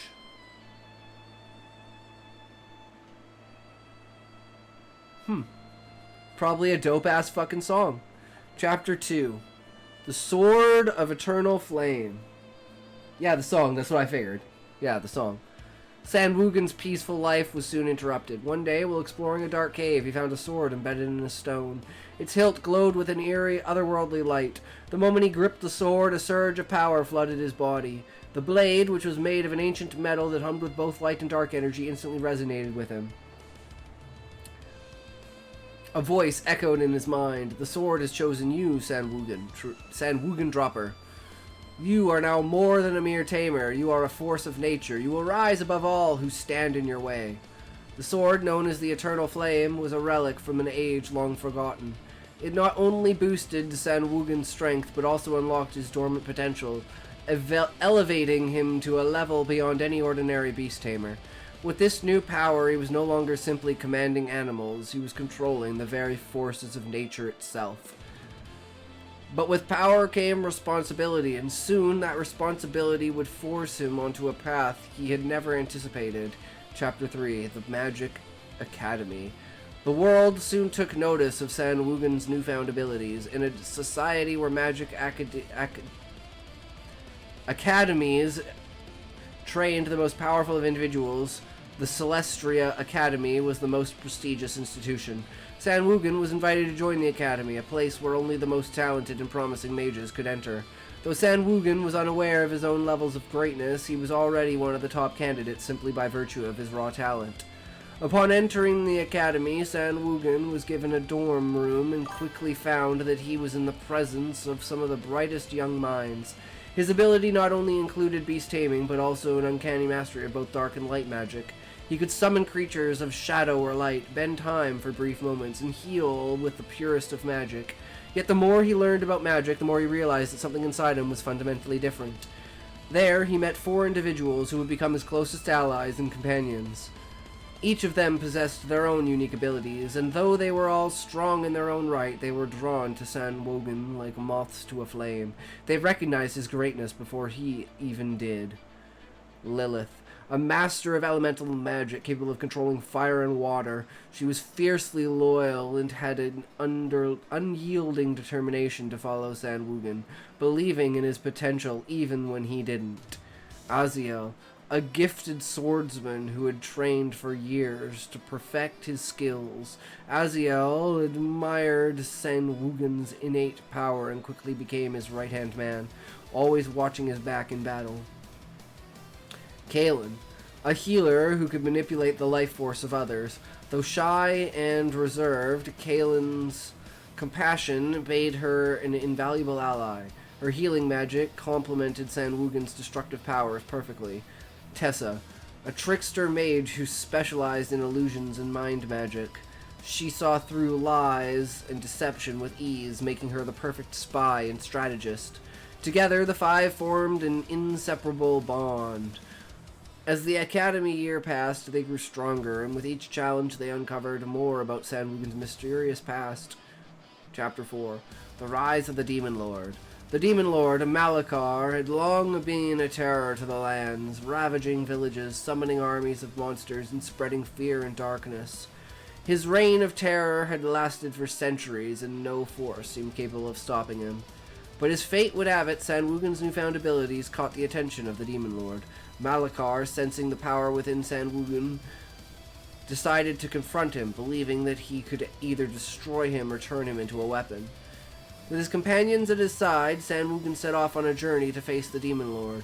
Along the way, he encountered hordes of monsters, dark sorcerers, and powerful enemies, but nothing could stop his unrelenting march. Each battle made him stronger, and with every strike of the eternal flame, the world itself seemed to tremble. At the gates of the Demon Lord's fortress, San Wugan and his companions faced their greatest challenge yet. The Demon Lord Malachar was unlike any foe they had encountered, his strength unmatched and his magic unparalleled, but in the heat of battle, San Wugan's true potential was unleashed. With a wave of his hand, the forces of light and darkness intertwined, and the world itself was split asunder. Beasts of shadow clashed with creatures of light, and San Wugan stood at the center, wielding the eternal flame as if it were an extension of his soul.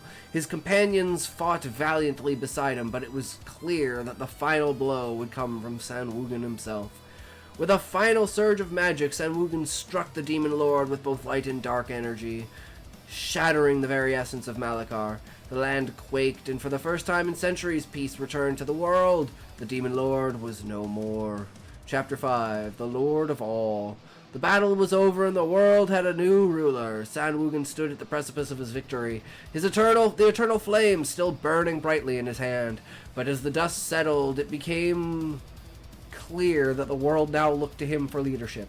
His mastery of both dark and light magic, was his unparalleled strength as a beast tamer, and his triumph over the Demon Lord had earned him a position of unmatched power. San Wugan, however, knew he was more than just a ruler. He was a beacon of hope, a symbol of balance between light and darkness. The four companions who stood side by side now stood with him as equals, each of them finding their place in the new world they had forged together.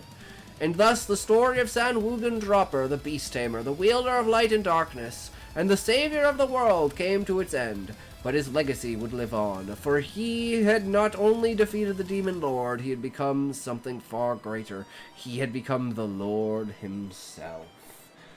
Damn! Holy shit, Bomb Dropper. I love it, bro. I love it. What an amazing use of summary. And time skip. Like, the elusiveness in the detail is fucking on point, bro. It just gives you such a set of boundaries to just do whatever you want with. I fucking love that. And it doesn't feel rushed, it just feels like that's how the story is structured. So it's just how it should be. But thank you very much for sharing that, Bomb Dropper. I really appreciate it, man. Thanks a lot. I really liked it.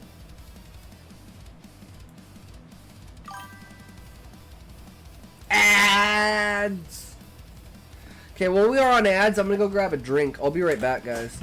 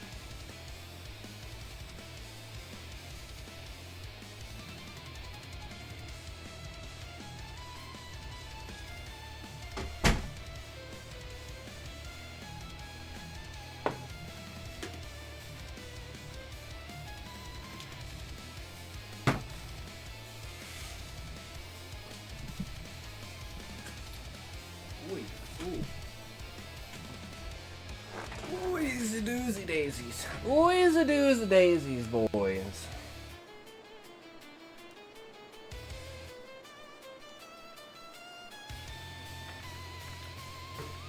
Ollie.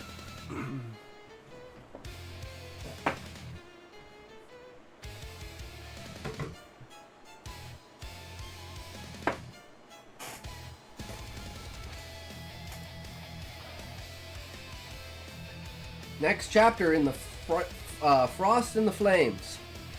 This is a pretty short one. And then we'll move on to what we actually had planned to do today for Chiral Clones. Bokjo Sun, Year of the Tiger, 19th Winter. Damn it. I was sneezing and now I have a fucking thing in my throat.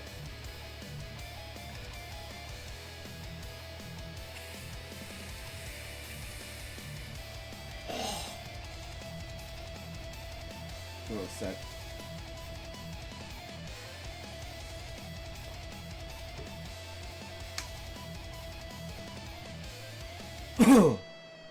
Okay. Excuse me. Can a king look at another man and wish only to be someone with empty hands, far from the throne? Reflections of King Yi Huan. Yeah, it feels like there's fucking something stuck in the back of my throat. Guys, sorry, I sucked way too much dick while I was AFK. I got some cum stuck back there. Fucking bullshit.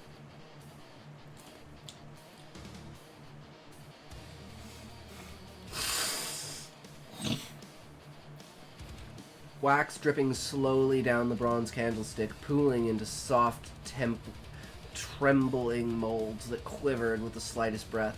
Outside, dawn unfolded as a snow-covered wasteland, battering the tiled rooftops with its patient, relentless rhythm. Inside the Office of Internal Affairs, the only sound was the soft rasp of brush against paper. Seo Jisoo hunched over the desk, eyes half shut. The shadows beneath them etched deep with the weariness he'd carried since leaving Ming. The ink in his well was thickening, more sludge than fluid, and his normally elegant calligraphy had begun to falter like a rudderless boat. His brush slipped once, leaving a dark blot along the edge of the document. Damn it, he muttered, flicking his wrist in frustration. He dipped the brush again, carefully straightening his back with a deep breath. In the dim light, scrolls were stacked at the sides like towers of obligation. Gamble all. Oh, damn, Sean. I haven't gambled in a while. Let's see what happens here. Fuck! 77,000 points?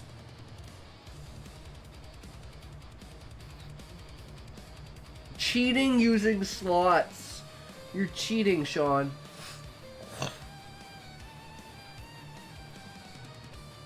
But I understand. I mean, you tried, right? I can always count on slots in the end anyways. Off I fuck.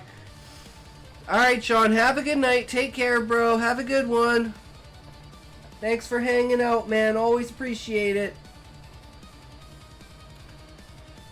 He dipped the brush again, carefully, straightening his back with a deep breath. In the dim light, scrolls were stacked at his sides like towers of obligation. The texts the king had assigned him to copy were old treaties on trade and governance, lined with handwritten notes by the late monarch. Jisoo was to transcribe them faithfully. But then, as he dabbed the line dry with a finely embroidered cloth, he jolted upright, as if struck from behind by memory. "The gift?" he blurted, turned towards the small leather pouch he'd left on a low table. Inside, still wrapped, was the carved dragon he'd purchased on Seohan's market. He had meant to give it to the king after the appointment ceremony, but the coldness of their first meeting, the fact that the king hadn't recognized him, had made him hesitate. What was the point now?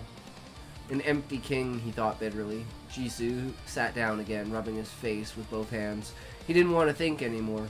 Didn't want to recall Minister Seo's words or the hidden orders behind his appointment. The palace was swallowing him slowly with its masks and its frost, and he, who had come seeking answers, found only an abyss wrapped in uncertainty. Doesn't matter, he told himself, as if issuing an unbreakable command. The texts come first, everything else can wait. He gripped the brush with renewed firmness, forcing his mind to anchor itself in the characters. The calligraphy now flowed more steadily, as if writing were a way to chain dangerous thoughts. Outside, the wind howled through the cracks in the roof, carrying with it a horde of distant ghostly laments. And high among the shelves, in the deepest shadows, a pair of eyes watched him. Motionless, breathless, the minister's spy, cloaked in the garments of night servants, had been hiding there for some time. Nestled between old scrolls and forgotten records, he observed Jisu's every move with the precision of a predator. His mission was not to interfere, but to report. The minister's son seemed distracted, yes, but also dangerously hesitant. A single doubt could prove fatal, more fatal than a blade. The spy did not retreat. He waited, because even in absolute silence, the most important decisions could be heard, in the way someone faltered. Hours later, the candle, nearly spent, flickered with the fire of extinction. Its waning light reflected off the inkwells, the rinsed brushes and crumpled paper beneath the sleeping hand. Jisu, head tilted, loose strands of hair falling over his eyes, had finally surrendered to exhaustion. His body remained slumped over the table, as if resisting sleep until the last possible moment. But his heavy eyelids could no longer bear the effort.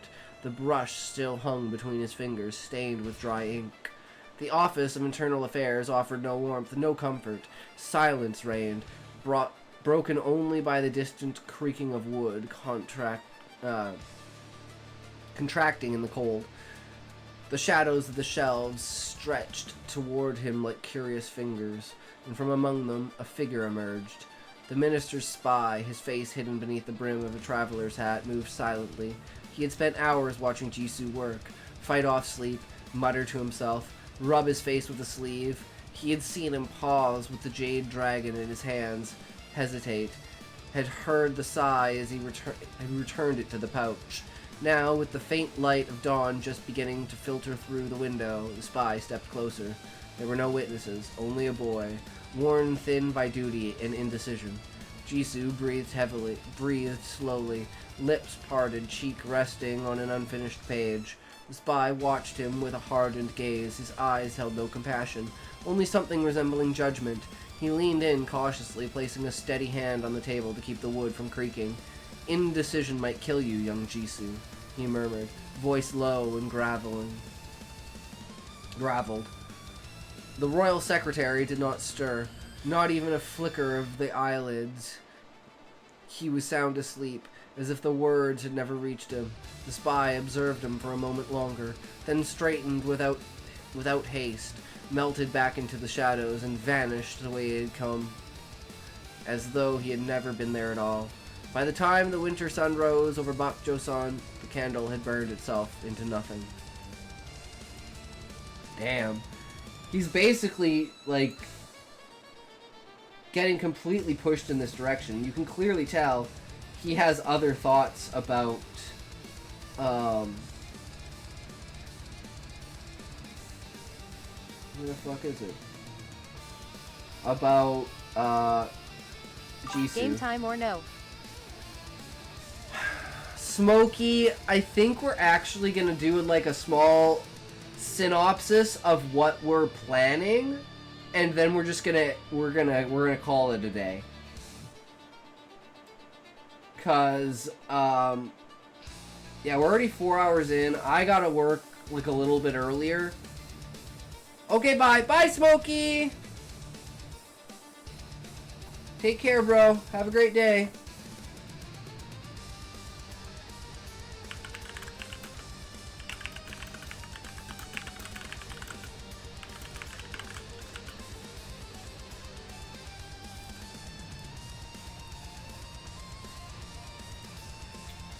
Alright, so, I'm just going to bring this up real quick, just so we have an idea of this.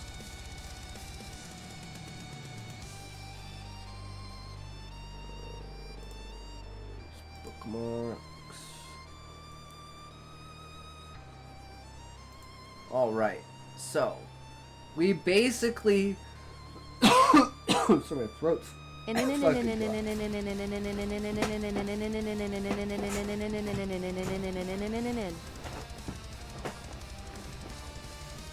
nope!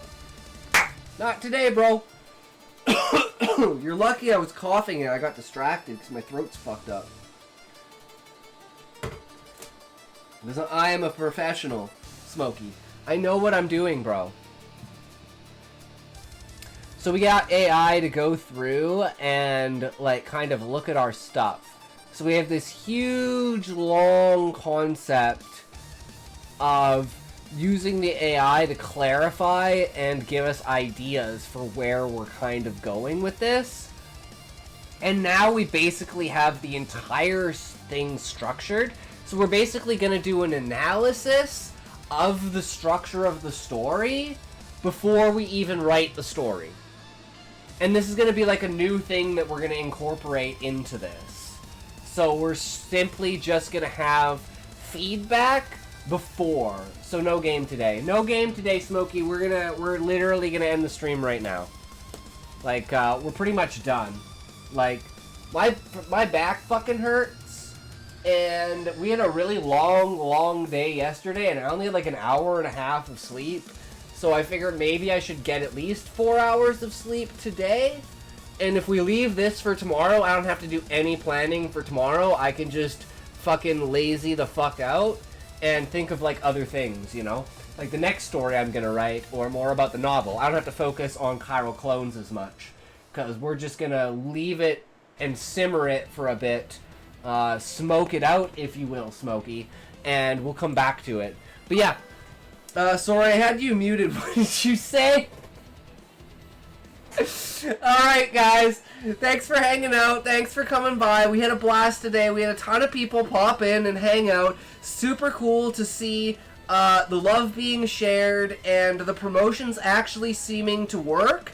Like, you know, at first I was like, this is stupid. And then it actually started to work. And I was like, no, are you fucking kidding me? Like, legit? And the statistics prove it, guys. Calls to action work. Fucking making people guilty, like feel guilty and manipulating them, works. Is it morally and ethically acceptable? Probably not, but it depends on how you do it. And all that matters is it works. So we avoided it forever. We never got anywhere. We started using it, and now we're popping off. This is some fat-ass psychological bullshit that we gotta work with. I don't like it, but it is what it is, and you gotta do what you gotta do, right? So remember, guys, stay true to you. I fucking love you. Thanks for hanging out. And remember, if you can't say fuck you to your friends, who can you say fuck you to? Fuck you! Alright, boys, who we rating today? Let's go. Raid it up. Let's go for a raid. Where should we raid, guys? Who should we raid, guys? Where we going with the Wii U's? Bring out the Wii U's. We need some Wii U's up in here. Give me the Wii U's up in chat, please. Wii U, Wii U. That's what it's all about. This guy says most boring ass stream. I'm sending you guys to him. He sounds like a good guy with the most boring ass stream. 100%. That is the epicest name, so, yeah.